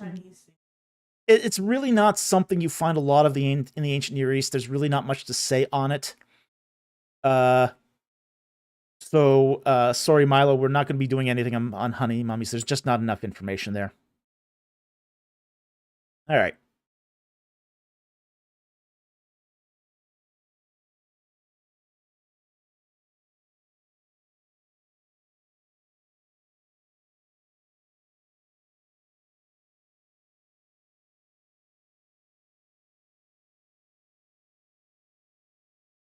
Okay, we'll take that. 703. 703. Okay, we can close on that one then. 703? No, that'll give us a fully. 703.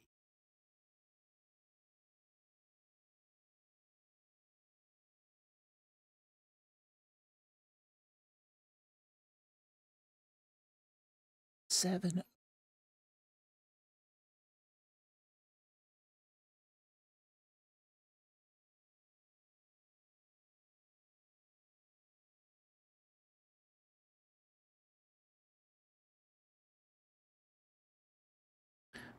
$703. Solidus 1319. All right. All right. This will be the last question of the night. What do you think drove the pendulum to swing back among some scholars to be in favor of believing in a historical exodus? Really, it comes down to the data. Really, archaeology.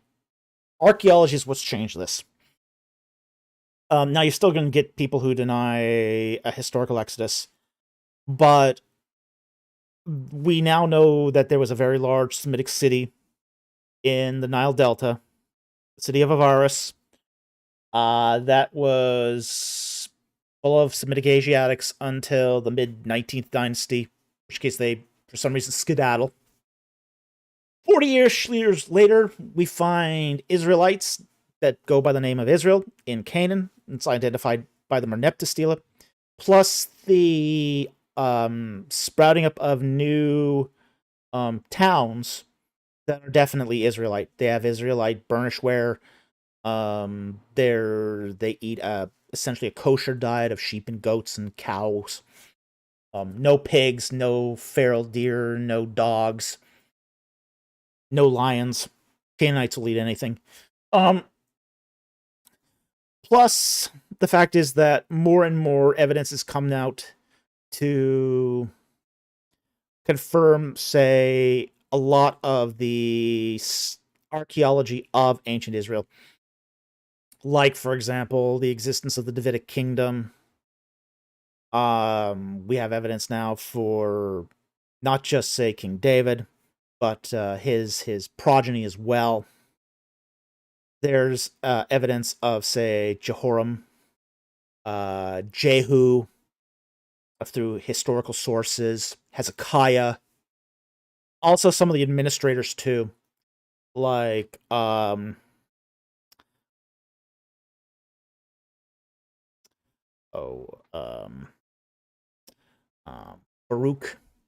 one. So, we get a lot, we see a lot of evidence of, say, particularly after the Babylonian exile too, we see a lot of evidence as well. So that's really what's driving all this, is that there's a lot of historical evidence that's come out in recent years, essentially since 1993. 1993 is sort of when the big pendulum swung back. It started off with the Tel Dan stela, and then it moved on to other things. But, it was already starting to go in that direction anyway. And now we've got, say, a Davidic palace in Jerusalem in the city of David. There's also stuff like the Jerubbaal inscription, Ostraca. It's just, with every turn of the shovel, it's getting more and more difficult to deny the historicity of the Bible. That's essentially what's happening in the field. As far as the historical evidence for the Exodus, we're just seeing more and more of it come out, and it's just turning into that.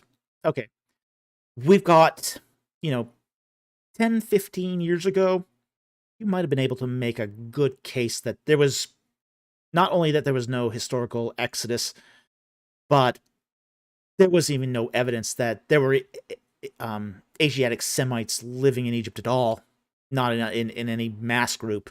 Today, you can't make that argument. Today, you have to defer to the idea that, oh, it's not those Israelites. They're different Israelites.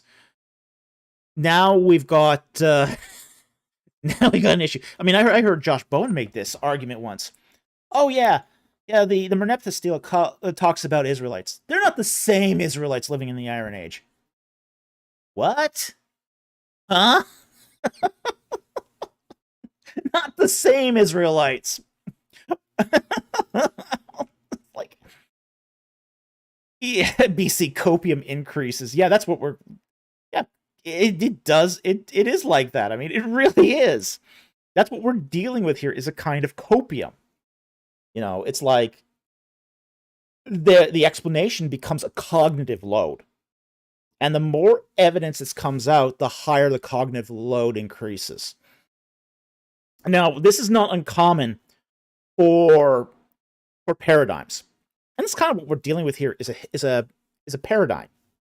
Now, for those who don't know, a paradigm is a scientific theory that's held by academic tradition over time. When the evidence gets too great to maintain the paradigm, it crumbles, essentially. But it takes time, usually a generation. If you want to read more about this, Thomas Kuhn did a book called The Structure of Scientific Revolutions, which was very formative on the whole idea of scientific paradigms. Well, every academic field has paradigms, not just scientific fields. And the whole idea that there's no evidence for a historical exodus is one of those paradigms that you find in biblical studies. But it's falling. It's falling. I think in a matter of another, say, 20, 30 years, you'll get more or less half and half of people essentially believing it and not believing it within secular circles. Not because it's a confessional thing to do, but because the evidence is going to demand. So I think that's where we're going to end up in about a generation's time, is that there's going to be a paradigm shift. And this has happened before. You know, it's already happened, for example, with the whole idea of the Davidic kingdom. You know, it used to be thought that there was no kingdom of David, not in any meaningful way. They thought at best he might have been a local, warlord. Well, when we start finding Davidic inscriptions at Azekah and Tel Asafi, all right, Hebrew abacadaries, where they shouldn't be. That's if there's not a good reach to that Davidic kingdom, then those Canaanites are right in Hebrew. So, yeah, so it's one of those things where ultimately it's gonna be a matter of time, And I'm already starting to see the writing on the wall. I mean, there's been already some scholars that have basically finally found the courage to say, okay, there's enough evidence for me to say, I think the probability is better than not that there was a historical exodus. So, give it another generation, I think.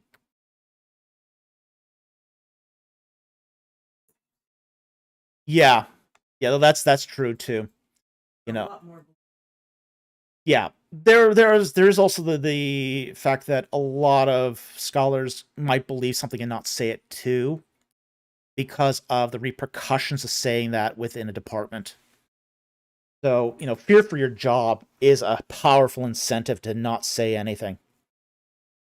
And there are definitely departments where you don't want to say that sort of thing, and expect to keep your job. So, including seminaries, surprisingly enough. So, anyway, I think that's going to wrap it up for the night. We have gone 4 hours and 40 minutes, and I'm done. So, I want to thank everyone who joined us tonight and who supported us through your super chats and your gifts. We thank you very much, and we really appreciate it. It does put food on our table. It helps us continue to do this stuff full time. We're so grateful. Thank you so very much. We also want to thank our... No, that's true. I mean, I do have some academic freedom going full-time here that my colleagues in the academy don't. So I very much appreciate that too, and you guys do make that possible. We also want to thank our subscription members on Patreon and on YouTube. Thank you very much. You also help to support us and to keep our equipment in tip-top shape, and we thank you very much for that.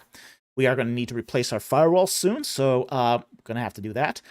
So we appreciate it, and your generosity does help to pay for that. Also want to thank our regular subscribers who watch our videos, who hit that like button and subscribe button, and also who share the links to other social media platforms. It's through you that other people get introduced to our material. So, yeah, this channel's only advertised word for mouth. We don't pay for advertising. We don't, we don't have a booth at conferences or anything like that. So you guys are what spreads the word. So, BC, overtime? Really? We did do overtime. We're 40 minutes over. You want full-time and now you want overtime.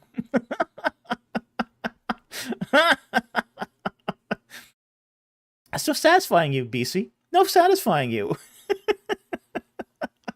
All right, so with that said, I want to thank you very much for joining us tonight. It was a great night as always, and we really appreciate it. And we'll see you next time on Ancient Egypt and the Bible. Good night, everyone.